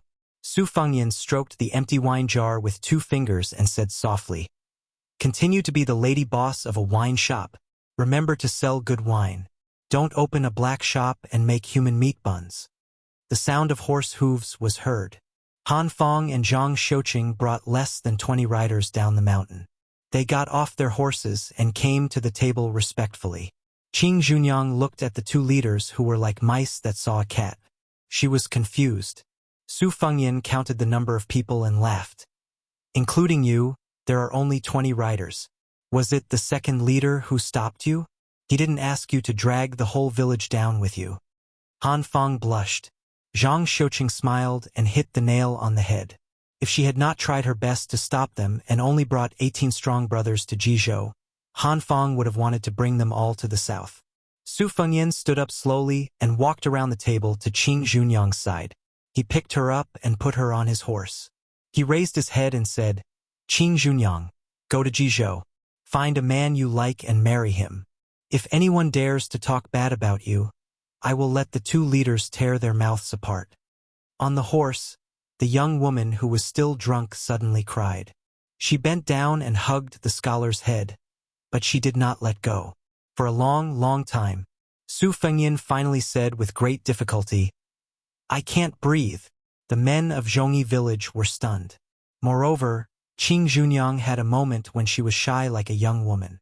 Su Fengyan said softly, "Live well. There is no greater principle in the world than this." She nodded and wiped away her tears. The 21 riders gradually moved away. Su Fengyan waved his hand and touched his head. He said softly, "So fragrant, so heavy." Other than having a funny name, Du Qinglu only had a very ordinary face. His skills were average among the foreign officials of the Shin cottage. He could not participate in confidential matters. 5 or 6 years ago he went to Changle Peak. Because he practiced a set of sharp swordsmanship that was not known in the Jianghu, the moves were not flashy, but they were very murderous. Thus, he was often caught by Zhongli Handan to compete with him and practice his swordsmanship. Du Qinglu was not a loner. He got along well with many officials on the mountain. He was a small character who was willing to lower himself to get to know people. He was also one of the few important officials in the cottage who was willing to be nice to the bandits. He often went down the mountain to drink and laugh. Chapter 532. This chapter is not updated on the 18th. It is a chapter to thank the new top scholar for his calligraphy. The mansion of Shunmen Cottage was in chaos. As the night deepened, more and more red lanterns were hung. Many of the acquaintances began to gather and whisper to each other. Those who did not have time to get close to the fight were all shocked by it. 34 people died in the encirclement of the young swordsman who went up the mountain to pick a fight. Even the head of the cottage, Shinji, was stabbed in the heart.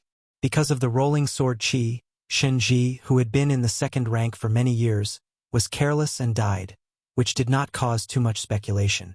After cleaning up the mess, Shun Kaiha in purple went to the back of the mountain and knocked on a wooden door. He told a white-haired old man about the situation at the top of the mountain. The old man did not say a word. In the end, he stared at his grandson's eyes. Shun Kaiha sat upright and did not move, especially with a straight back. The old man in Changle Peak was like a retired emperor who retired after abdicating. He finally spoke in a plain tone. Bury your father early to avoid leaving a topic for gossip. Shun Kaiha knelt down and cried bitterly, I am unfilial. Now that his grandson was no longer observing his expression, the old man slowly showed his weariness, just like a piece of rice paper that had been laid out for many years, but after a drop of thick ink had been dripped into it, he would eat the ink later. He no longer mentioned this matter and asked, How is that woman from Dunhuang? Shun Kaiha choked and said, I don't know if she took advantage of the chaos to go down the mountain or to loot a burning house. The old man said in a low voice, You gradually alienated yourself from the governor of Orange State. You can't expose yourself and make him hate you, but I will draw a bottom line for you on behalf of your father. If you dare to cross the line and insist on using the lives of the Shin family as a bargaining chip for your future, since I already have several great-grandsons, Shinji and Zhongli Handan are dead. I don't mind losing one of you. If I can't help you up, why should I help you? Shun Kaiha, who kept his head down, said, I know the severity of the matter. The head of the cottage closed his eyes and concentrated. Shun Kaiha waited for a moment before he got up and bowed to leave. It was destined that the mountain would be covered in mourning clothes at dawn. The mountain wind was bleak. The old man opened his eyes and looked at the door. Since you're passing by, why don't you come in for a chat? The voluptuous woman in embroidered clothes smiled sweetly, pushed open the door, entered, and sat down directly. The old man with a serious expression sized her up and asked, Miss, are you in the embroidered musk deer that entered the rankings with that blind zither player, Shuesong? The woman touched her blood-red lips with her finger and smiled. I'm only at the bottom. It's not worth mentioning. This old man shook his head and said, Because there are 2 people in the second place, making a total of 11 people on the list. The first place and the little girl called Jia Jia are just a little more famous, but they don't live up to their names. In this old man's opinion, in terms of killing techniques, Shuesongguan is good at Shen killing Vajra, so he should be ranked first. Miss Jean Musk might not be in the top 3, but at the very least, she should be in the top 5. The beautiful young woman pretended to hold her chest and laughed while covering her heart. Shin Shuehu, everyone in the Orange Prefecture says that you have high standards. How is it that your flattery skills are better than your skills? You really have hidden your strength well. The old man who was being sarcastically laughed it off and changed the topic. He sighed and said, My family's dirty linen is made public. Miss Jean Musk, please don't laugh at me. The woman raised her eyebrows and asked, Dirty linen? Is it as ugly as me? The old man laughed and said, Miss Jean Musk, you really like to joke. This old man has lived for more than 80 years, but I've never seen a woman as beautiful as you. She asked seriously, I killed an ignorant cottage employee called Du Qing Lu, who was a spy on Murong Baoding's side. Will you punish me? Shin Shuehu thought for a while and shook his head. This old man is not qualified to punish you. Not to mention the second king in Dunhuang City and the small cottage, even you can come and go as you please. However, the imperial edict will definitely be investigated. Can the cottage say that it was Dunhuang City who killed you? Miss Jean Musk, you also know that the cottage is not Dunhuang City. We can't withstand the imperial edict from Murong Baoding. The woman twitched the corner of her mouth and said, Okay. Shun Shuehu bowed and said, I'll have to rely on Dunhuang City in the future. She nodded. Su Fengyin came to Mount Liui all by himself and left all by himself. He found a pot of wine at Qing Zhunyang's wine shop and carried his bookcase on his back. Wearing a black robe and a white undershirt, he drank as he walked. Su Fengyin felt that he finally had a Motherf * king heroic demeanor. Why did he go up the mountain to kill people? Su Fengyin walked on the muddy road that was full of potholes due to the horse's hooves. He thought for a while. Qing Zhunyang's words were so good. In Su Fengyin's opinion, he took the initiative to jump into the Jianghu. Whether it was dog paddling or backstroke, he could only rely on his own abilities. For example, the Fish Dragon Gang and Lu Nerong had to be responsible for their own lives. Other people practiced martial arts and ran to help the weak after reaching a certain level. Su Fengyin was in Beimang and was in a precarious situation. He did not want to join in the fun. Since he was determined to seek fame and fortune in the Jianghu, he could not blame others if he was killed by the waves. Chapter 533. The girl's eyes and brows were full of charm. She only pretended to be delicate and timid, not in a hurry to jump into the scholar's arms. Is this path-cutting bandit the king of the mountain? Wrong, this one is only a small bandit, snatching a girl for the king of the mountain to be his wife. Once this merit is accomplished, I can go from a small bandit to a big bandit. Then haven't you even hugged the bandit's wife? Moreover, this is the wilderness. Even if you do something to this little girl, heaven and earth won't respond. That's true. But if you become the bandit's wife and tell the mountain king, won't my head be chopped off? Humph! Little girl, don't talk nonsense and disturb my mind. Although I'm a nameless nobody right now, I have the ambition to be the king of the mountain. Even if you're a fickle woman and are willing to sleep with me under the canopy of heaven and earth, I will definitely not do it. Bah, you dare to tease me. If my young master hears this, he will chop you to death. Who is your young master? Is he as skilled as me in both sword and saber arts? Moreover, your young master is definitely not as elegant as me. Little bandit, you are just a frog in a well. How would you know my young master's good points? I am not a frog in a well. I am a toad blocking the road. Little girl, you can insult this one's appearance, but don't insult my bandit profession. Sigh, my young master said that he has made up his mind to build a pigsty on the ridge of the field. He will not let the goodies flow into the fields of others. But why haven't you eaten me yet? That's strange. Your young master is indeed a gentleman. I admire him very much. The moon was bright and the wind was high. It was a good night to kill people. Otherwise, it would be a man and a woman having a romantic moment. How bored must this pair be to chat in the middle of the night on a muddy path. After chattering for a while, the embroidered-clothed girl finally flew into Su Fengyan's arms like a graceful butterfly. Su Fengyan hugged her soft body and sniffed hard. He closed his eyes and said with intoxication, "After smelling it, your scent is still the most fragrant. It's even better than seeing a piece of delicious roasted sweet potato after you've lost your mind from hunger." The woman hugged him tightly and pressed herself against his chest. It was as if she wanted to rub herself into his body. She murmured. This servant was originally called Sweet Potato. The young man and woman, who were master and servant, walked out of Bailiang at almost the same time. It seemed like a warm reunion in a foreign land. But who would know about the soul-stirring journey that belonged to each of them? She was always smiling at the people she cared about. Sweet Potato, loosen your grip. You're choking me. Young master, you are now an expert. An expert. An expert. Then you should loosen your grip. It's inappropriate to keep hugging her like this. Oh, young master, you have an extra sword. Show it to this servant. If you need to clean the sword, just leave it to the servant.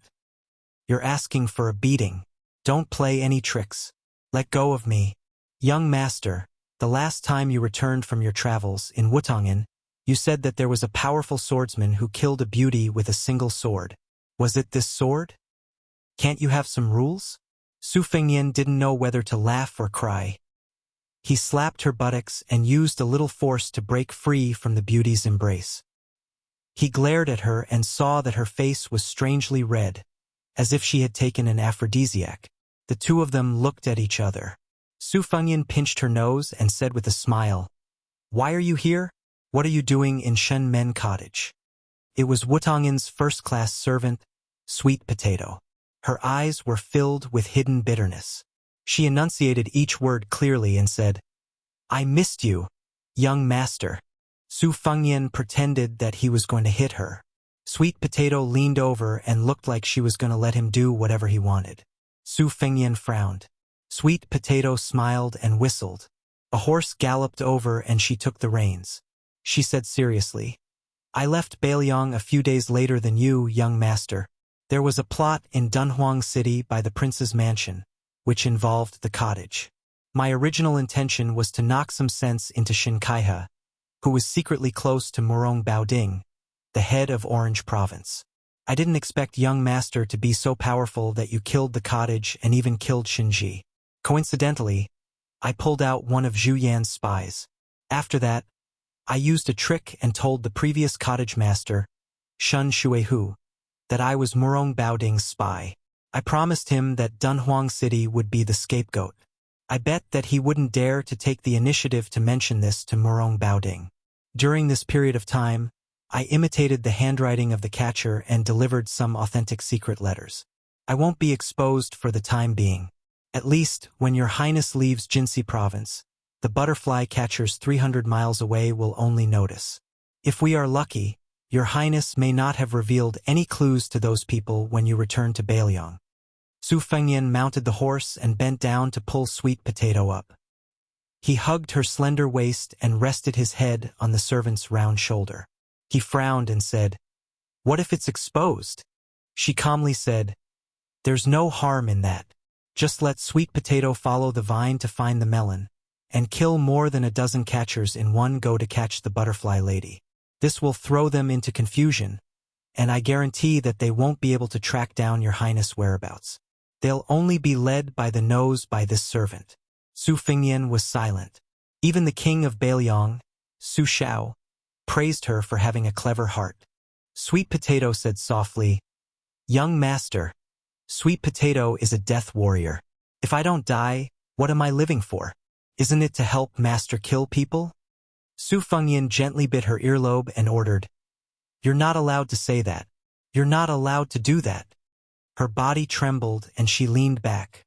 Su Fengyan, who could be said to be calm, asked, "All these years, you've been leaving the prince's mansion every now and then. Have you been running to Beimang's Dunhuang City?" Sweet Potato obediently and meekly acknowledged.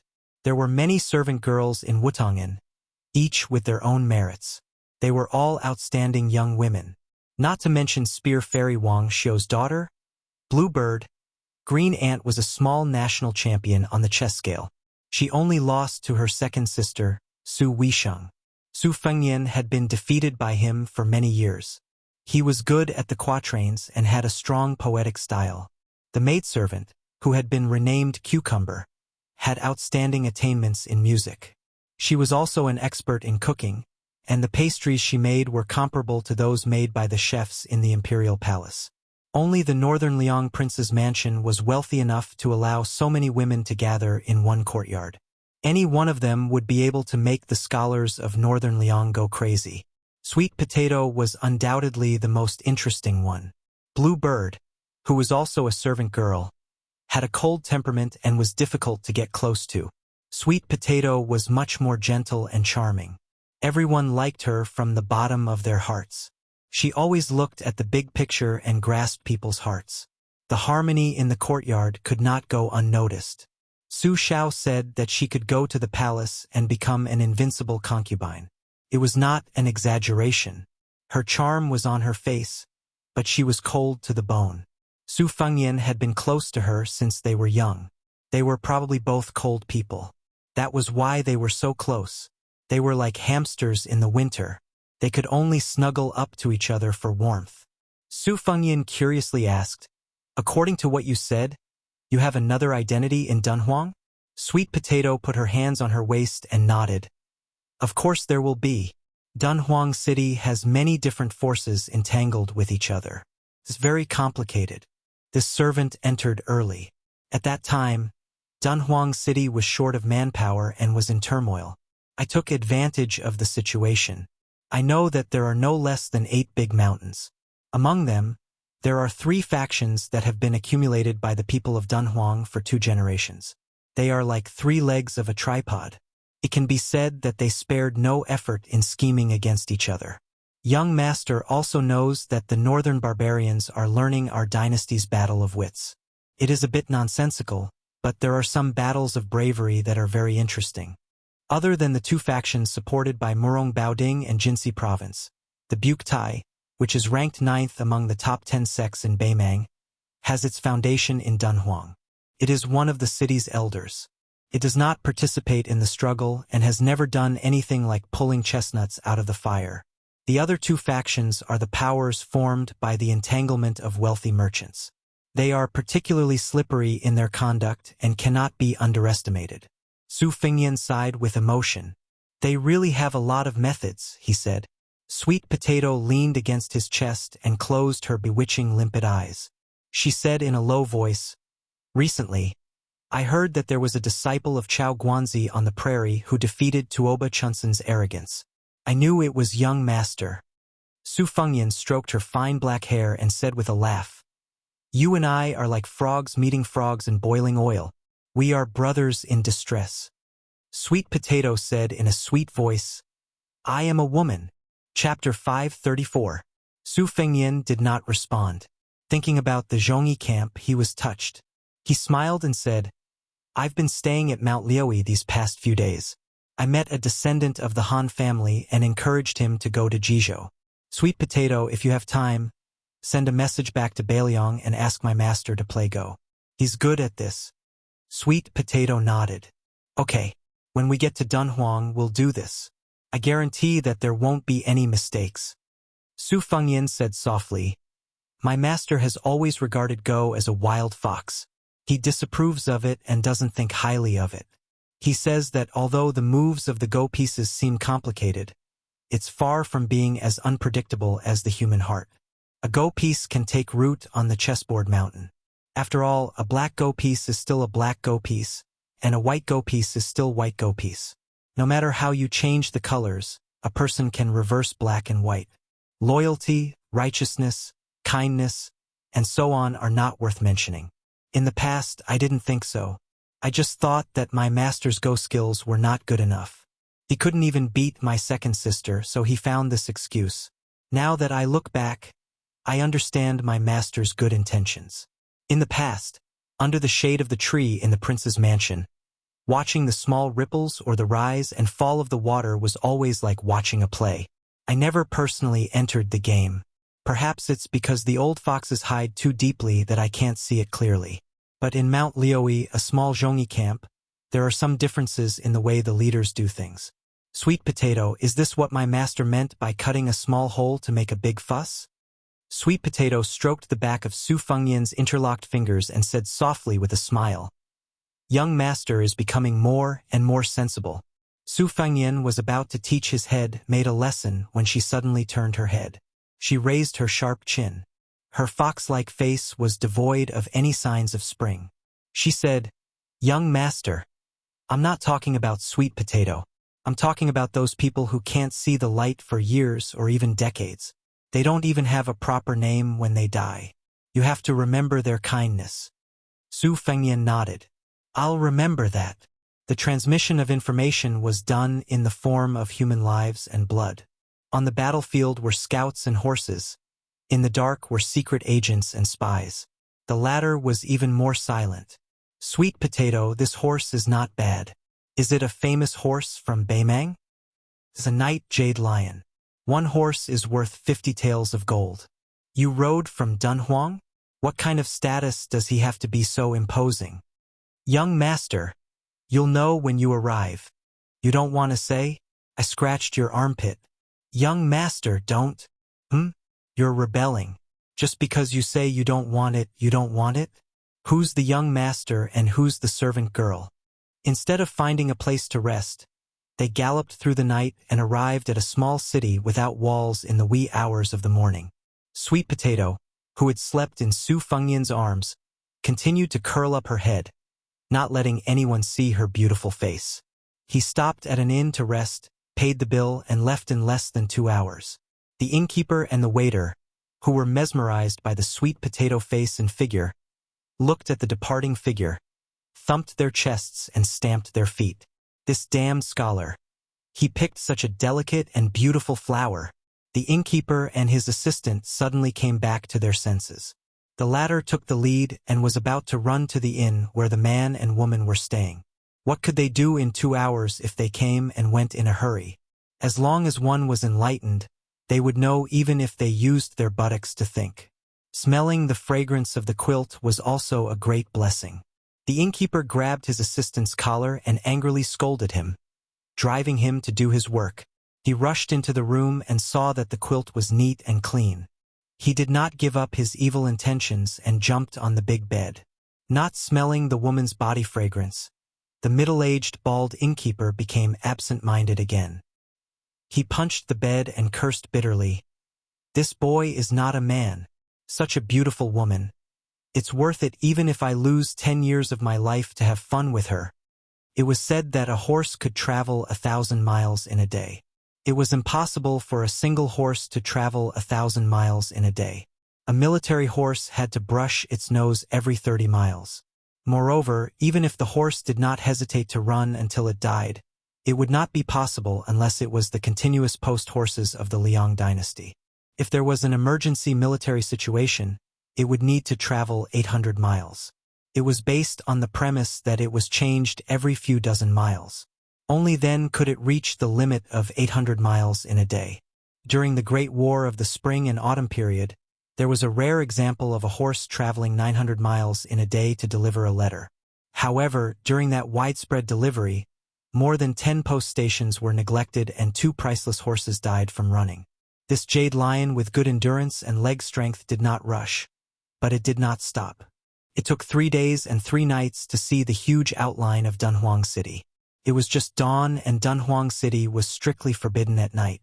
At this time, the city had not yet opened. Sweet Potato asked if they wanted to take a look at the Tsaiji Buddha cave outside Dunhuang City. There were more than 26,000 statues of Buddha, Bodhisattva, celestial beings, and fairies in Tsaiji Buddha cave. It was worthy of being called a sacred place of Buddhism, second only to the 2 Zen temples in the Central Plains and Mount Lantua in the western region. Unlike many important places of religion, Tsaiji Buddha cave was not built on a mountain. It did not ask for the mountain to be higher than the Buddha. It was built from the ground or carved from the mountain. It allowed visitors and believers to go to the top of Tsaiji Mountain to enjoy the scenery. The only main Buddha was only carved from the mountain. There was no need to go up the mountain. The main Buddha of Tsaiji Cave was 3 Buddhas of 3 worlds sitting on the Sumeru platform. The one in the middle was 66 feet tall. His face was plump and solemn. The pattern of his cassock hung diagonally in front of him. The 2 sides were more than 40 feet tall. There were bodhisattvas on each side. At the end of the 2 sides were 8 celestial beings. Seeing the towering Buddha statue from afar, Sweet Potato smiled and said, "Behind the main Buddha, there are 81 lotuses.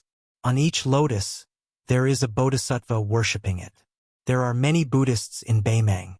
These 81 bodhisattvas have almost all been divided among the rich and powerful. Their incense is flourishing. I'm afraid even the 2 Zen temples can't compare. Among them, there are more than 10 great bodhisattvas. Not to mention the rich and powerful in Dunhuang, even the few great city in the grassland would have to think twice before voluntarily giving up the idea of fighting for them." Su Fengyan dismissed it with a smile and raised his head to take a closer look. The main Buddha performed the fearless mudra. On the top of the cavern, there was a large lotus with shallow marks carved by the southern Tang round knife. It left a deep impression on Su Fengyan. Hundreds more flew into the sky. Their bodies were light and their expressions were natural.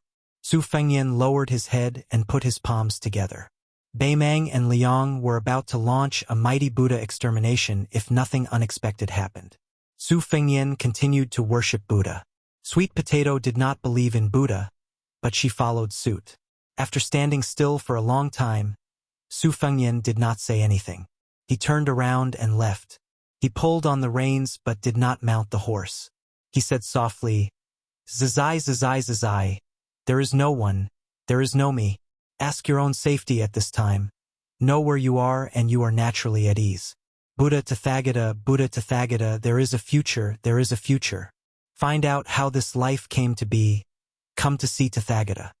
Sweet Potato smiled tenderly and said, "Young master, this couplet is very appropriate for the occasion." Su Fengyan turned his head and smiled. He sighed and said, "Isn't that so?" Remembering something, Su Fengyan said, "I met a monk this time. You won't be able to guess who he is." Sweet Potato said, "The Dragon Tree Monk, the abbot of the 2 Zen temples. I know he has come to Beimang. Since young master said so, it must be him. This Buddhist saint is indeed extraordinary. Otherwise, Why would he be praised for crossing all living beings in the sea of bitterness? Only the Kunlun Pond dragon knows how to listen to his lectures. The Buddhist lion's roar can cause the Penglai Sea to raise huge waves. Su Fengnian looked melancholy. She covered her mouth and smiled. She took a few steps back and pointed to the top of the mountain. She said softly, I just got the news that the Empress wants to invite the state preceptor, Immortal Qilin, to build a Taoist temple on Caiji Mountain. Su Fengnian said to himself, do the Buddhists and Taoists hate each other in the mountains? Su Fengnian left Caiji Myriad Buddha Cave far away. He got on the horse with her and galloped to Dunhuang City. Sweet Potato asked, Young Master, the 6 paths of reincarnation mentioned by the Buddhists, is there really such a thing? Su Fengnian said calmly, if you believe it, there is. If you don't believe it, there is none. She hesitated for a moment and looked back. She was destined to die when she was born. She always wanted to give her body to young master so that she could die willingly. If she died early and reincarnated, she would seize the opportunity to be a devout Buddhist in this life and reincarnate as a good-looking woman. Maybe she could meet him again. She didn't want to live until she was old and wrinkled. It was too ugly. Su Fengnian suddenly said, Sweet Potato, when I have a daughter in the future, no matter who she is, you will help her dress up and teach her how to apply rouge. Okay? She blinked her eyes and asked with a red face, but I'm just a worthless maid. Su Fengnian said in a deep voice, I'm a man and you're a woman. It's that simple. If you talk about worthless again, I'll beat you. Sweet Potato lowered her head and then looked up at him in a daze. Outside the city, young master and maid were enjoying each other. He continued, You have to promise me that I'll bully you when I get to the city. Don't talk about beating you. I'll eat you up. Really? A gentleman keeps his word. Young master is a gentleman? A humble person's words can't be changed even by 9 bulls and 2 tigers. Young master is heroic. That's right, let's go. Pick a big bed and go to bed. Chapter 535. The yellow sands stretched for thousands of miles. Dunhuang had formed a circle, creating a paradise for 70 to 80,000 people. The Snow-White Knight Jade Lion did not go through the south gate, but instead went to the north gate. Su Fengnian knew that according to the layout of Dunhuang, going through the north gate was like going through the Black Tortoise into the imperial palace. However, Sweet Potato was meticulous and had taken root in Dunhuang for many years. Su Fengnian was happy to go along with the host and did not say much. As they approached the north gate, Sweet Potato dismounted and said that he would lead the horse into the city. Su Fengnian did not agree and dismounted together to walk. Sweet Potato insisted on taking the bookcase and carrying it on his back. One on the left and one on the right, they walked towards the north gate. There were 2 rows of strong armored guards with halberds in their hands. They were all ceremonial embroidered halberds. Seeing Sweet Potato in embroidered robes, they knelt down without saying a word. There were more than 100 people kneeling down. Su Fengnian was confused. After passing through the gate, his vision suddenly opened up. Just as the Tide Listening Pavilion had described, the giant palace at the northern end of Dunhuang had been split into 2 for some reason in recent years. Its geographical location was very clear. It was divided into 2 palaces, east and west. The Yeding Palace in the east and the Purple Golden Palace in the west. Su Fengnian followed Sweet Potato and led the horse westward. The ground beneath his feet was paved with thick white jade slices made of fine suet jade. In front of a heavy palace door that was slowly opening, Su Fengnian deliberately squatted down to touch it. Behind the vermilion door, the pretty palace maids in wide-sleeved red and green gowns widened their eyes when they saw this scene. They seemed to be surprised that this young foreigner was so tacky and unworldly. Su Fengnian got up and could not help but ask softly, Are you the Castellan's confidant or a small leader in the Purple Golden Palace? Sweet Potato answered with a straight face, Both. Su Fengnian did not say anything else. Dunhuang's power was complicated. These soldiers and palace maids were not very clean. The more they spoke, the more likely they would make mistakes. Passing through corridors and aisles, Sweet Potato gave the Night Jade Lion to the palace maids to send to the stables. Next, they arrived at the inner court palace. They stopped at a plaque hanging from Qing Lijai. Sweet Potato pushed the door open and chuckled. "Young master, are you not afraid that I will betray you and bring you into Dunhuang?" Su Fengyan dismissed it with a smile and walked into the room. He was stunned for a moment. It was actually the same layout as the Wutong Garden of the Northern Liang Prince's mansion. There was a sense of familiarity with the elegant furnishings, porcelain bottles, incense burners, and the 4 treasures on the desk. Su Fengyan reached out to touch a large pouch filled with crystal balls and white chrysanthemums. His fingers then touched the large red sandalwood table with carved dragons. Sweet Potato seemed to have a great sense of accomplishment and satisfaction. She looked at Su Fengyan's side profile and whispered in a sweet voice, "Young master has returned home." Seeing her young master's puzzled face, Sweet Potato no longer kept Su Fengyan in suspense. She put down the bookcase and pulled Su Fengyan to the couch by the window to lie down. She spoke tirelessly. "The lord of the city is this servant's aunt. She sat on this position with the secret support of Bailiang Palace. This servant was originally sent to Wutong Garden with a status similar to that of a hostage. However, Wang Fei treated me like her own daughter and taught me martial arts. On the other hand, this servant was not very close to Aunt. Aunt also had a hard life. She was originally a concubine of the Beimang Palace and was framed by Empress Murong Shi. That was why she lost the battle for favor and lost the position of Empress. However, the late Yelu Emperor had a secret posthumous edict that forbade Murong Shi, who was the Empress at that time, from killing Aunt. He also asked Aunt to ensure her safety for the rest of her life.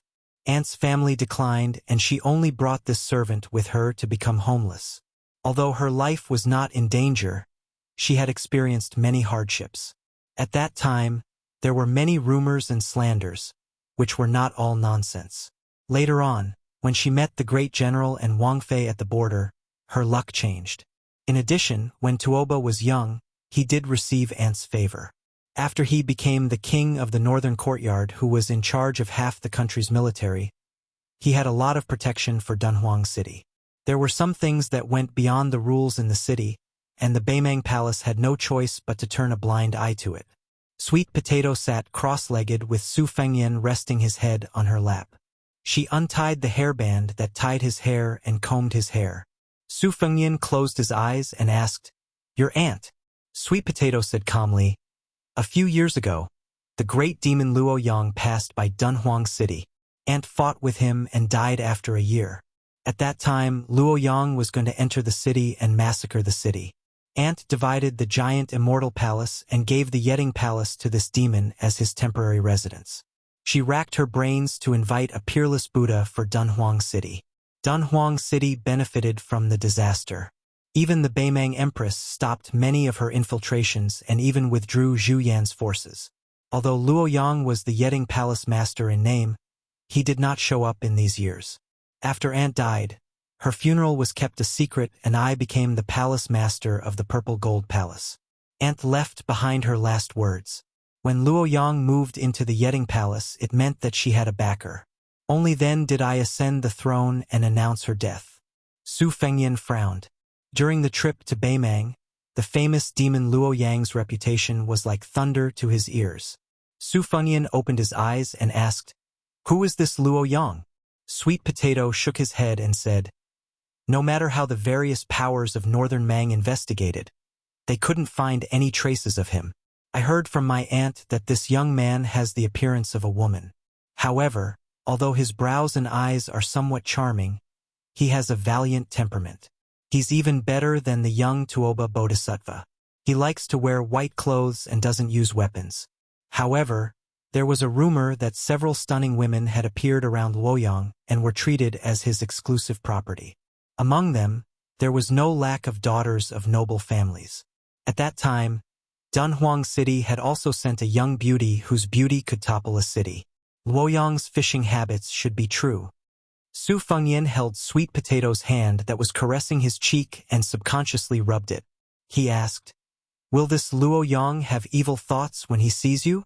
Sweet Potato smiled and said, "This servant's beauty is probably not enough to enter his eyes." Su Fengyan scolded, "Bullsh*t." Sweet Potato lowered her head and stared into his red phoenix eyes. Her breath smelled like orchids as she whispered, "Young master, after 3 years of traveling, I heard you tell me that only those who eat too much sweet potato will fart. You haven't even eaten a sweet potato yet." Su Fengyan's eyes suddenly widened. Sweet Potato's unruly hand touched his waist and went straight to the root of the problem. He looked into her beautiful face. Her eyes were like silk, and her eyebrows were full of lust. However, the bottom of her eyes could not hide the shyness of a young woman. Su Fengyan did not know whether to laugh or cry. "How much courage do you have to do such a thing? Playing little tricks with a womanizer like me, in the end you are the one who is at a disadvantage." Su Fengyan was not embarrassed by his little brother's uncontrollable hostility. On the other hand, Sweet Potato, who had secretly looked at a few erotic pictures with Green Ant and the others, did not know how to end it. Being stared at by Su Fengyan, Sweet Potato blushed and did not know what to do. Su Fengyan saw that her eyes and cheeks were almost dripping with tears. He did not want to embarrass her any further. He smiled and said, "Stop fooling around. I'm going to take a bath first and then have a good sleep. I won't be taking care of the sword today. I'll have a good rest. When I wake up naturally, we can talk about other things." Sweet Potato felt as if she had been pardoned. When she bent down to put on her embroidered shoes, Su Fengyan slapped her especially plump and bouncy buttocks. He teased, "You don't know, but on this trip to Baimang, I was constantly being teased by women. I even slapped a woman's buttocks in a border town. But she wasn't as pretty as you. Her face was 10 streets away from yours. Only her breasts could be compared to yours, but her buttocks were far from yours." Sweet Potato, who had evil intentions but no guts, fled in panic. Half an hour later, Sweet Potato led Su Fengyan to a side room. There was a bathtub made of yellow rosewood that was filled with mist. It was steaming hot. Even though there were no petals, the fragrance of the bathtub assailed his nostrils. Su Fengyan glanced at Sweet Potato, who had taken off her brocade gown and was only wearing undergarments. This was the gift of this first-class maidservant of Wutong Garden. Every early spring, her fragrance could even attract bees and butterflies. The scene of a woman walking with butterflies fluttering around her was too wonderful for words. The scholar officials were addicted to precious jade figurines and the like, but compared to her national beauty and heavenly fragrance, they were not even worth mentioning. Sweet Potato helped him take off his clothes. She was familiar with these chores and was the only personal maidservant in Bailiang Palace. She was only one step away from becoming a Tongfang. Thus, she was also the first person to see Su Fengyan naked. Only when she was not around would the green ants do it for her. Every time, the latter would want nothing more than to close her eyes in embarrassment. Su Fengyan looked at Sweet Potato, who seemed to be possessed by green ants. He smiled and asked, "You were different in the past. Is it because you're so close to home? What, you only know how to be shy now?" Chapter 536. Su Fengyan walked into the bathtub, and Sweet Potato skillfully wiped his body. It was a long time since he felt so comfortable. Sweet Potato saw a scar on his waist that hadn't faded even after the great yellow courtyard. It was a ghastly sight, and her lips trembled. Su Fengyan, who was enjoying himself with his eyes closed, said calmly, "I was unlucky. Tuoba Chun-sun brought 2 great devils to surround me. After I escaped, I was struck by Duanbua Erwi's thunder spear while I was hunting." Sweet Potato remained silent. Her body was pressed against the wooden wall of the bathtub, and her head rested on Su Fengyan's shoulder. She asked softly, "It's not good to stand outside the tub. Do you want me to come in?" Su Fengyan nodded. She didn't take off her thin clothes. She half-squatted in the spacious bathtub, and her technique was delicate. Her clothes were soaked, and it didn't make much difference whether she wore them or not. At this moment, it seemed that wearing more clothes would make her even more charming. When Sweet Potato swam behind him like a plump koi and touched the large patch of fine scars on his back, Su Fengyan laughed softly. "Not long ago, I fought with the devil Shuesongguan and broke 2 of her zither strings. She had the 18 beats of the Wuxia, which made me suffer a lot. Now that I think about it, I still have lingering fears. Sure enough, when I see those rare finger Xian experts, I still have to take a detour. At first, I thought that since she jumped into the finger Xian realm, her combat power should be about the same as Duanbua Airways. I thought that she could try to fight with them, but I was wrong. In terms of the three sects, there seemed to be no difference between the three realms. However, in Jianghu, the difference of one realm still made a world of difference. Sweet Potato, what realm are you in? Sweet Potato rubbed Su Fengyan's chest. Her eyes were blurred, her body trembled, and her voice trembled. I'm both a fake Vajra and a fake finger Xian. It's enough to kill ordinary people. Su Fengyan smelled the natural fragrance of dragon saliva and ancient sandalwood. He said, "It's about time." Sweet Potato nodded and took the lead to get up and leave the bathtub. She carefully wiped her hands with a silk cloth, and then she picked up a pile of clean clothes. On top of it was a purple robe of exquisite craftsmanship. It was the purple robe of the imperial family of the Central Plains. Su Fengyan walked out of the bathtub and walked closer to take a closer look. He said in surprise, "Is this the python robe of the Southern Tang Imperial Weaving Bureau? How did it came to Dunhuang City?" Sweet Potato smiled and said, "When the scholars of the Central Plains fled to the north, one of the leaders of the Weaving Bureau secretly hid this python robe and sold it for profit to an influential official in Dunhuang. The latter gave it to my aunt as a gift. In fact, there were two robes. The robe in my hand was originally intended to be given to a prince by the king of Southern Tang, so it fits you perfectly. The other robe is a yellow robe that is relatively small and delicate. It's more suitable for me to wear, but it's too tight for you to wear. Try it on." Su Fengyan didn't refuse either. In northern Mang, forget about wearing a fallen nation's python robe. Even if he were to wear the Zhao family's son of heaven's dragon robe in private, no one would be so bored as to impeach him. Under Sweet Potato service, he put on the purple robe of the imperial family of the Southern Tang and put on the purple gold crown. There were two brocade ribbons on both sides of the crown that hung down to his arms. Standing in front of a large bronze mirror with a red sandalwood frame, Sweet Potato's eyes were intoxicated. She said in a daze, "It's a pity young master didn't become an emperor." Su Fengyan laughed. "You've tried it. You still have to sleep. Don't waste this robe. You should change your clothes too." After taking off the robe, Su Fengyan went to his room and fell asleep. Sweet Potato walked over and sat on the bed. She listened to the soft snoring and felt sad. Before traveling, he had never snored. How tired must he be to be like this?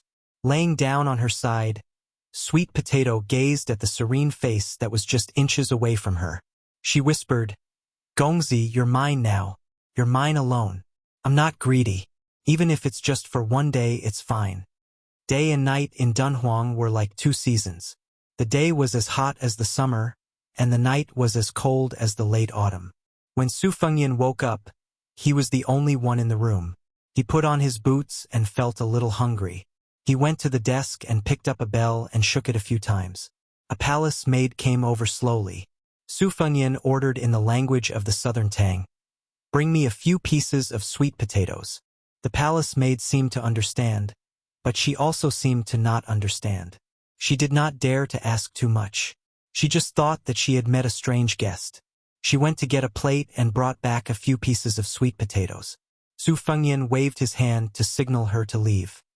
He then carried a pile of books to the outside of the courtyard. He first lit the freshly cut branches and dug a small hole.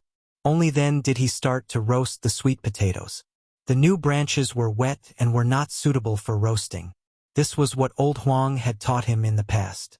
Su Fengyan sat on a small embroidered stool and nibbled on a red heart sweet potato. He turned his head and saw the woman who was about to cry. She could be considered the empress of Dunhuang. He heard her sobbing, "Young master, is this what you meant by eating sweet potatoes? You didn't keep your word." Su Fengyan opened his mouth wide. He was speechless. Sweet Potato had obviously dressed up. She was charming. Now that she was weeping, she was even more attractive. Su Fengyan said helplessly, "What's the rush?" It said that only when one is full and warm can one have the strength to think about one's desires. "Can't I eat sweet potatoes before eating them?" You're too unreasonable. Sweet Potato smiled through her tears. Su Fengyan carried a few pieces of sweet potatoes into the room and handed one to her. Sweet Potato shook her head. Su Fengyan said softly as he ate, "When I was traveling, every time I ate a roasted sweet potato, I would think that when I got home, I would definitely change your name. Red Musk, Red Musk, Red Musk, etc. How could it be more pleasing than sweet potatoes? Holding it to warm your hands, eating it to warm your stomach, and thinking about how it can also warm your heart, right?" Sweet Potato's face was red. A woman dressed up for her bosom friend. Previously, she had spent a lot of time putting on makeup, but it was worth it. A woman undressed for her bosom friend. Previously, when she wore beautiful and complicated clothes, she also liked it. Perhaps it was because they were too close and had been together for too long. But when Sweet Potato's clothes were taken off, Su Fengyan realized how good she was. It was beyond his imagination. Beneath him was a piece of mutton fat jade that emitted a sweet fragrance. A gentleman's virtue was like jade, and a woman's body was like jade. His fingers touched every inch of her body. Her body was sensitive and trembled incessantly. Like a fish in a pond caught in the crossfire, the pair of large twin peaks shook stubbornly. When he went down, it was muddy. Sweet Potato held her face with both hands, not daring to look at others. She also tried to suppress the soft moans that overflowed from her throat and mouth. Su Fengyan leaned over and bit her earlobe, whispering, "Do you want to end the bitterness and enjoy the sweetness?" Sweet Potato pulled his head down and squeezed it between her breasts. Every moment of the night was worth 1,000 gold. It was a pleasure between a man and a woman. However, for a woman, the first time was usually painful and unbearable. There was no physical pleasure to speak of. As for those who became more courageous the night they had their first taste, in Su Fengyan's opinion, they were either heroines or heroines. It was almost impossible. However, Sweet Potato, whose limbs were as taut as bowstrings, seemed to be at the peak of pleasure. The psychological pleasure clearly far overshadowed the pain. She no longer hid and stared hard at Su Fengyan, who was working on top of her. Her face was as red as a peach. Her legs and hands were wrapped around his slender body. Her fine black hair was scattered on the pillow, which set off her white and plump body. When Su Fengyan lay motionless on top of her, she licked his face with her nimble little tongue and asked provocatively, "Young master, are you okay? Don't ask such a question. Young master, whip this servant to your heart's content. Don't take pity on me. I'll definitely fulfill your wish." Every moment was worth 1,000 gold. By now, he had probably spent a few thousand gold. After the second time, he didn't feel tired. The woman under him was dripping with fragrant sweat, but there was still no sign of begging for mercy. Gradually, they were getting better. "Young master, this is the third time. This servant is really going to die. Now you know what it means to be in a state of ecstasy, hovering between life and death? Come on, turn over." The woman was weeping and complaining, her charming eyes like silk. "Young master, this position is embarrassing." There were no more words, only the sound of panting. Su Fengyan was like an old ox diligently plowing the fields. Finally, he couldn't take it anymore and made a gesture of turning over and dismounting. The two sides looked at each other. Su Fengyan saw the messy finger marks on her chest. He held a plump bamboo shoot that was upside down in front of her chest and asked somewhat guiltily, "Does it hurt?" Sweet Potato asked in return, "Is young master tired?" Su Fengyan didn't puff himself up at his own cost. His 5 fingers slightly tightened and he exhaled a long breath. "Do you really think I'm invincible?" Sweet Potato murmured. Her head tilted back slightly and she stuck a finger into her mouth. Su Fengyan laughed and scolded, "You finally know what a disaster is." She suddenly sat up and put on her clothes. She said, "Young master, wait a moment." Su Fengyan didn't know what was going on. He could only turn around and lie down on his side. He watched as she opened a secret room, walked in, and came out a moment later. Su Fengyan was dumbfounded. She put on a golden dragon robe. Under the golden robe was a scene of emptiness. Sweet Potato didn't walk to the big bed. Instead, she walked to the small couch by the window. She put her hands on the couch and bent over to turn her head. Then, she lifted her robe with one hand and smiled charmingly at young master.